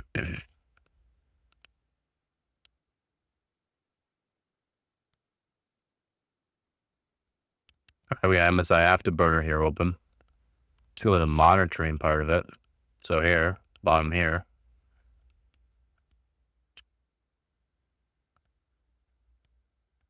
I just check the overall GPU voltage. Not GPU power, but the actual voltage.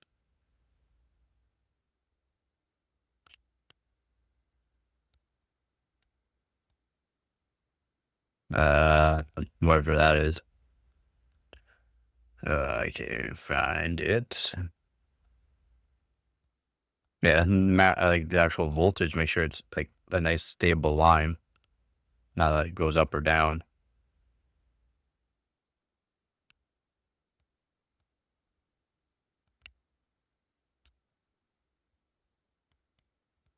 Yeah, kind of figured it would go up by 130. So 175. So 900. So you're already up to one volt now. You're already up close to your maximum. So it means you haven't done a whole lot.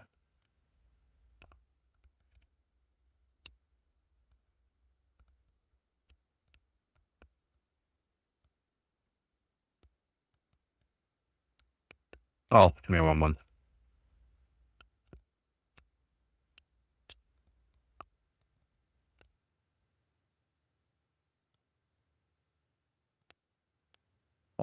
No, I'm worried, but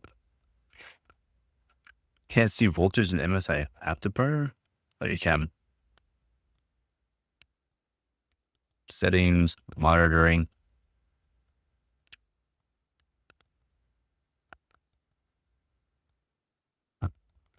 GPU, vid.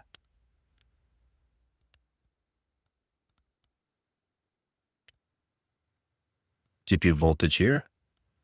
So make sure you click GPU. Oh, I guess, I don't know if you can see that. Can you see that? Because you can't. Let's see. Add another window for you. So what's that here?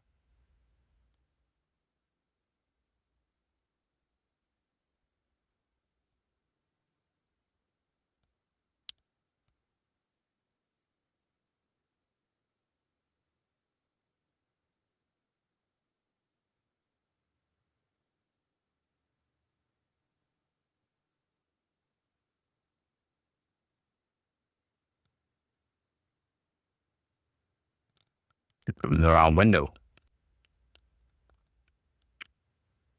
Can you see that? Can you see that or no? You can add GPU on voltage. Apply, okay. Go back to monitoring. GPU on engine, GPU on engine, no load, GPU on voltage, limit. You don't want the voltage limit. Not the actual voltage. Where is it?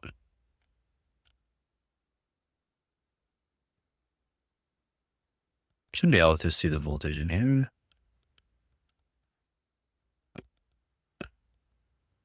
Right here, GPU on voltage. Can you see that? No. Hold on, let's see. Apparently not. Okay, hold on. You can see GPU on voltage, all right? And you can see it in the monitor.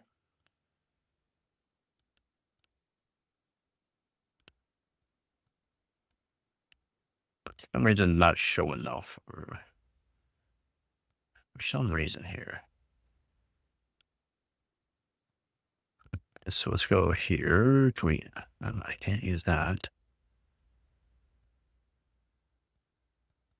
Odd, you can't see it. It won't allow me to show it. But you can. You just gotta go into settings. So MSI monitor, go to settings, go to monitoring, scroll down to where you see it's GPU 1 voltage. Click on the arrow, like the check mark on that, enable that, apply, press OK. Then go back into the monitoring and look for GPU 1 voltage, and you should be able to see that throughout a timeline. I know you could, but that's how you do it.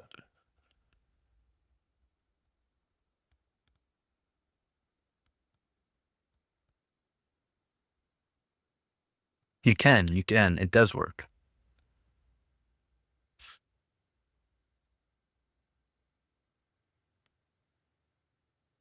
You can. You go into settings.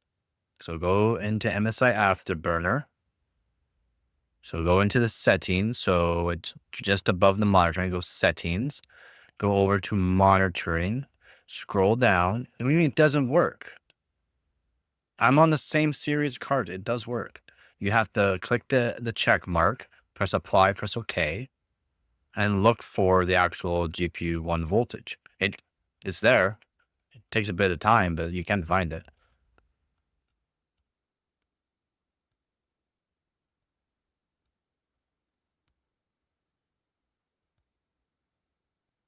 But it's for the GPU. This is a GPU. MSI is for GPU, not for CPU. We don't care about CPU. We care about GPU. It gets all the information from the same spots. It's just getting information from the GPU.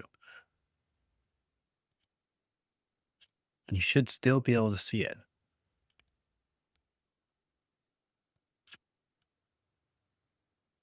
Odd. Yeah, and you tried to reinstall it or download it because that's odd. Should work just fine. I just closed it out when you're asking now. Hang on a sec. I don't know what version I'm on. I don't know what version I'm on. See your details. I don't know. The newest one. The newest one. Oh, that's odd. It's still very odd.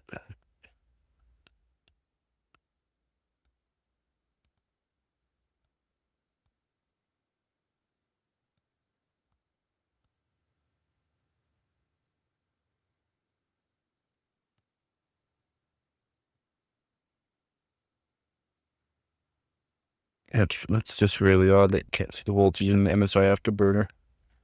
Hardware monitor should be able to as well. Gotta love AMD. What up, Mo?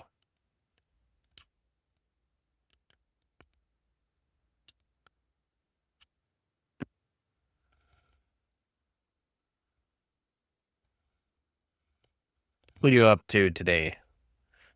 Which one? If you talk about that, that's not a GPU. That's a radiator with fans. Not that one. That about this one?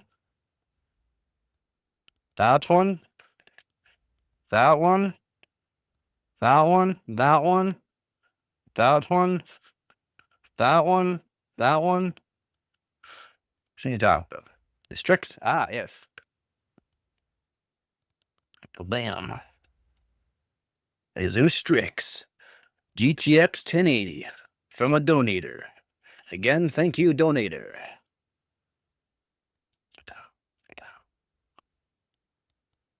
It's a GTX 1080 Asus Strix model.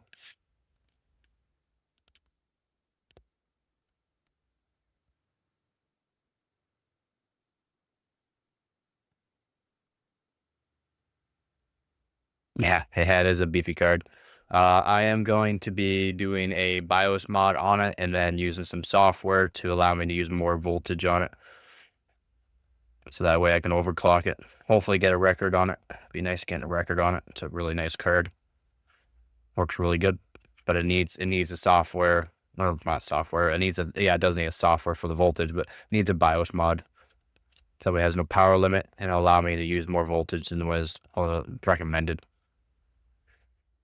Is it worth the jump from 2070 Super to 3070? Yeah. Yeah. If you really need like a better encoder, you're gonna be playing games and want a few more frames, then yes. Then in my opinion, 2070 Super to like a 3070 Ti would be a little better.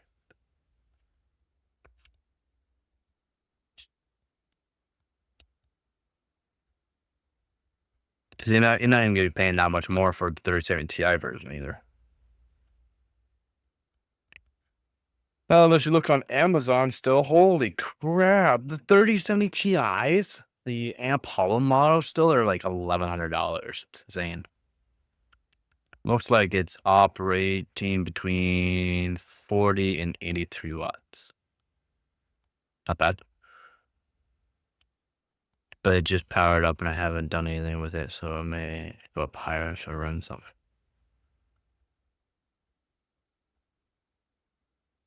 Yeah, I mean, yeah, it's gonna go higher as you do something with it. If it's not doing anything, it's using that wattage. That's a lot of wattage already without doing anything. My system generally only uses, like, while I'm streaming and recording, my whole system uses 100 watts. That's monitor, that's like the whole PC setup, everything, 100 watts while I'm streaming. Now, if I'm streaming, recording, and gaming, it's going to use more. But just while like I'm doing this, it uses 100 watts. My whole system setup. Paddington around 40 watts idle. Really? Seems high. That's odd. You must have a bunch of things running in the background or something.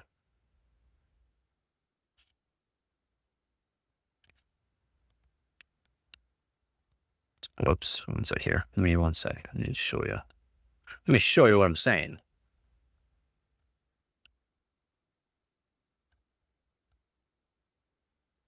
No, it's more than that. I know what specs you have.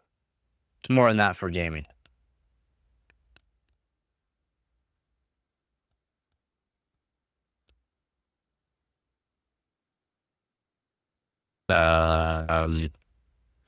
This, click this, click this, click this, monitor, click that. Boom. See my packages? You see my packages? 0.881, that's not bad, yeah. Never mind. That's wall gaming.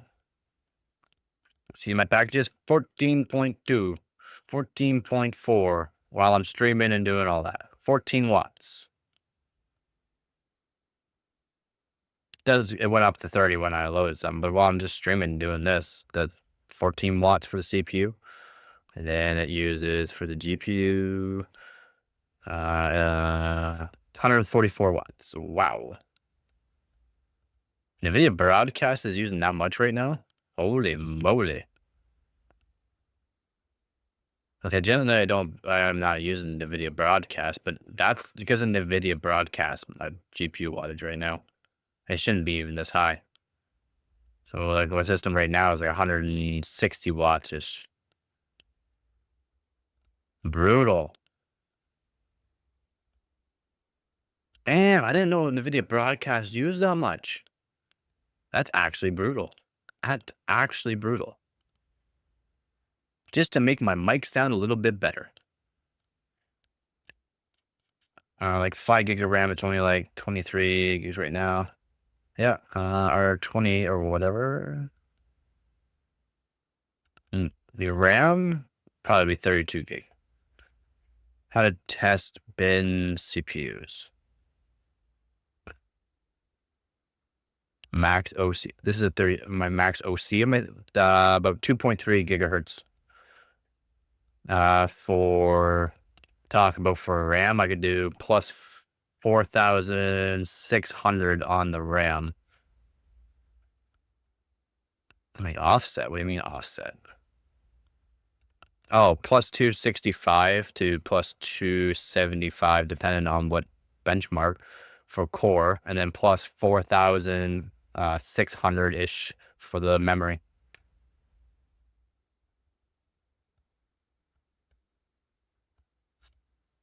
I have to use ASUS GPU Tweak 3. MSI Afterburner only let me do 2,000, but I could do nah. I got, like I said, my card has most like records. It has like 8 records on it, and I'm gonna get all the GPU 3070 Ti records probably this year.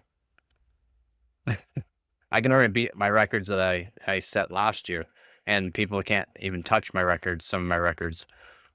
And I'm on air, and they're on water. Yeah, no, I'm not joking. I can get close to 4,000 megahertz on my RAM. I can do 2.3 gigahertz on the core. That's what happens when you bin stuff. Yeah, 35 watts at idle is normal, so I'm 5 watts over that. Yeah, 35 watts at idle, so I'm 5 watts over that. I'm a little, I guess. Yeah, probably just more things running. My 36, you can go up to 2.2 gigahertz. That's pretty good. It's pretty good. Yeah, it's pretty good. Cannot complain about 2.2 gigahertz for sure. For gaming, when I want to do like more performance while I'm gaming, again, more clock rate as well. I try to do about 2.2 gigahertz. But for benching, 2.3 gigahertz, generally where I'm at. Then, like I said, plus 4,600-ish for my memory. No, that memory is different than your memory. Yours is just GDDR6. Mine's GDDR6X. Why is Boost Clock saying 1777? Because if you have your undervolt, it's not going to boost up normally to that. But if you, yeah, on official spec, yeah, official, yeah, I know what you're saying.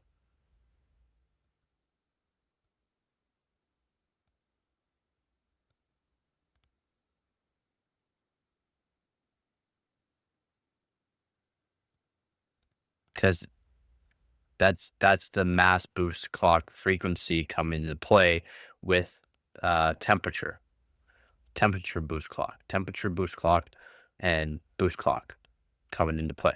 If your GPU can stay lower and doesn't raise temperature as the boost clock raises, then it will boost higher. So when I do my benchmarking and try to get the best scores, I try to keep my GPU, even though it's on air, I try to get, so the max temperature by the end of the run, maximum temperature I want to see is 30 degrees Celsius. So that way it will hold a constant boost clock of what I set it at. There's a 21% memory or system memory load. I'm not doing anything, so it has to be running right. Yeah, something's got to be running. There could be something in the background tasks that's running, so that it could be doing update, could be monitoring something. There's a whole bunch of things, and then just give it a second. It'll stop. It might stop. So like take your hands off everything and check, see if it stops.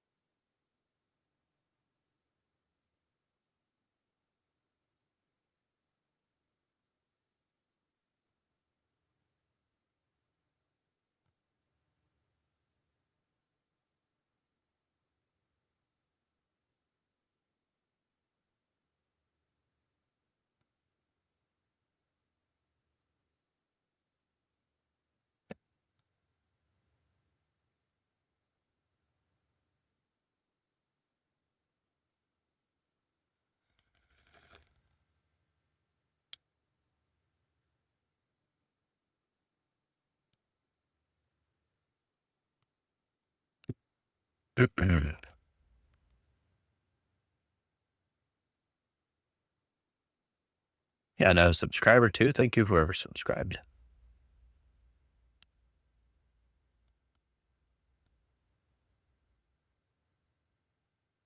I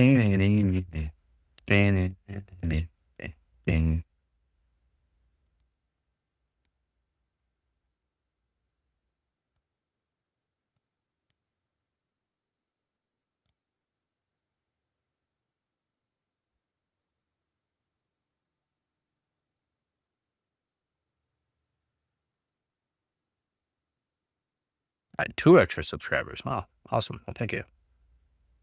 Awesome.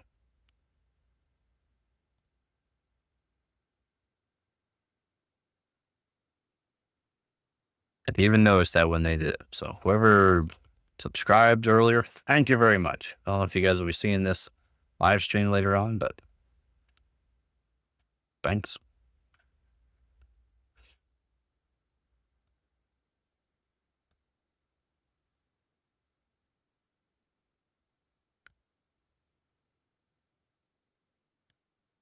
Power Mod 3060.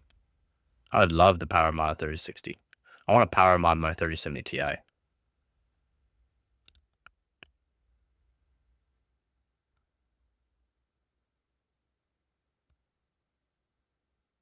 The power mod just gives unlimited, so it won't hit the actual like max TDP. It won't hit that. It won't ever hit it. So like it'll boost higher due to the fact that it can utilize its max. It'll actually hit its max voltage. A lot of cards, these 30 series cards, don't even hit their max on their full load. They don't hit their full voltage. And then once you do the power mod, it'll hit that, and then that's when you can cool down the card really cold, and then the voltage is a lot more stable throughout the whole thing, less impedance and stuff like that, but it's colder as well. So it will handle it better, and you can overclock it more.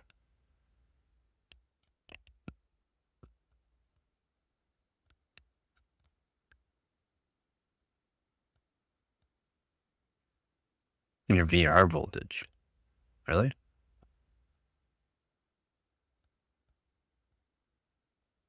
It wouldn't be VRAL, it'd be just VR. Alright.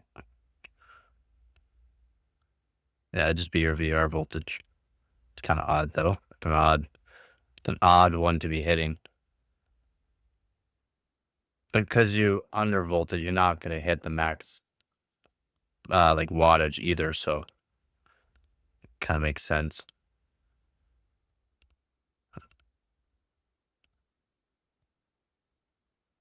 But generally, what you should be seeing as you undervolted is you're hitting a voltage limit.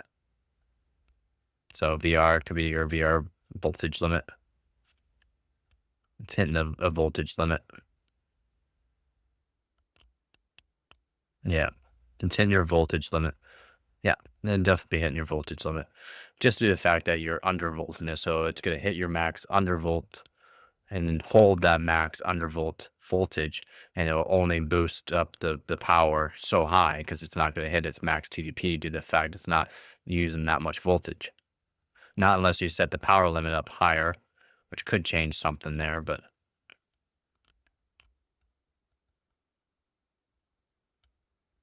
voltage millivolt. Yeah. Um, the curve editors for no. So your voltage millivolts is your card is you said what 1.08 volts, and since you're lowering it down, the voltage down, but making it so it boosts up to like the 1925 or whatever you're saying it is, it's hitting for 1.9 gigahertz. It's only going to that voltage, right? It'll only go to that voltage when you set the VR or set the actual millivolts. Can I raise it to like 1.1 volt? No, if your card is limited to only 1.08, it'll only go to 1.08. My card can go to 1.1 volt.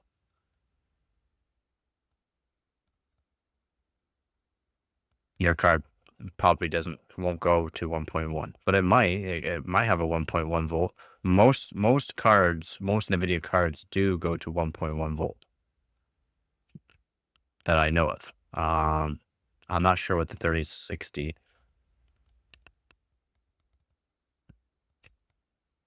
Yeah, yours is 1.081 to 1.085 because it's set for all cards. Yours won't go to that. So let's say you do a mod, like a voltage mod or like a BIOS mod. You do a BIOS mod on to allow you to go up to a higher voltage, and you can use the curve editor to go that high. You go higher by doing it that way, but because of your, I think it's because it was running 70C. It's because of the fan curve. Yeah, fan curve. You can do that. That's why I just set the actual fans to like 75 fan speed, something nice and quiet that's not gonna be too loud, and then just overclock it from there. Clock's higher than before.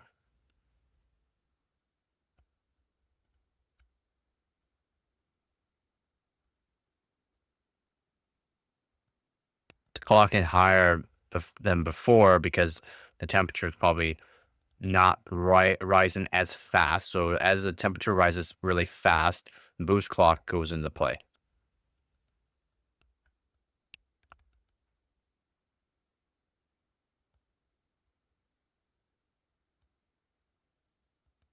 Nice. But it could also be taking a little bit more millivolts out too. Like a little bit more voltage, like very minuscule, but probably take a little bit more voltage to keep it stable at that.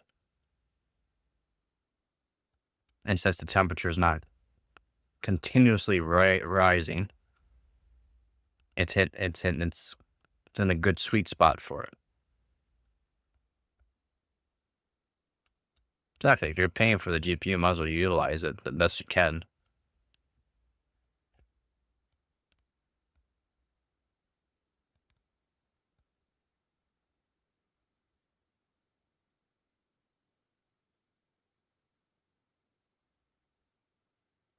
So that's why I don't care for voltage curves, because you're not going to get usually the whole thing out of the card, because you're not going to utilize all the voltage. The worst, the max they can do is just use the whole voltage, keep the card nice and cool, and then what you're going to hit is the power limit. But that's not going to necessarily lower the overall clock frequency, as long as you can keep the card cool. It's where I don't care about fan curves either, because I can just set the fans to a single speed. Don't have to worry about going too high. I've already done testing on it. Set to 75 for me, 75% fan. It's nice and quiet while I'm gaming, quiet enough for me. And then overclock it to, I don't know, plus 165 maybe on the core, and then plus 15 or 1600 on the memory while I'm gaming. No issues whatsoever for any game doing it that way. Even you with 3060 should be able to do plus 1000 on the memory, no problem. That right there will give you probably 15 frames maybe extra, depending on the game you're playing.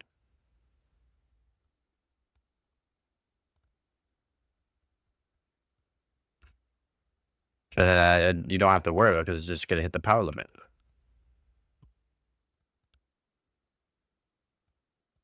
That's if the whole GPU is being utilized properly, then it might hit the power limit.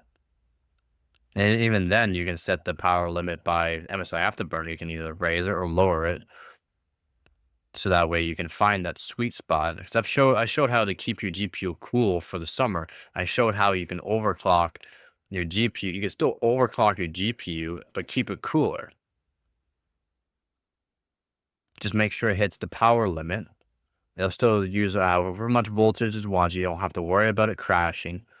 That's why I don't care about voltage curves and fan curves, because there's a different way around it. That way guarantees you're not going to crash in games due to the fact that you didn't set a bad fan curve and it got too hot and it's downgrading it, or you didn't set a bad voltage curve and then all of a sudden you're gaming and it's crashing. Well, it could be because the voltage curve you set. I got my own ways around things, and it's never done me wrong, and it works. I don't have to ever question myself, oh, is it my GPU that's crashing it or what? No, my GPU will never be crashing it due to the fact I did it this way. And everyone else, oh, the game crashes, the game crashes. Well, what did you do to it? Well, I followed this guy's YouTube video on voltage curve and this and that. And then now every time I play this game, it's fine. I play this game, it crashes. It must be the game. And this and that. No.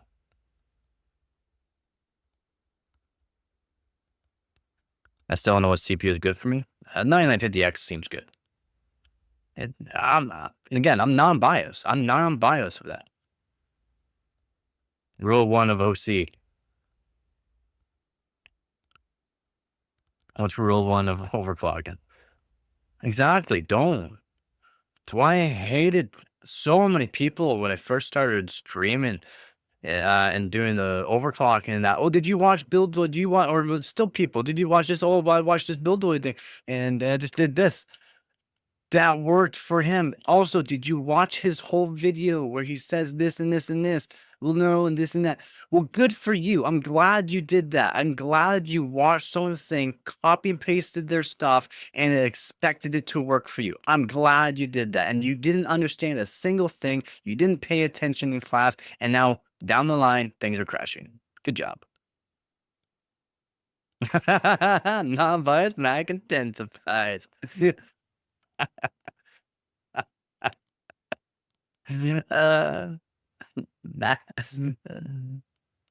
Throw the Mac in the trash.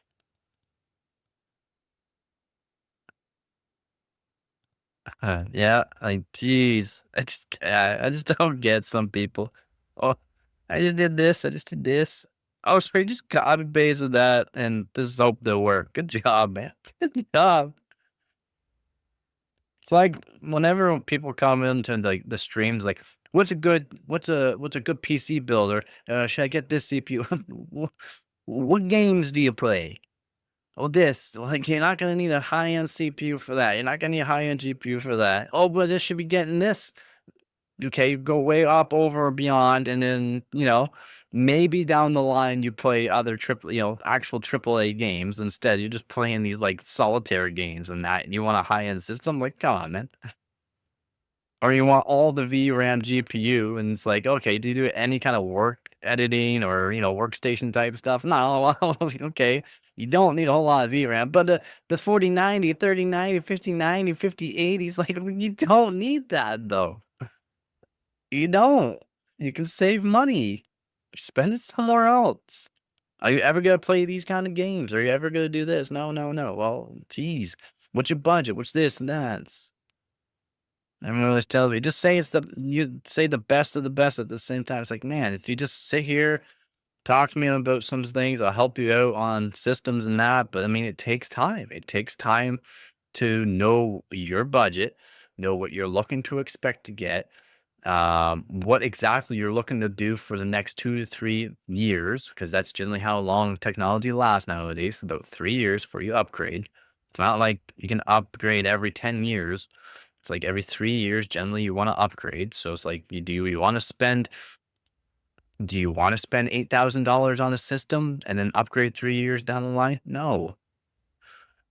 Do you want to spend $8,000 on a system and then only play internet browser games, basically? No. You're a streamer, a content creator. Do you edit videos? Do you do anything besides game? No. Okay, well, you can get this cheap system, or you can get AMD's, 9800X 3D, which is great, and then you get a cheap motherboard for it that can handle it because it's not that much power. You just handle it just fine. Just insane. It's actually insane. It's actually insane what I get to deal with. And so much hate. So much hate from some people. Like, geez, you just sit down, talk, learn something. That's the main thing. Save some money or don't save some money. You just want the best of the best? Well, guess what? I'll name you the best of the best. If you're an AMD fanboy, I'm going to hurt your feelings every single time. Because the best of the best ain't AMD. Yeah, I keep posting videos on that. I keep posting videos on that. People hate it. So many AMD fanboys. So many. Oh, it's only this many people. It's only a couple. It's only a couple. We're like 300 plus now. Like over 200 now. No, known cases, not people that have had their systems blow up, but like known cases now of these CPUs actually blowing up and blowing up motherboards. So many AMD fanboys. It's like, I'm non-biased. I literally want to overclock every CPU in the world, every RAM kit, every GPU, every motherboard, everything.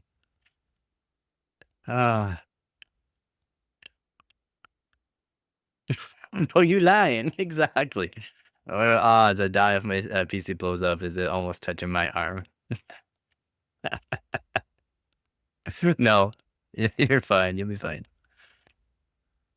You'll just have a weird smell, and then maybe a fire. Like, this one guy was commenting on my. I said, and the title of my video is "Intel needs an apology from motherboard manufacturer," or Intel needs an apology, and it is because the motherboard manufacturers causing issues, as in they're raising the voltage of Intel CPUs, 13900Ks, 1400Ks, raising the voltage on them, causing them to degrade and or crash because it's just too much voltage. And yeah, I had this one person comment over and over, and then he's like, so you rather have a CPU that degrades? I'm like, would you rather have a CPU that degrades? Intel gives you a 3+ year warranty and or RMA it, replace it with the same GPU and or better CPU, or would you rather have an AMD CPU blow up your motherboard and CPU and potentially burn down your house? He stopped messaging after that. I'm like, man, there's pros and cons to either side. There's good and bad. Now AMD is selling more CPUs than normal, selling more GPUs than normal because there's so many. AMD's good at marketing and stuff like that. So more AMD stuff is being bought. We're going to see more AMD issues. It's part of the process. AMD wants to be the best. Well, guess what? They really have to have better quality control. Just because you have problems doesn't mean someone else doesn't. Exactly. Yeah, no problem, man. Remember, if anything happens to your 9000 X3D and or motherboard, you can RMA it. Just hopefully you don't, keep the PC on. Just make sure you're there, then just turn it off and then take pictures. And yeah, pretty simple. Don't say you did any overclocking. Remember, you never did any overclocking. You just put it in the system and this happened. That way you can RMA it with no issues. Have a good night. But yeah. Yeah, I have so many AMD's fanboys hate on me. I'm just giving facts, known facts from users that have this issue. I'm giving known facts on everything that I say, known facts from multiple sources, not just one source like a lot of people get. A lot of people just get from one source and just go off of that. No, I get it from multiple sources. Again, I'm up at 2 to 3 a.m. in the morning and I'm doing research on the latest news. So for the latest leaks, for the latest everything, so that way I can post it within an hour. I try to be the first one on all this stuff. And everyone hates me saying I'm lying. I'm lying. And they don't know, like, a lot.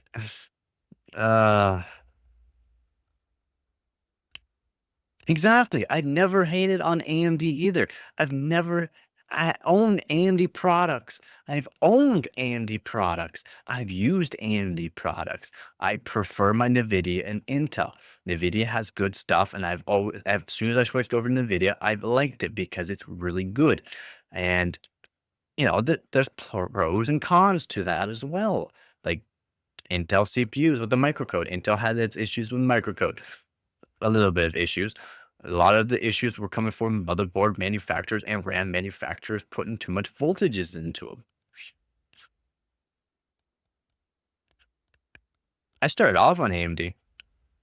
Except for the Intel CPU. I started off on AMD graphics cards though. R9 390. I love that GPU. That was actually a beast. A little toasty. It was a beast.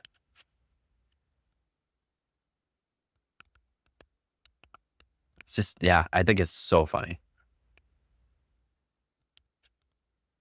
So much hate. I get so much hate.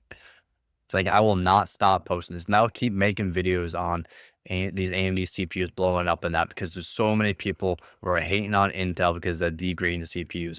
But none of them said anything about the motherboard manufacturers putting too much voltages into the CPUs. None of them did. Later on, Jay's 2 cents did. Later on, Jay's 2 cents did. And I had to make a live stream and I had to make a video about it because some top content creator finally said it. And it was Jay's 2 cents. And guess what? I was saying it since the beginning.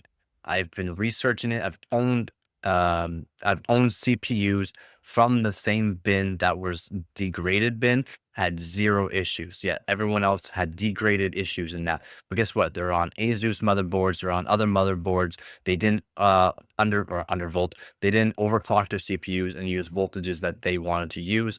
They used stock settings. With stock settings on these motherboards, we're putting 1.55 to over 1.6 volts into the CPU on stock settings. Brutal. I didn't hate on AMD when I had an Intel. Yeah. My 5950 is degraded. Is it actually degraded? Because Andy's weird with their voltages. Like, you can't put a whole lot of voltages through them. They don't like voltage. That's odd. It's degraded.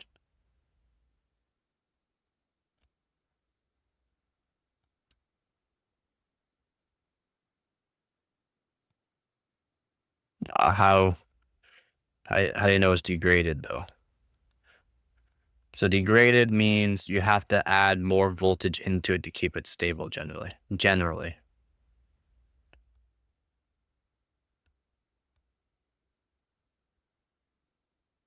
It's weird it's not running the same clocks too. That's kind of odd.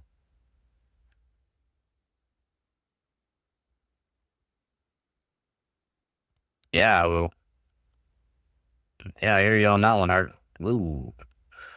Now it doesn't do 4.7, 1.35. That's odd. Yeah, that's definitely degrading then. It's not a lot of voltage either.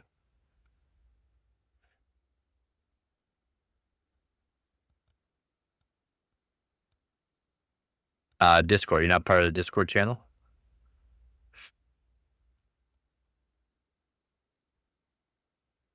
You're not part of the Discord channel. You should definitely check out the Discord channel.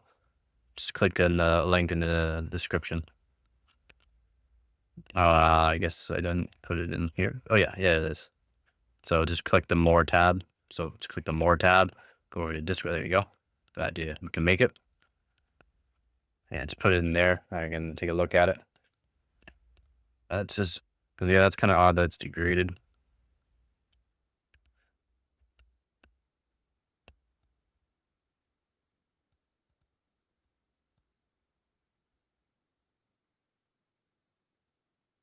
And Discord channel just seems to get bigger and bigger every day. Now you can put it in. You can just put it in general if you want. General is just for anything, so you can put in general if you want. Right where you are, where you have wave to.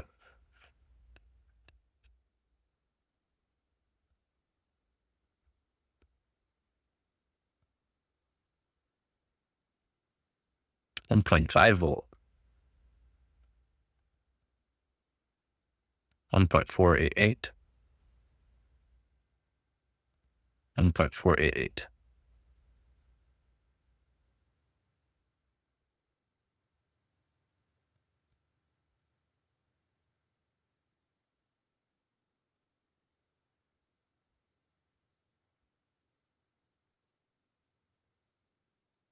Kind of odd.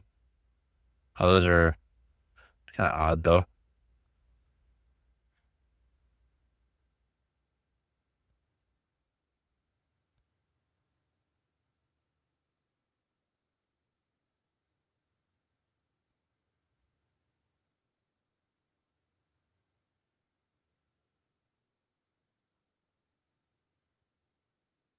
Oh no. So see the multiplier where it says X36 on the one and then X40 on the other one. So as less cores are running at the time, it'll be more voltage. It's kind of odd. The voltage is really high though. The voltage seems really high. 1.5 volts. Still seems kind of high in my opinion.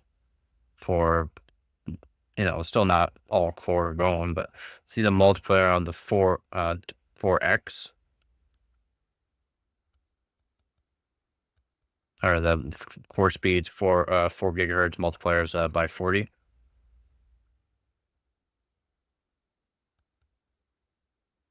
And I kind of need to see how many cores are actually running here. I want to know how many cores are running. Utilization. It could be actually degrading. It's kind of odd.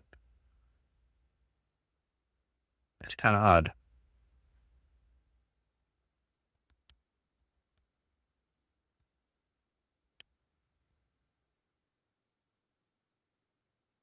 I will agree that is kind of odd.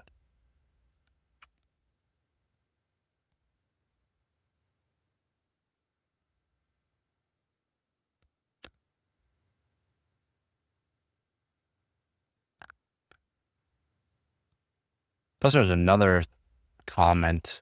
What was it about? Just thinking about it. Now I forgot. Not a comment I got though. Uh,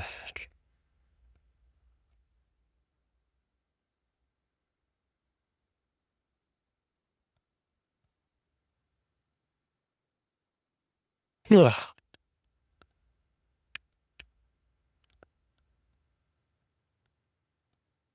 I can't even think of it. Probably think of it as soon as I go to bed. What is it? What was it?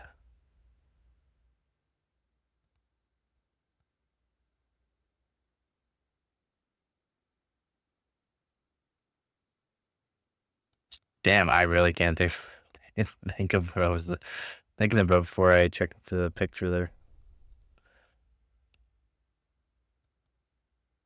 Yeah, I need to really see the actual cores and what's being utilized in that because as more cores are running, there'll be less voltage technically. So all core running will be lower voltage. More core or only one core or two cores running, there'll be higher voltage. But that voltage seems just really high for some reason.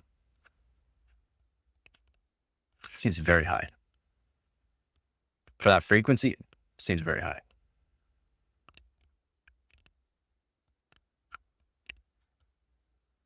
I still can't think about what I was thinking about before I checked that though.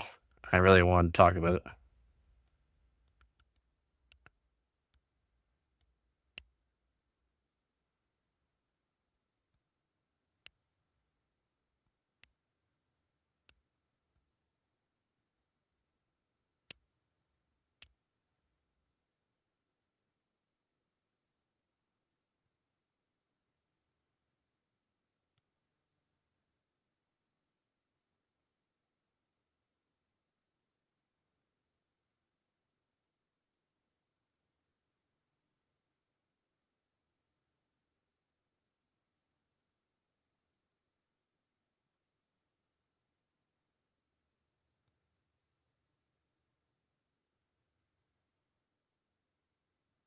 Hmm.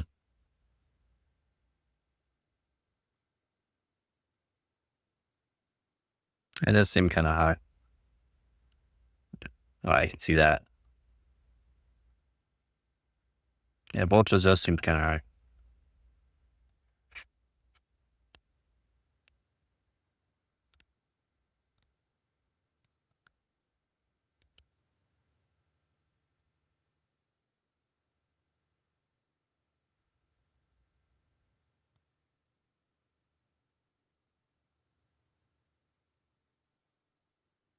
I wish. That way I can actually stay up a bit longer. I'm getting really tired.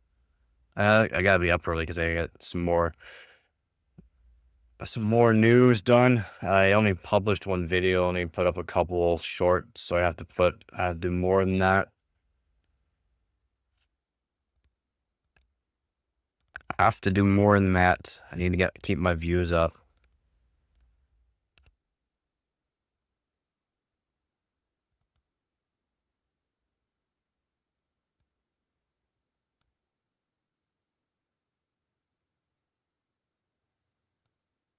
And Chad AMD was.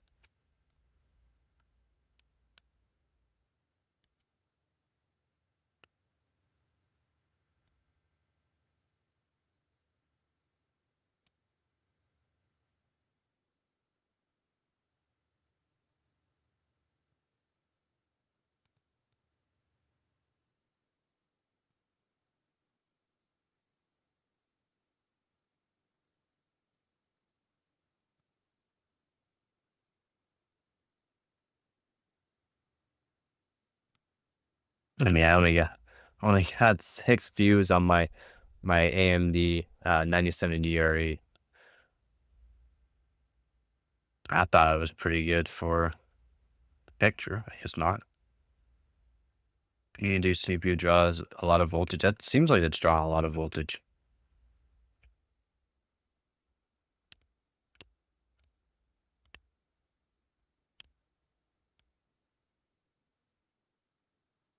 Would you say it's all good, man? But you get to see this. You don't see me behind the scenes. I try not to talk about it on the stream. So probably gotta call it a stream here though.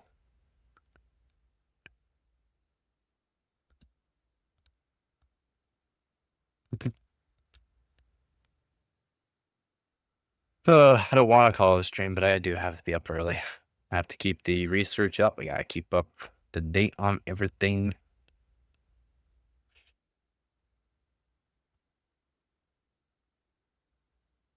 So I'm going to end this stream. 5-hour stream. Pretty good. Hopefully it wasn't too bad of a stream. And I got 2 subscribers out of it too. It's pretty nice. I'll be streaming all week. Yeah, I'll be streaming all week. I'll be streaming. I stream as much as I can. Yeah. Yeah, I'll be streaming all week. I'll be streaming as much as I can. I'll be streaming in the morning, going over some of the leaks, and then making a video out of it later on, and then I'll be streaming again. Yeah, I try to stream as much as I can, but sometimes it does get kind of brutal. So I take a break, do some overclocking on my own time, try to relieve myself of some stress by overclocking on my own time and have a little bit more fun on my own instead of having to worry about talking to everybody. I'm not usually a talking kind of person, so the streaming kind of thing and talking to people and all that's not really my thing, but I'm getting better at it, let's say that. Only when there's usually competitions and when I'm doing that, but generally no, because I don't want people. And even though when I say don't use these voltages, don't do this, don't do that, people still might do it. I don't want people that don't know anything to do copy paste on my things and then break their systems. Because even though I say don't do it, there's still people that do it. I know what I'm doing. I'm following certain things that I've done, and I know my system better than anybody else. I've done, I think, so much overclocking that I'm cool with doing it, but you should. I know my RAM kits, you don't. I know my motherboards. I know what kind of cooling I have. I have insane amount of cooling. So a lot of things. But yeah, I'm gonna end the stream. Yeah, again, thanks. Yeah. Thank you, Hart. I don't have A die, and I don't have the money for A die. I have M die. So two by 24 gigabyte kit. So I always thank my viewers, subscribers, and donators. Donators have out this channel, have been helping out this channel since the beginning. So again, thank you, donators. You guys are insane for helping me. Help me out for overclocking competitions, for getting me, new thermal paste and new stuff to try out. So I'm gonna end the stream here. I'll be back on tomorrow early in the morning. You can just drop by whenever though. I'll be up early though, live streaming, like probably around 3:30, 4 o'clock in the morning. I'll be live streaming, like 4 a.m. I'll be up probably around 2, maybe 2:30, and then I'll be doing. Yeah, man, it's already midnight for me here, so I'm probably only gonna get a few hours sleep, and I get up. I don't know. It's 12. It's midnight here. Okay, well, it's midnight here. So in 4 hours, I'll be up. In 4 hours, and then in about 5 hours, I'll be streaming. Maybe 6 hours, I'll be streaming. But probably in about 5 hours, I'll be streaming. Generally, yeah.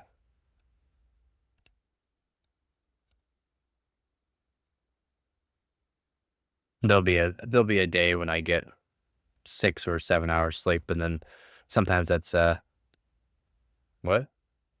No, I sleep for 4 hours a day. Maybe 6 hours one day, and then sometimes that's too much sleep for me. So I feel really groggy those days. Yeah, I usually only get 4 hours sleep. Cause buddy, how do you make money? You gotta do what you gotta do. Also, I don't sleep a lot. I like to learn things. I like to make sure that I'm keeping up to date on everything so that way I can give out these facts. I have to pump out videos. I have to do live streaming and do all those things. I'm not those big YouTubers that have many people to help them out and or only put out a video every other day. I've been putting out almost 20 videos a day, so pretty crazy. I work 12 hours.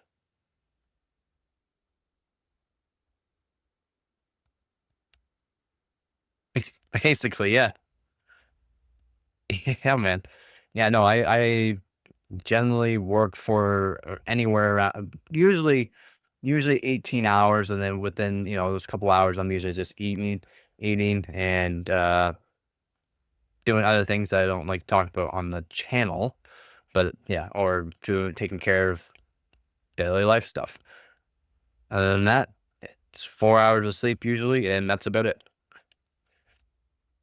So yeah, man, gotta work. So I'm gonna end the stream here though, before it gets any later. It's already midnight, so I gotta be up probably, like I said, maybe 3 hours. I'll probably be up. So again, thank you everyone for watching. Again, thank you for my viewers, subscribers, and donors. You guys help out this channel greatly. The channel just seems to get bigger and bigger every day. So again, thank you very much. Okay, let me say 4 hours a day. You can, man. You can. Probably not you though. Some people can't. So some people can't. Again, thank you to my viewers, subscribers, and donors. You guys have helped out this channel greatly. Channel keeps growing up bigger and bigger every day. If you have not checked out the Discord channel, check out the Discord channel. If you not check out the Patreon page, check out the Patreon page. I do also have TikTok and Instagram. It's all in the description below. So check it out and see if you like it. As always, don't forget to get